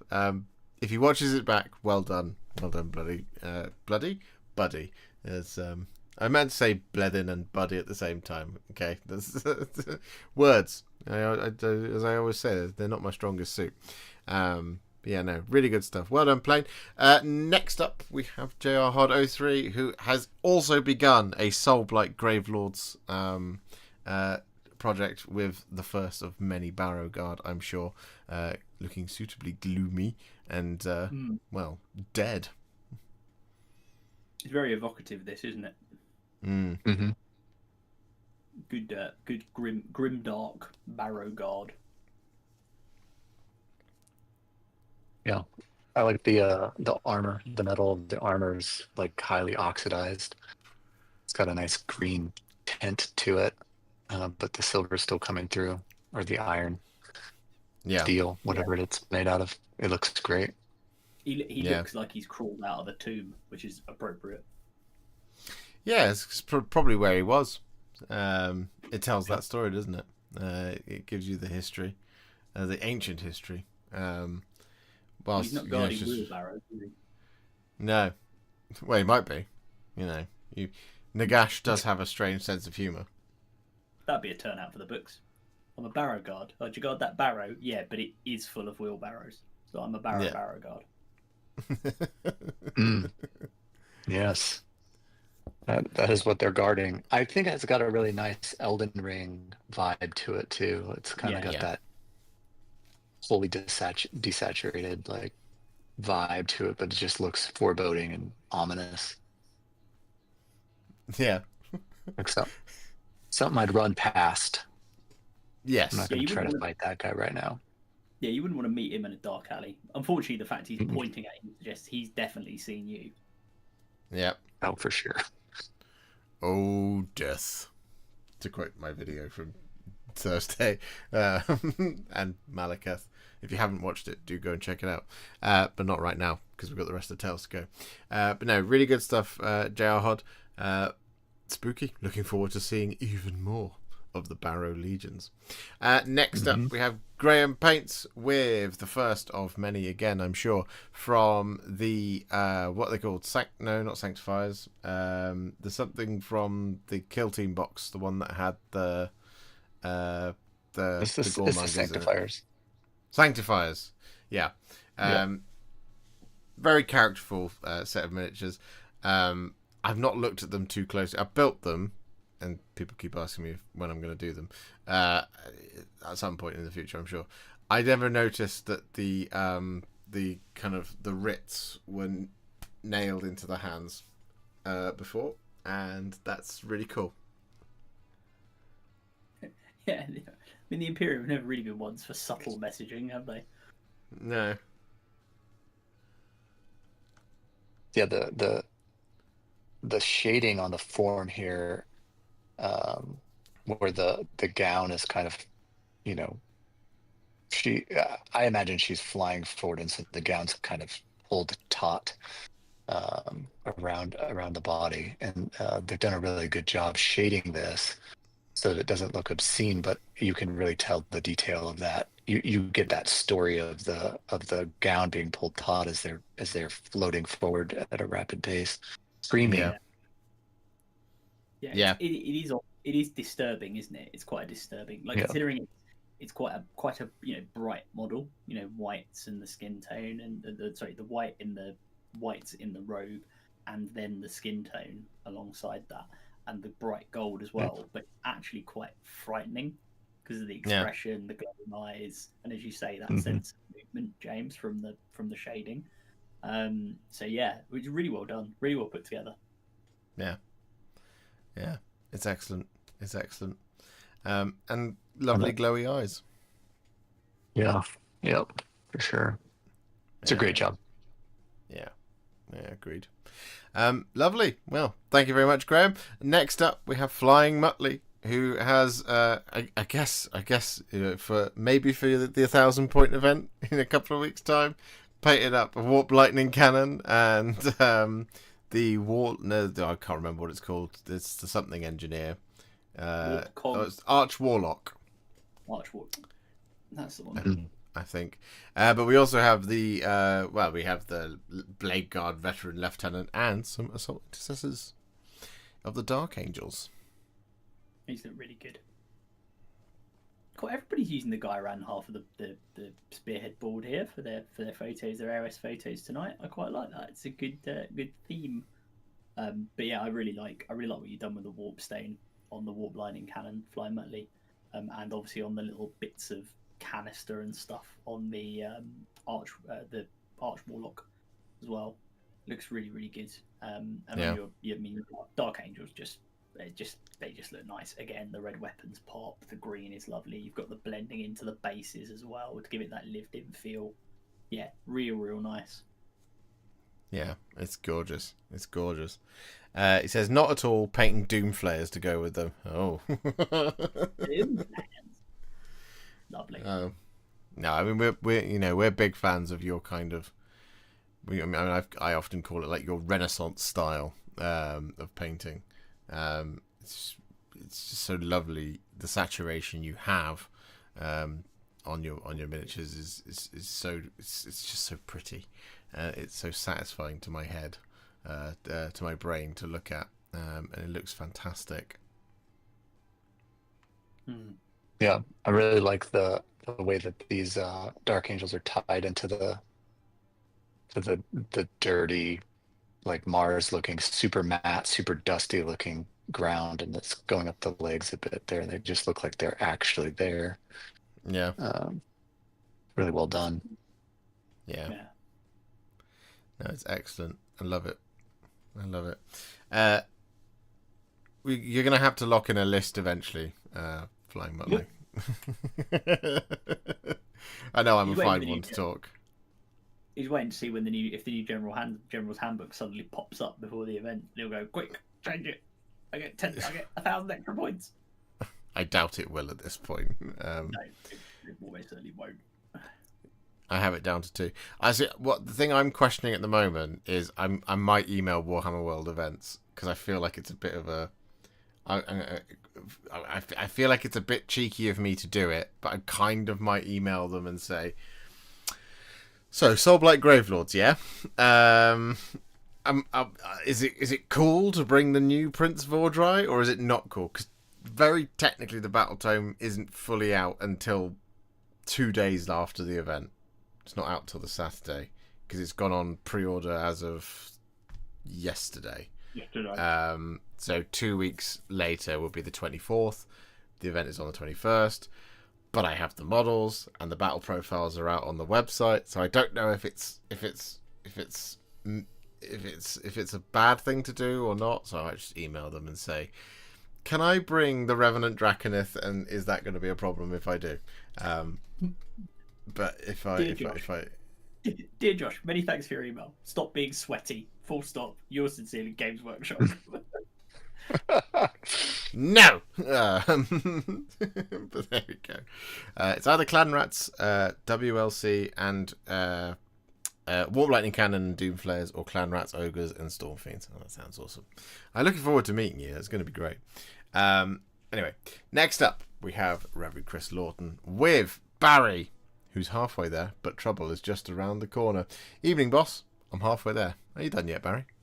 As punishment for illegal arms dealing, Barry is sentenced to community service. And I enjoyed this when I opened it because I kid you not, earlier on in the day, Instagram Reels served me up of Romanes Aent Domus, people called Romanes, they go the house. And then I saw your picture and I was like, how? How has Instagram managed to do that? How is the algorithm predicting things? This is brilliant. Yeah, I really like the presentation here in this comic book panel style, using just existing cities models in a way that tells this story. This is really excellent work. Also, well painted models. Yeah. Yeah, I mean the house looks fantastic. It's really well painted, and I love that. I love how I love how you just captured the Sigmar Aeant Domus. You've done it really well. It says Romans go home. No, it doesn't.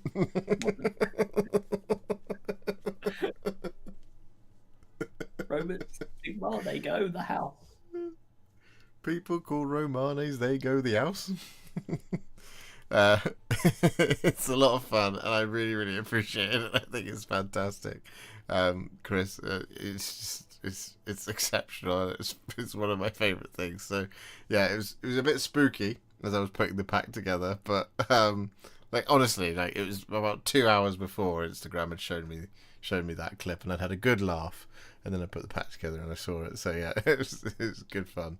But I can't wait to see what the other half of Barry's journey is going to be.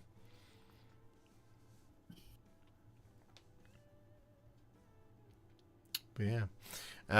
Anyway, next up we have Eron, who brings to us 4 of the finest Alarus Custodes. Yeah. I've got a soft spot for the old Alarus models, and Eron's done a fantastic job here in his green and black and scheme. Mm. You must be over halfway done on the Custodes now, Eron. Yeah, you've got to be, just by sheer dint of points. Yeah. Yeah, isn't a full 2K just 2 units of this? Pretty much. Yeah, it's 2 of them and the old, what's his name, Trajan Valoris. Yep, and that's 1,800 points, and then you fill out the rest of it with sisters, isn't that right? Yeah. Yeah. I really like this color scheme. I like, just like with the Stormcast, I like seeing the Custodes in different color schemes. I think it's really interesting. You get more of the detail coming across when they're not painted solid gold, right? Like you get all the little bits and bobs that you normally can't see or make out. Looks really nice. Yeah, they become a lot more impactful when, like you said, when they're not fully gold, because there's so much detail to them, and when you do them fully gold, you lose some of the detail by virtue of it all being one color with a spot color of red or purple or whatever you do. But here, like you said, you get that sort of color shifting paint that we Euron likes to use, which just gives you those lovely kind of metallic shine all over it. But it does just kind of accentuate all of the detail across the models, which is just delightful to see. See them in all their glory, really, as they were meant to be. Yeah. So much detail, so neatly painted, and love the colour choice. Yeah, I agree, Maureen. He's excellent. He's an excellent painter, is Eron. Lovely eye for a good colour. Is an army ever done? Well, that's true. Sometimes they get done, and then Games Workshop releases more models for them, and then it's not really done, or they massively discount your points for some reason so that you can take 100 Space Marines on the list. Your choice. But there we go. Thank you very much, Ian. Next up, we have Helbracht, who is working on some Death Court of Krieg, and we have the artillery team halfway done, because we don't have the team, but we do have the cannon and the fallen wall, and it looks fantastic. Yeah, it does. Hello, World War One. Yeah. Yes, we'd like our diorama back. Yeah. This wall part is not part of the kit, right? I haven't put this together. That's a kit bash part, or yeah, that's come from somewhere else. Yeah, that looks excellent. It really fits the whole vibe of this piece. I also like the grayish blue that he's used on the armor panels. Yeah, it's a really nice color. Yeah. Really nice, again, like very realistic color. And like little touches, like the rebar coming out of the concrete sort of sculpt that you've got there for the broken wall. That's really nice. The fact it's all it's all bent up and damaged just makes this look like a very, again, like almost like a mini diorama. It's like a very realistic scene of this gun emplacement. Yeah. Yeah, and like, And this it's could just like, technically be done, right? yeah, yeah. I like the. I was just going to say then that just that you look at the rivet, the work around the rivets with the weathering, it just grounds it. Like, you know, you've got a very realistic base, with lots of mud and dirt and goop and stuff, but to just throw in that little bit of kind of wear and tear, that kind of slightly more industrial look to the blast shield, it's top notch. Yeah. I like it. I like it a lot. And of course, excellent placement of the transfer. Really good decal work. Good stuff, Helbrecht. We must move on. We're nearly there. Next up, we have Kawaii Fieri, who, once again, we return to the Cult of the Four-Armed Emperor. We have, what's it called? It's a Magos, isn't it? Is what this is. I like it. A symphony of purples. Mm. Yeah. But again, a really good demonstration of, you know, how you can do a spectrum from a very narrow part of the color chart, because you've got kind of pinks and purples here. Obviously, overall, maybe going into a little bit of blue on the start. Yeah. And some of the details, but you can still differentiate everything, and it still looks really cohesive. Sorry, it looks very cohesive, but you can still differentiate all the sort of individual bits of the robe. You know, the I don't know what you call those, but the scarf that he's wearing, you know, around his neck, the skin tones, like you can show them all up, and even into the ground as well, even into the base, and it just kind of gives it this, particularly the use of purple here, it gives you that kind of, I don't know, I associate purple with the Gene Stealers somewhat, again, from some of the older art, so it's that real kind of like ethereal, slightly creepy aliens vibe. I believe we were told earlier what the scarf is called. It's called a stole. Oh, Yep. stole. There we go. Chris Yep, told it's us a what it was religious earlier. garment. Yeah, because Yes, I called it a dangly bit. that would make sense that someone familiar with ecumenic garb would know what a stole is. Yeah, the dangly bits on this model have this really nice pink sheen to them as well on the edge of the trim. And I really like the robe. The robe has a nice gradient on that. Oh, you can see it especially in the arm, but it's got more color depth to it than at first glance. It's very nice. Kawaii Fieri says, "I challenge myself to not use gold on this. I think you made the right choice. I think you almost kind of you set it really well, and like Adam was saying, like it's sticking to a palette and across the tone of the palette. If you put gold in there, you distract from the palette. So actually, in many ways, like not using the gold really has boosted the model's implementation of color, which actually just makes it even all the more sumptuous to look at. It's great. Yep. Yeah. It's not easy to paint with a monotone palette, but this works really well. Yeah, I agree, Dana. No, it's really good stuff, Kawaii Fieri. Really, really good stuff. I like it. I like it a lot, so I do. But we must move on. So next up, the skin color would be good on Fulgrim. It would indeed, Abdul. Really good stuff. Yeah. Skin is easy. Vallejo, warm grey, and then thinned down purple contrast. There you go. There you go. Nice. Lovely stuff. Right, next up we have Love Hippo with, a lot of trim. We have a Forge Fiend, we have a Baden the Despoiler, we have an Obliterator, and 2 Hellbrutes, and a Venom Crawler, all in one place. That is a lot of trim. Yeah, somebody likes demon engines. Yeah. This is a spectacular undertaking. I was about to say undercoating. Yeah. This is a spectacular undertaking to do this much work in such a short space of time. So really, really well done, Love Hippo. Yeah. Yeah, I do like it. Are they Love Hippo, your army, like world eaters? World eaters, what am I talking about? Sorry, word bearers? They give off that vibe, don't they? Yeah, all kind of word bearers aligned with that lovely burgundy you've got there. Mm. Yeah, and it's got that sort of metallic sheen to it as well, which is really pretty too. Yeah. Yeah, it's a little bit like what we were talking about earlier with the candy red, but it's more sort of candy burgundy, isn't it? Mm. Yeah. Yeah, it gives it a much more. It gives it like a lacquered red rather than a ruby red, which Yeah. is a nice it's the type of red I would prefer. I'd much prefer this as a metallic red. It's the kind of thing I often try or would rather achieve for some things that I do, versus say like the Thousand Suns bright red candy apple, warm red type thing. So I really like how that's achieved. Yeah, really good stuff.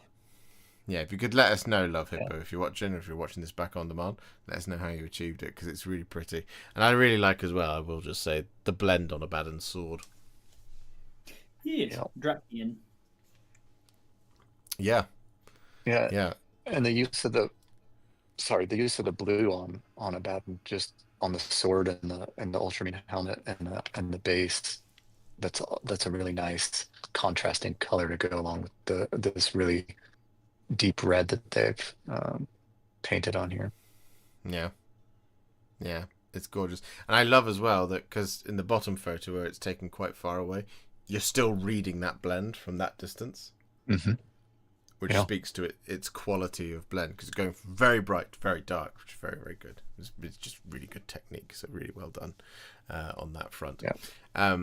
Nice. Next up, we have Jason P with a Morn Ghoul. Now, this is a classic. This thing was absolutely horrifying for a long time in Flesh-Eater Courts. Living on a prayer that it's not behind you or under your bed. You really don't want the Morn Ghoul to be behind you or under your bed, or anywhere near you, to be fair. Yeah, he will mess up your day. It's a cool model, this one. It's a shame it's like out of the game now. For now, it might get a new model when the new Flesh-Eater Courts book comes out. Yeah, good point. We'll have to see. It's one of those ones where it was an absolute beast for a long time. It was spectral, so it ignored rend.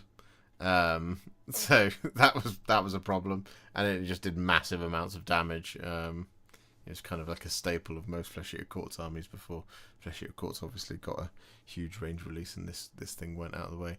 But I really love this. I think the color choice is so cool. It's very reminiscent of some color choices from Castlevania, which is why I love it so much. Yeah, it's really nicely rendered. I know it's not skin necessarily, but the way that it goes from dark on the arms down into this brighter up over the head gives it a very ghost-like quality, spectral-like quality. It's very nicely done. Yeah, it's beautiful. Love it, Jason. Great work on the skin. Yeah, no, agreed, Captain Manners. It's brilliant. It's lovely. And like the distended maw as well looks fantastic. Like, you picked out all of the teeth, especially the ones like right down at the bottom. It's really unsettling because there's teeth there that shouldn't be there. It's like almost like like an undead shark in some ways, but there we go. No, love it. Thank you very much, Jason. I tried to mimic frostbite on the limbs. Oh, I see. Yeah, no, I get it. Yeah, no, you could. Yeah, that really does read. Yeah, and around the waist as well. The frostbite's already claimed its legs, as it were. Yeah, my legs have fallen off. Yeah, no, it's really good. Really good, Jason. Nice. Next up, we have Wigran with the Slaves to Darkness army set, basically. Yeah, we have the Ogroid Therodons with a beautifully free-handed banner there. We have some Chaos Knights, Lord Chaos Lord on Karkadrak, and some Chaos Chosen. Yeah, these are really good. I do. You know what? You don't see the Ogroids necessarily that often, but they are actually such lovely models, and Wigran's done a great job here. As you say, that banner is perfection. Yeah, it's beautiful. It's so accurate. Yeah, it's like bang onto the box art, isn't it? Mm-hmm. Yeah. Yeah. It was you, Adam, who ruined Ogroid Therodons for me. Why? Because I never drew the thing, and you then once, as a joke, called them Thermidor, and all I see is Ogroid Thermidor. And I'm sorry. so as soon as I saw them today, when I was again putting the pack together, I went, "Oh, Ogroid Thermidor." I went, "Don't say that later on. Call them Therodons first," and then it's come out anyway. That banner is freehand. It is indeed. That is not a sculpted banner. That banner is free-handed on. It's really good. Yeah. Yeah, it's great, isn't it? Proves a Warhipster tutorial works, and my first time doing winter-style bases. It looks really good. It proves that you're a very, very good painter, Maureen. It doesn't prove that my tutorial works. It proves that you're a very, very good painter. It's very, very good. I have to teach year 8 at 9 a.m, so I'm going to have to go. Can you please bookmark moments when I am mentioned, because that's all I'm here for, obvious. Oh, year 8 at 9 a.m. That doesn't sound fun. Good luck, Steve. Good luck. Yeah, good luck, Steve. Hope you have a good one. I hope it's not too challenging for you. That's such a lot of work. It is a lot of work. Again, lots of... tonight we've seen a lot of bone work, a lot of trim work, and you guys are absolutely crushing it. So just keep kicking ass at this. It's amazing, amazing stuff. Very, very, very well done. We now have one more, and last but not least, we have BC Brendan Connolly. He's here in the chat, and Brendan, you're gonna have to tell me what it was. I think it's Infinity. Is that right? And again, you've been treating us to a lot of Trench Crusade, and we've been really enjoying it. You're treating us now again once, and like I really like this. I believe you said it was a test scheme. You were figuring it out. The hip plate here, the red, it's so good. I love this hip. I love that tone of red, but I also love that kind of that light you've got there, just hitting it right down that kind of the line of the line of the thigh. It's fantastic. Yeah, it looks really good. I really like this. This is a scheme, actually. You can do it on really anything with like multiple armor panels, where you could have that blue and red. I think it looks really cool. Yeah. Yeah. Big. It says big guy is a tag. Oh, there you go. Now it is Infinity. The little lady is from the military order. Okay. These look great. Sweet work on the weathering. Yeah, no, I agreed. I mean, it's really, really nice. It definitely, like, you reading so much of the of sci-fi, but again, it's not like super futuristic sci-fi, because you've grounded it by adding the weathering. So you've made it feel, yeah, this is futuristic, but it's not clean plastic lines, as it were. If you see what I mean. Yeah. Yeah. Yeah, this is really well done. Yeah, I like it's them all. really, really nice. Yeah, it's very lovely, and I like that kind of little hint of sort of electric. Is it blue or green into the bodysuit on the little lady on the left? Mm-hmm. Again, you can see it running down the arm and across the thigh of the leg. But there we go. Yeah. Well, ladies and gentlemen, Very cool. that is episode 6 of A Tale of Many Warhipsters Season 3. So well done. Got through it. Good stuff. Great stuff. 74 entries. Amazing. We'll pop back over here. No, that's just me. There we go. That's the one we want. Before I ask the two gentlemen who their favourites were, I will just do the thing where I put the video on screen for everybody. Deadline number 7 is May 31st. And the theme for next month is maybe you're gonna be the one that saves me, because I got that in my head and I couldn't get it out after a while. So that was the theme. You can of course submit via therealwarhipster@gmail.com or via the member/Patreon's Discord server, or you can follow the Google form link in the description below.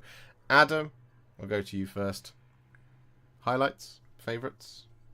Oh, I mean, sorry, I was in and out. Apologies. So thank you for letting me join first of all, and letting us join, indeed, for the latter part.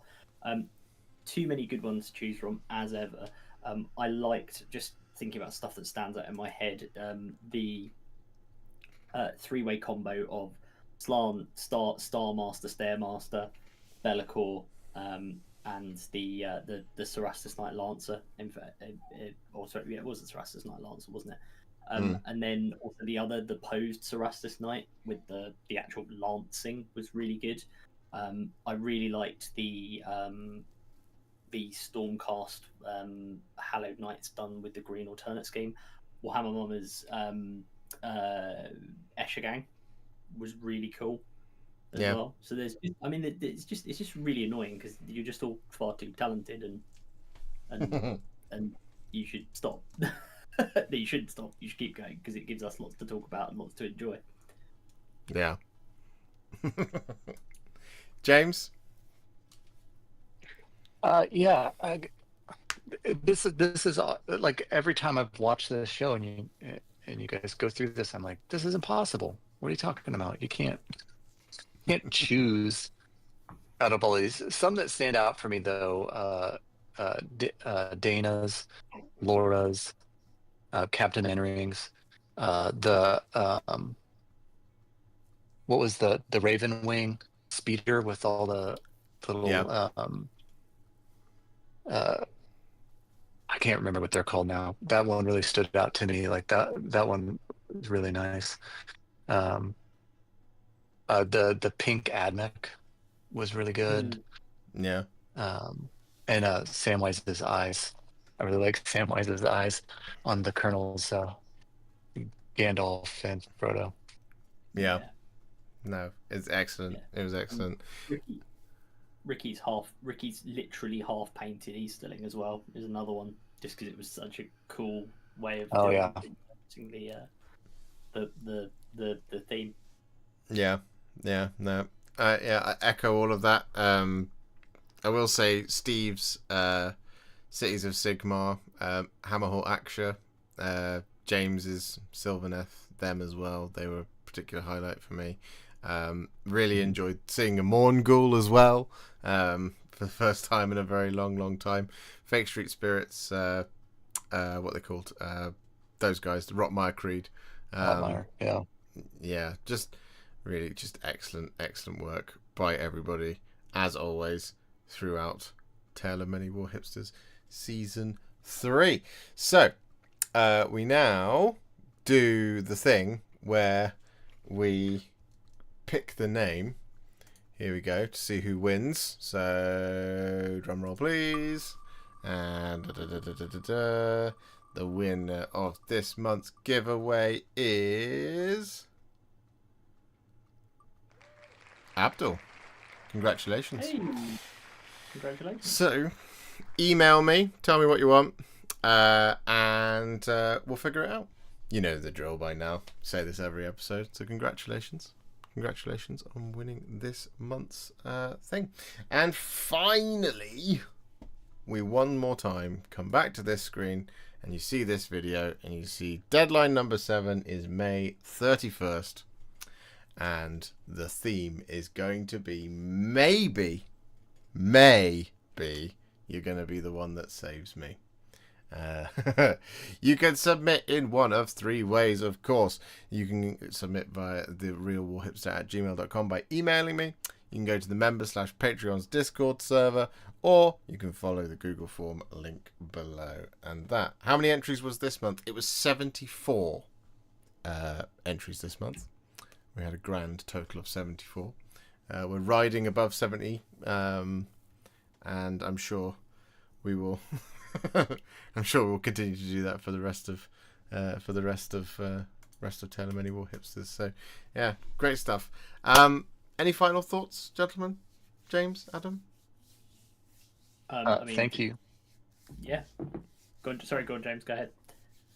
I was just going to say thank you for inviting me to do this. It was a blast. I loved being able to talk about and talk to everybody's painting. It's always really fun to see what everybody's working on, and it's really inspiring. This community is pretty great, and I appreciate Josh you inviting me to guest host this week or this month, I guess. So thank you for that. Appreciate it. It's great. No, thank you for joining us. It's a long stream, and it's a big ask. So I really appreciate, and I'm sure the ladies and gentlemen at home really enjoyed having you. I'm sure they might contradict me, but That's okay.